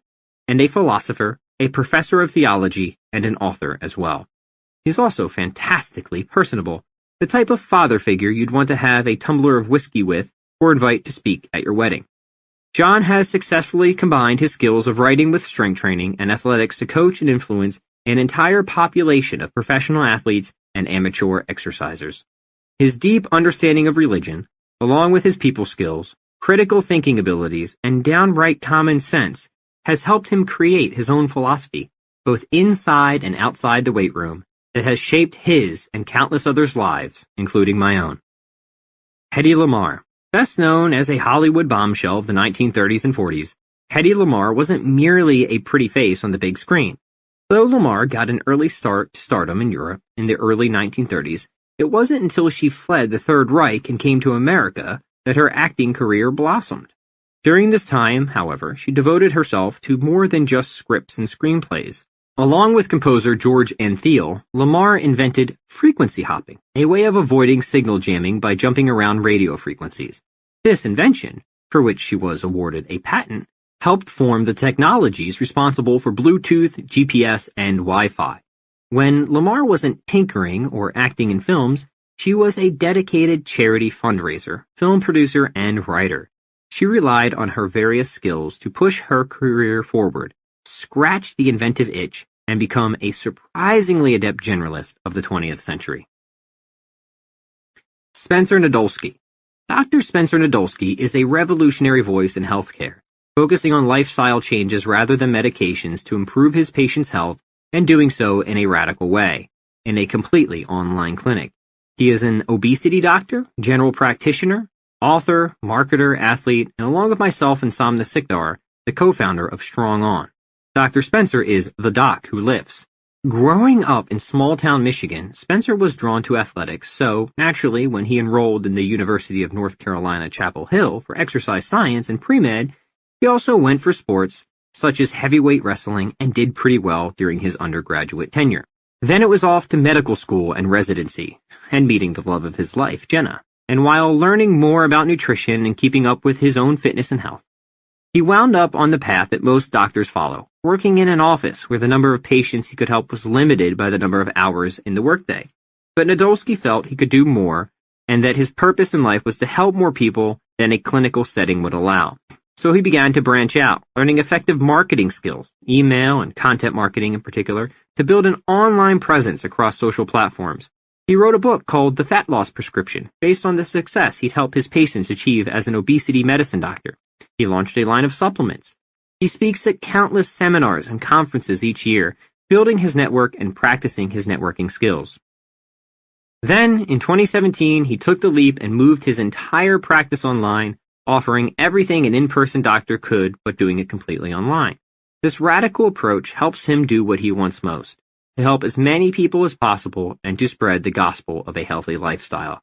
By stacking his medical background with his athletic abilities, his creativity, marketing, writing, and networking skills, and his business acumen, Dr. Spencer Nadolsky has taken his medical practice beyond the clinic, reaching thousands of patients, social media followers, and members of Strong On, and teaching them to live the best, healthiest lives possible. And along the way, he has become an exemplary generalist. Lou Schuler. Whatever versatility Lou Schuler has, he'll admit he just stumbled into it. Schuler, a fitness journalist and author, often tells the story of how he got interested in fitness. Growing up in St. Louis, Missouri, he really wanted to be good at sports but was consistently the slowest, skinniest, weakest, and most four-eyed kid who showed up to play. That's why he started working out when he was 13. Both he and his older brother hit the weights together, and neither of them had any idea what they were doing, but they kept at it until they got a little stronger and a little less slow. Writing is another area where he thrashed around until finding his niche. He wanted to write fiction and screenplays, but even as a teenager he knew the odds were stacked against making a living as a novelist or screenwriter, and he had no desire to go to a big city and starve or freeze to death while he waited for his big break. So he decided to head to college and major in journalism. As luck would have it, he went to the University of Missouri, which has one of the best journalism programs in the country, without paying out-of-state tuition. For 10 years after college, Schuler bounced back and forth between jobs at newspapers and magazines, and stints where he focused on fiction and screenwriting, while waiting tables to pay the bills. By the time he got his first job at a fitness magazine in 1992, he'd been working out consistently for 22 years, and for more than a decade he'd been writing fiction and nonfiction for hours a day, virtually every day. So even though he had written, at most, a half-dozen articles specific to health or fitness, he'd knocked out hundreds about everything else, along with thousands of pages of novels and screenplays. He'd even done some stand-up comedy right after college, and now, with the rest of the world getting more interested in fitness and nutrition, he found himself in the right place at the right time, with the right mix of technical skills, creative energy, and a sense of humor. He still needed to develop expertise in fitness and nutrition, and that was a struggle. Without a background in science beyond high school classes in biology and chemistry, and knowing nothing about statistics, Schuler dove into the science behind the fitness, and earning those credentials made him bilingual. He was now fluent in English and geekish. The payoff?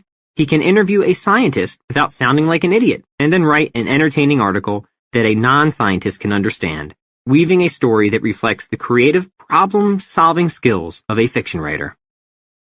Somnath Sikdar. The first time Somnath Sikdar, now a 6th degree Taekwondo black belt, walked into a martial arts facility, he was 6 years old, filled with visions of ninjas based on the, at the time, newly released movie Karate Kid 2. Of course, back then, Som couldn't know that he'd just become a student at the very same facility he would, 20-some years later, own. But there were a lot of years and a lot of skills to develop in between throwing his very first kick to becoming the owner of a martial arts facility and an entrepreneur, publisher, business consultant, and marketer. Som continued to attend Taekwondo classes, becoming more and more disciplined over the years. In the months leading up to a summer-long vacation to India, he practiced extra each day so that he wouldn't lose the skills he'd already developed.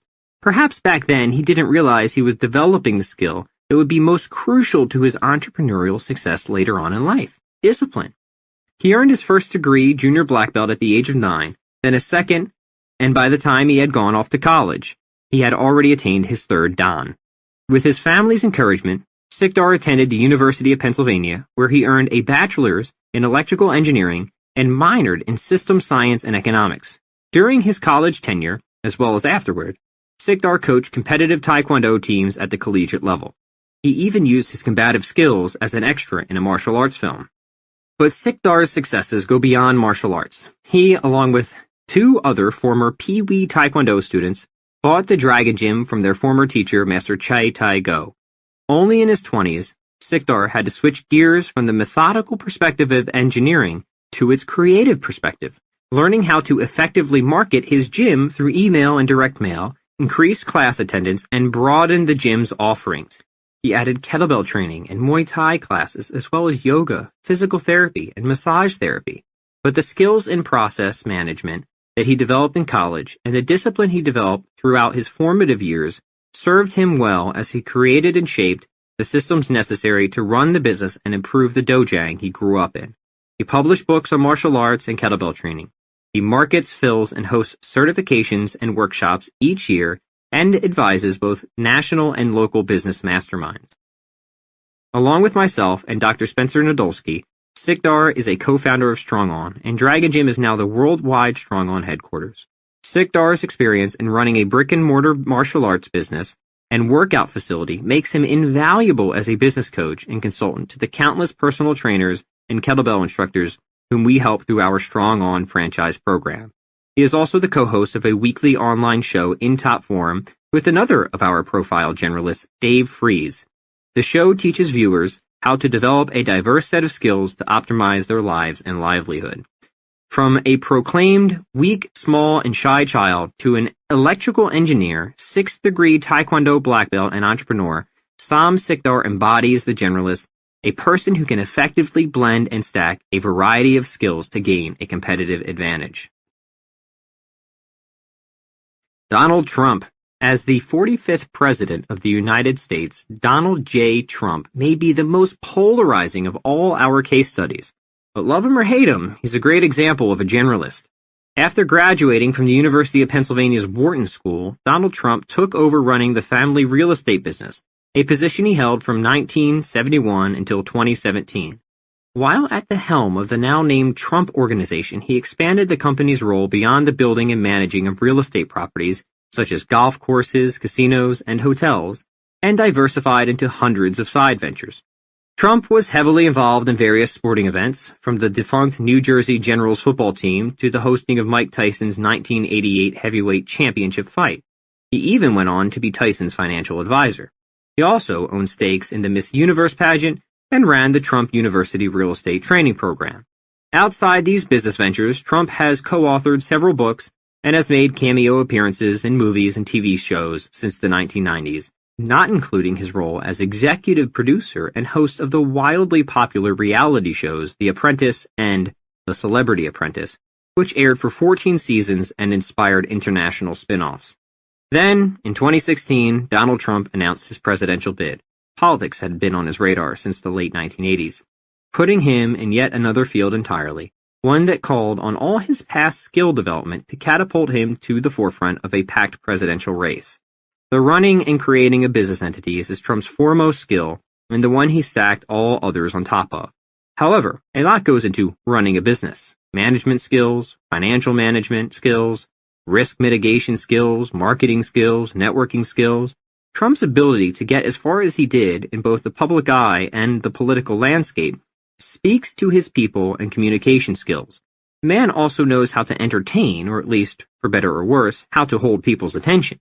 These wide-ranging yet congruent skills helped Trump create the success over the past 45-plus years, and all these skills culminated to help him win the 2016 U.S. presidential election. Mark Twain.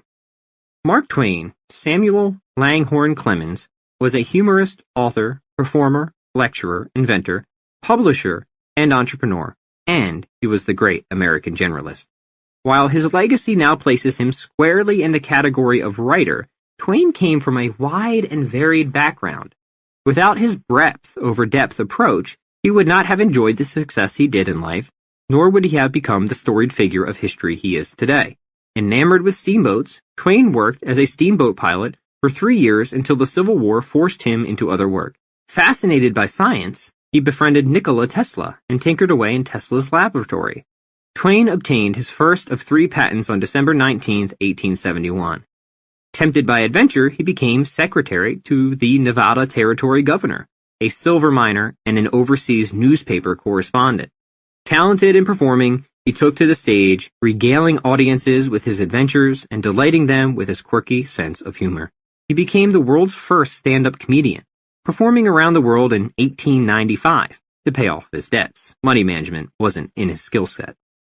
Each and every one of his experiences, passions, and jobs at one time or another stacked on his primary skill, writing. Steamboats and river life featured heavily in his most famous works, The Adventures of Tom Sawyer and Adventures of Huckleberry Finn. Science and technology were a focus in his alternate history novel, A Connecticut Yankee in King Arthur's Court. And his travels were recounted and, much to the amusement of his readership, stretched and poked and prodded and became hilarious and poignant commentaries in Roughing It and The Innocents Abroad. He developed his skill set over a lifetime, surging in some areas, maintaining in others, to create a career and legacy that surpassed those of any other American writer then and now. Twain was the quintessential generalist. Thanks for watching this video. Please share your valuable feedback in comment box.